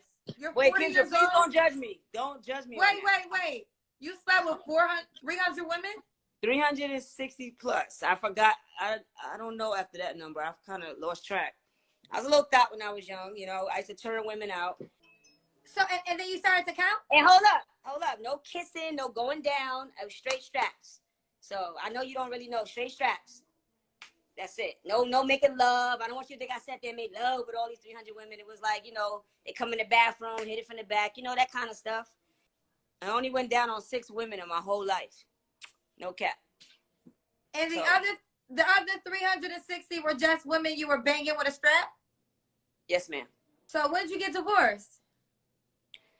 In 2020, I think it was 15. Let's do it. They saying all the plastic dick and all that. At least my squirt though, and it stay hard, fellas. So don't be that mad, okay? What?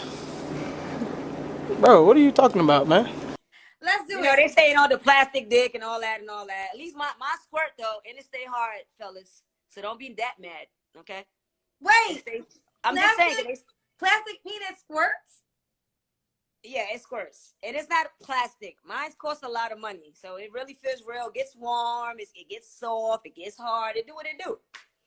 Don't knock it. This show teaches me so many things that I had no idea there's a dildo that actually squirts. I was still on that part. Yeah. And it's not salty, it's sweet. So what is the squirting? Like, is it like Little Miss Makeup when you put water in it before you start? I mean, I already be prepared. I'm not the ones that bring it in a book bag. It's gonna be on and ready. So is it like you have to put how does a dildo squirt? So you're putting water in it before you start? It's not for everyone. I have about 10 dildos. So that's the one you do when you want to get a little freaky. It's not every girl like to drink. Not every girl like to do that. But why is she drinking? It's not a real penis. But why she even want to drink real sperm? It's salty. Like, I don't know. But where are you getting this sperm from? Because what is this squirting? Some girls like to be squirted in their eye. They like to be squirted in their mouth. I understand that, but what is the liquid? Because it's not a real it's just a powder. It's just a powder. It's a white powder. You add some water. Yeah. So before the act starts, you go to the bathroom and you put the powder and the water in it? Kendra, no. I don't go to the bathroom and do all that. If I'm doing that, it's going to be with the girl I'm with. If we want to get freaky and get crazy, I might throw that one on. But that's not the one that I always have on. When does it squirt? Like, are you in the middle of it and you push a button? Like, how does this work? Child, you know I got to go to church hosting this show, right?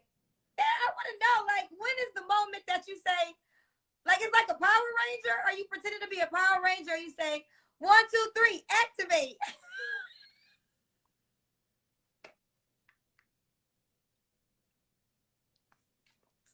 I had no idea. This is mind-boggling to me. I'm sorry. It's mind-boggling to me.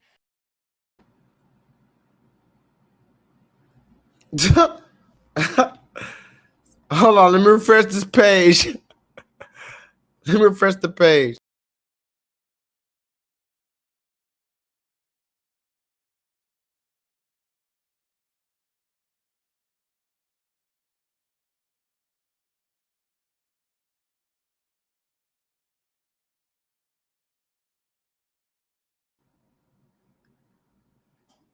I got to get out of here, guys, but thank you guys for joining me.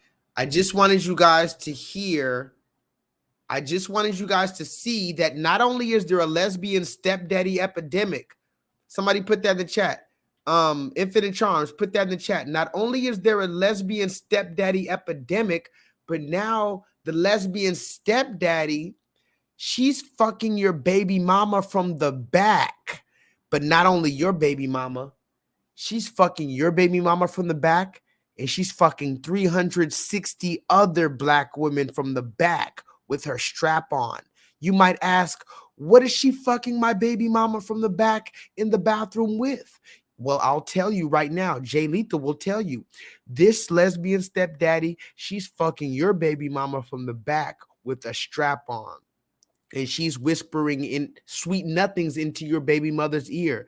And she's going to fuck her all night because, as she said, the dildo doesn't get soft. And she said her squirt is salty. She said the black man's squirt. Somebody listen to me. Hold on. Hold on, guys, because I'm about to get out of here. Literally about to get out of here. Listen to me closely. She said the black man's squirt is salty, but her squirt is sweet. Now listen closely, guys, because this is very important to everything I've been trying to tell you about how they're trying to usurp our authority. Okay? She said she fucked over 360 women. Now, what would a black man be called if he fucked over 360 women by 40 years old? What would he be called? And then she says she turned 360 women out. Now, here's the question, guys. Here's the big question. This is why I told you it's funny when they get on podcasts, because they tell on themselves. Somebody put that in the chat. They tell on themselves. You turned them out? I thought you said you were born gay. I thought you said you can't influence anybody else to be gay. I thought you said that my conspiracy theory of a gay agenda was impossible, because if they're gay, they're gay. They're not, they're not. There's nothing that it can influence them otherwise. But you said you turned 360 black women out. And anybody who comes from the old school, you know what it means to turn them out. It means the lesbian goes up to a fucking so-called otherwise straight black woman or woman and eats her pussy and turns her out, right? Okay, fair enough. But let's listen to what else she said real quick. She said she hit, you know, it wasn't nothing special though. Even though I fucked 360 women with my strap on, it wasn't nothing special. I hit them from the back in the bathroom. You know, I just called them over to the bathroom and just hit them from the back with my strap on real quick. But then she says the reason why I can call your girlfriend over and hit her from the back is because her strap on stays hard. Well, yeah, ma'am, as I've told you before, as I told Young M.A., you remember? Go look it up. Young M.A., the rapper, she came out with her own line of dildos. Some 7-inch dildo with these attachments. These bitches got attachments for their dildos. Hey, you won, ma'am. All I got is a dick and balls. And I'm going to just come and go to sleep. You got all type of attachments, so you won. But she says, not only do I have a strap on that has attachments, remember, you could have a fucking dragon's dick dildo. You could come in this bitch with a 17-inch fucking long, hard steel toe boot. These bitches walking in here with a steel toe boot attached to their pelvis, ready to fuck your baby mother to smithereens. talking about my strap-on stays hard and it squirts. Now, this is the last part I got to say before I get out of here, before I got to go.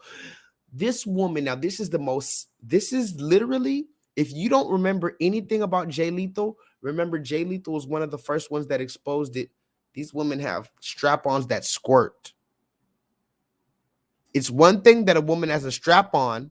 That's the first revelation. I remember the first time I heard that women wear strap-ons to fuck other women. I was like in the 8th grade or something. It blew my mind.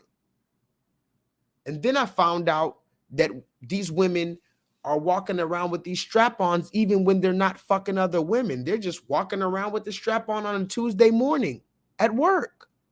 That blew my mind. But the ultimate mind fuck is to find out that these women are not only using strap-ons to fuck other women, not only are they using strap-ons just every other day, but also these women are wearing strap-ons that squirt. And then she had the nerve to compare her squirt, her artificial squirt, which is powder. We're going to talk about it. It was powder. She's going to convince you that her squirt is different than the man's natural semen, because the man's natural semen from the phallus is disgusting and sour and salty.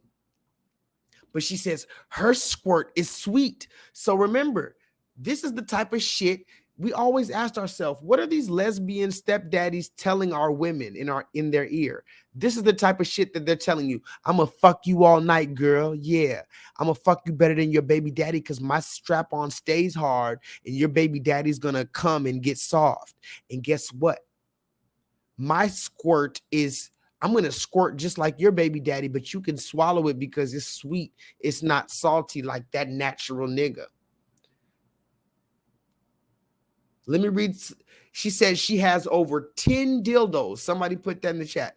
Then Kendra said, remember, Kendra G is the new Kevin Samuels. Kendra G was talking shit about Kevin. So Kendra G is the new Kevin Samuels. She said, Kendra, don't worry. Kendra G said, what do you mean?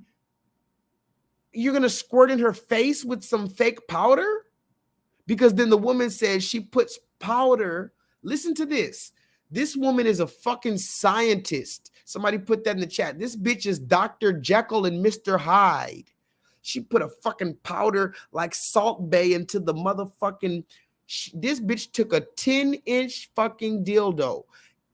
Forgive me, 14 inches. And then she put some powder into the dildo like Salt Bay. Then she put warm water in this bitch. She shook it up like a motherfucking juice box. Oh, forgive me. She put hot water. She put powder in hot water because by the time she gets to the bitch's house, the dildo still has to be hot. The squirt still has to be hot. So she puts boiling hot water into her 14-inch dildo and puts some sprinkling lesbian fairy dust, some lesbian stepdaddy fairy dust into her 14-inch dildo. She shakes it up like a fucking juice box. She ties it up to her pelvis. She drives as fast as she can to her fucking woman's house. Remember, the woman hates her baby daddy and she's ready to get fucked by a lesbian.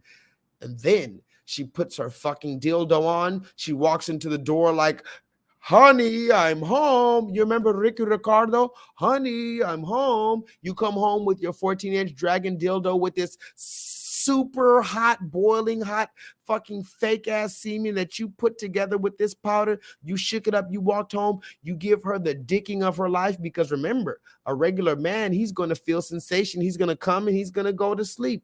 But you can fuck her all night because you don't feel anything on that fake dick now, do you? And then at the end of the day, you're going to squirt in her motherfucking face. I'm out of here.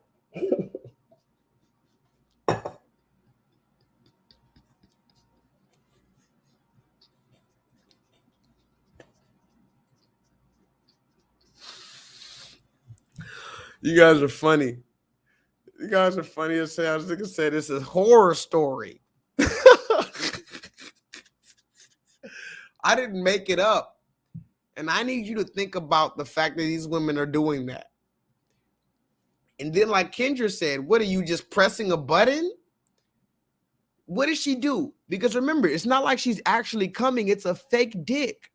So remember, when a man comes, he's like, oh shit, I'm about to come. I'm about to come. This woman, she has to pretend like she's about to come. Somebody put that in the chat. She has to pretend like she's about to come. So then she has to press a little button to make the fake come that she made at the house. Like a scientist, she has to press the button to make that shit eject. This bitch, listen to me closely. I'm sorry to call her a bitch, but this is ridiculous. What is going on here? This is not normal. This is not how things are supposed to function. This bitch is Inspector Gadget. This woman has officially gained the title of Inspector Gadget. She came in the house with all type of ejectables, and you remember how Batman just had the fucking shit that he can just come up to the fucking roof? She come out with a utility belt. She pull out the powder, the hot water. This bitch got the eject button, and she's shooting cum. And then she has the nerve to tell you my cum tastes good. I bet you it could. You could put Kool-Aid in that motherfucker. Talk about my cum is sweet. Yeah, you can put Kool-Aid. You can put maple syrup in your dildo. Anything. Come on, get creative. You're still putting powder in your shit? You better put some fucking maple syrup in your dick, bitch. If I had a fake dick, I'd put maple syrup in that hole. Had that hole swallowing my shit like IHOP. Every bitch, come one, come all. The dick with the IHOP. I guarantee you, this IHOP dick I'm selling like hotcakes.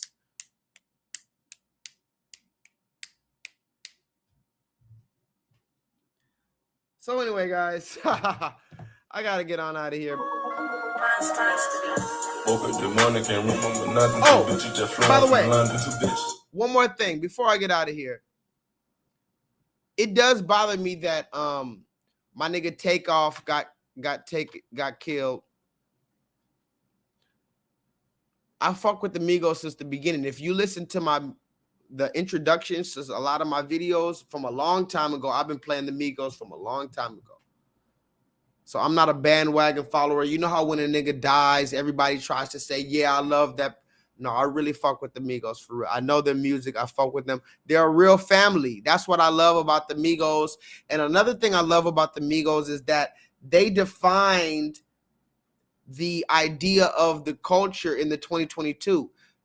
The Migos are the ones that said, we are the culture. They created an album called Culture. They have 3 albums called Culture, and even one of them have a daughter, and they named her Culture. What does it mean to have culture? What does it mean to be the culture? When remember they did the dab, and remember everybody at least dabbed at least one time. If you don't know who Takeoff is, that's fine, but at least you know you did the dab before. What does that mean? They were basically defining the idea that Black people in America are the culture. Whatever we decide to do, good, bad, or indifferent in the middle, we are the culture. We are the pulse. We are the salt of the earth, as the scripture says. So it bothers me that the Migos, at least in public, were beefing. I don't know if that was real or not, but it seemed like they were beefing. I don't like that idea because that was a family. And every time people used to ask me what I feel about the Migos, I said, that's a family. They're never going to break up. So I don't know what was going on with the Migos, if they were really beefing. I don't know if it was a blood sacrifice. I don't know if he faked his death. There could be a million conspiracy theories. I'm not going down that. I'm just going to go with the mainstream narrative. If it was true that he was killed out here in Houston, I'm sorry that happened, brother. And it's crazy enough, Takeoff was the most quiet rapper out of all the rappers, period. Not just the Migos. Takeoff was probably the most quiet rapper ever. I don't think I've ever met a rapper who said less words than Takeoff. And he was spitting that fire. But it is what it is. I told you before, I can't get sad about something that I know it is what it is. This is the curses that are upon our people.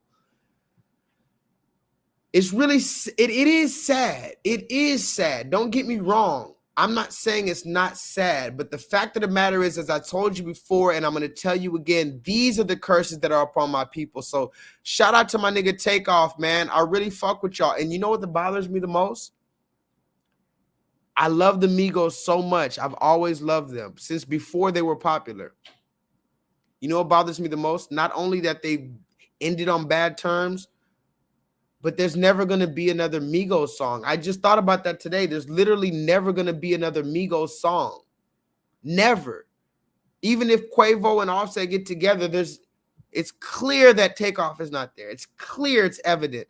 They worked so, it was like Bone Thugs and Harmony or something, like Outkast. You can't have Outkast without Andre Benjamin and Big Boy.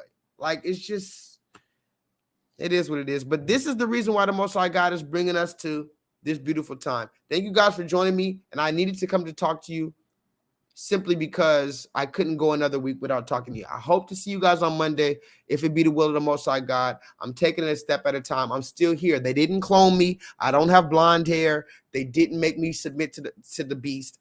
I'm still here. Thank you for joining me. And please, before I go, remember, holla at your motherfucking what? Your boy.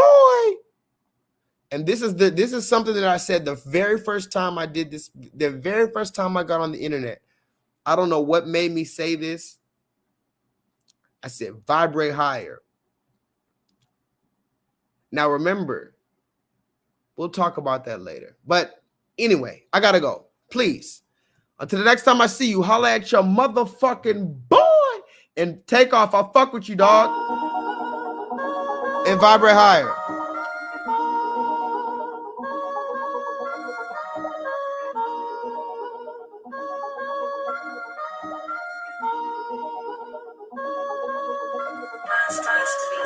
Woke up the morning, can't remember nothing. Two bitches just flowing from London. Two bitches. Nothing I remember, they calling me daddy. The mattress was covered in money. Went to sleep with my jewelry and chains on. Had to wake up and recount the money.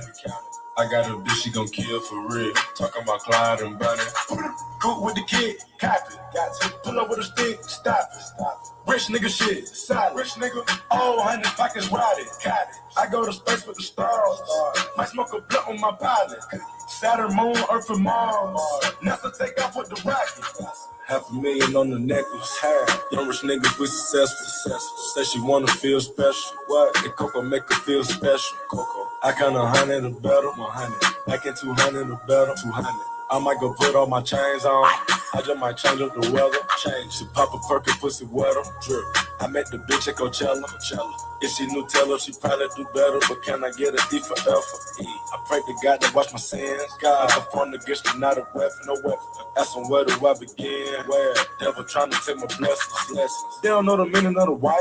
You don't really live this life. No. Niggas in the hood shoot twice. So my niggas in the hood shoot precise. Real wise, we ain't taking no advice. Nah. I realize that these hoes ain't right. Don't even ask cause they know what's the price. Ain't gotta snow, they already know it's right. I talk to God cause I've been baptized. I got mob tied to the north side. Now sit up with the sticks on the nigga straight slime. They gon' make the north side high crime. But not hit a lick with these niggas dropping 10. Hit a lick with these niggas dropping dimes. Fucking on the friend, I'ma break her back in. Looking at the watch, I can't waste time. Take off. Woke up the morning, can't remember nothing. Two bitches just flowing from London. Two bitches. Nothing I remember, they calling me daddy. The mattress was covered in money. Went to sleep with my jewelry and chains on. Had to wake up and recount the money. I got a bitch, she gon' kill for real. Talking about Clyde and Bunny. Cool with the kid, copy. Got to pull up with a stick, stop it. Rich nigga shit, solid. Rich nigga, all 100 pockets routed. Got it. I go to space with the stars. Might smoke a blunt on my pilot. Saturn, Moon, Earth, and Mars. NASA take off with the rocket.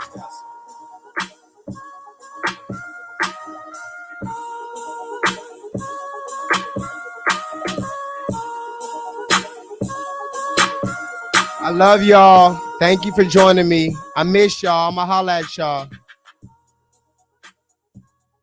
Holla at your boy, Vibrate Higher.